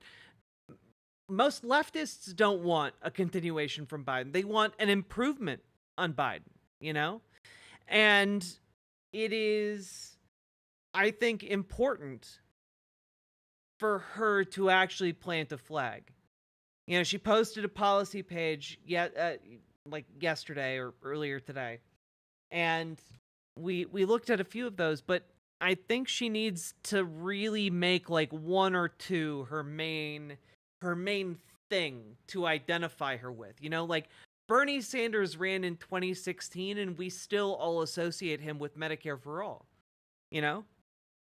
Like she needs to like take that or do something similar to that for people to understand what she's about and for people to want her to be president, frankly. So I also like she also needs to be ready to throw mud because, well, frankly, Trump's going to try and do that. If she doesn't really respond to it, that could come across looking really weak. So, I don't know. I think this is a really interesting contrast for what we're going to see tomorrow. And with that said, folks, we have officially been going for about 5 hours now. If you've been enjoying the show, please hit the follow button on Twitch, hit the subscribe button on YouTube, like the goddamn YouTube stream, and please consider dropping those subs and donos, because we, and by we I mean I, rely on your support to make this show possible. I would not be able to do it without you, and that is why I say this show is brought to you by viewers like you. Please consider dropping those subs, donos, memberships, etc. because it's the only way I'm able to make this show.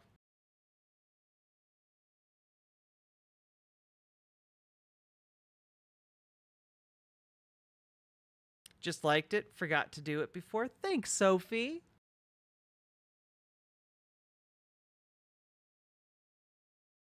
Gonna go to bed. Mental health has been iffy lately. I need to get sleep. Enjoy the rest of the stream, everyone. Beep, boop, boop, boop.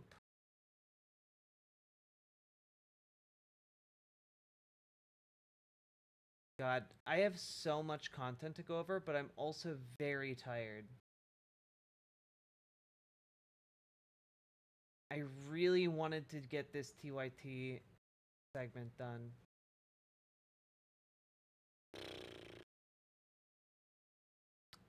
What's the play here? Do I stream early tomorrow?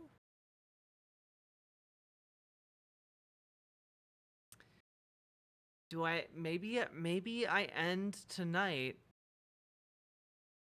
and then I do TYT, because I've been meaning to do this story about the Venezuelan gangs. And then I saw that TYT did a segment on it, and I don't think that their take is going to be very good. But I prepped a huge segment on it. Yeah, I think I am going to get rest, and then tomorrow I'll just share with you what I have in store, okay? I have a segment prepped on TYT, and the Venezuelan gangs, the Voovoozela gangs. I have a segment prepped on the Georgia shooting. I have a segment prepped on Gaza. I have a segment prepped on Tucker Carlson. And I have a fun analog horror thing we could take a look at. And I really want to go over It is my I really, well, I don't know. I've been going back and forth. I've been thinking about going over a Bad Faith episode with Brianna Joy Gray, but maybe I'll just skip that.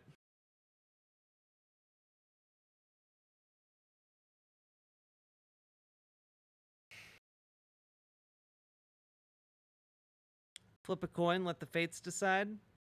I think I'll let the donos decide.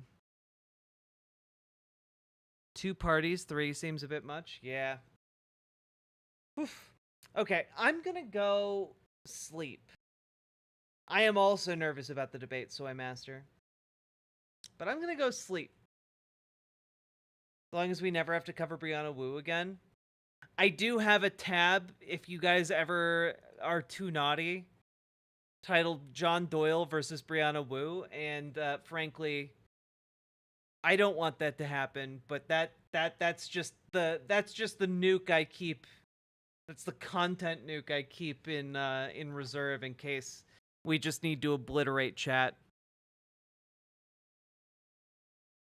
Yeah.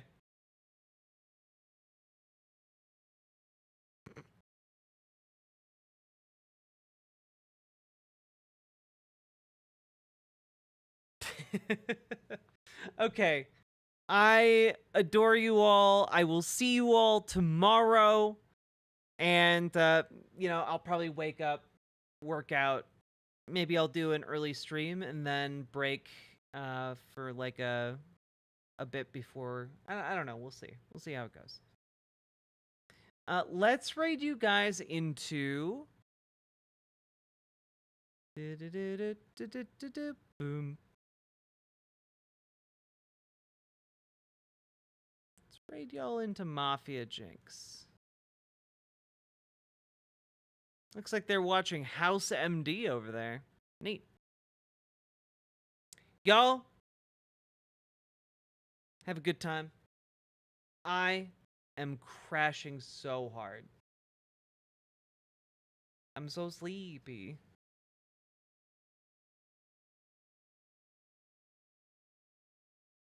See ya, nerds. Time to say goodbye. Ba-da-ba-ba. Ba-da-da-ba. Ba-da-ba-ba-da-ba-ba-ba. Ba-ba-ba.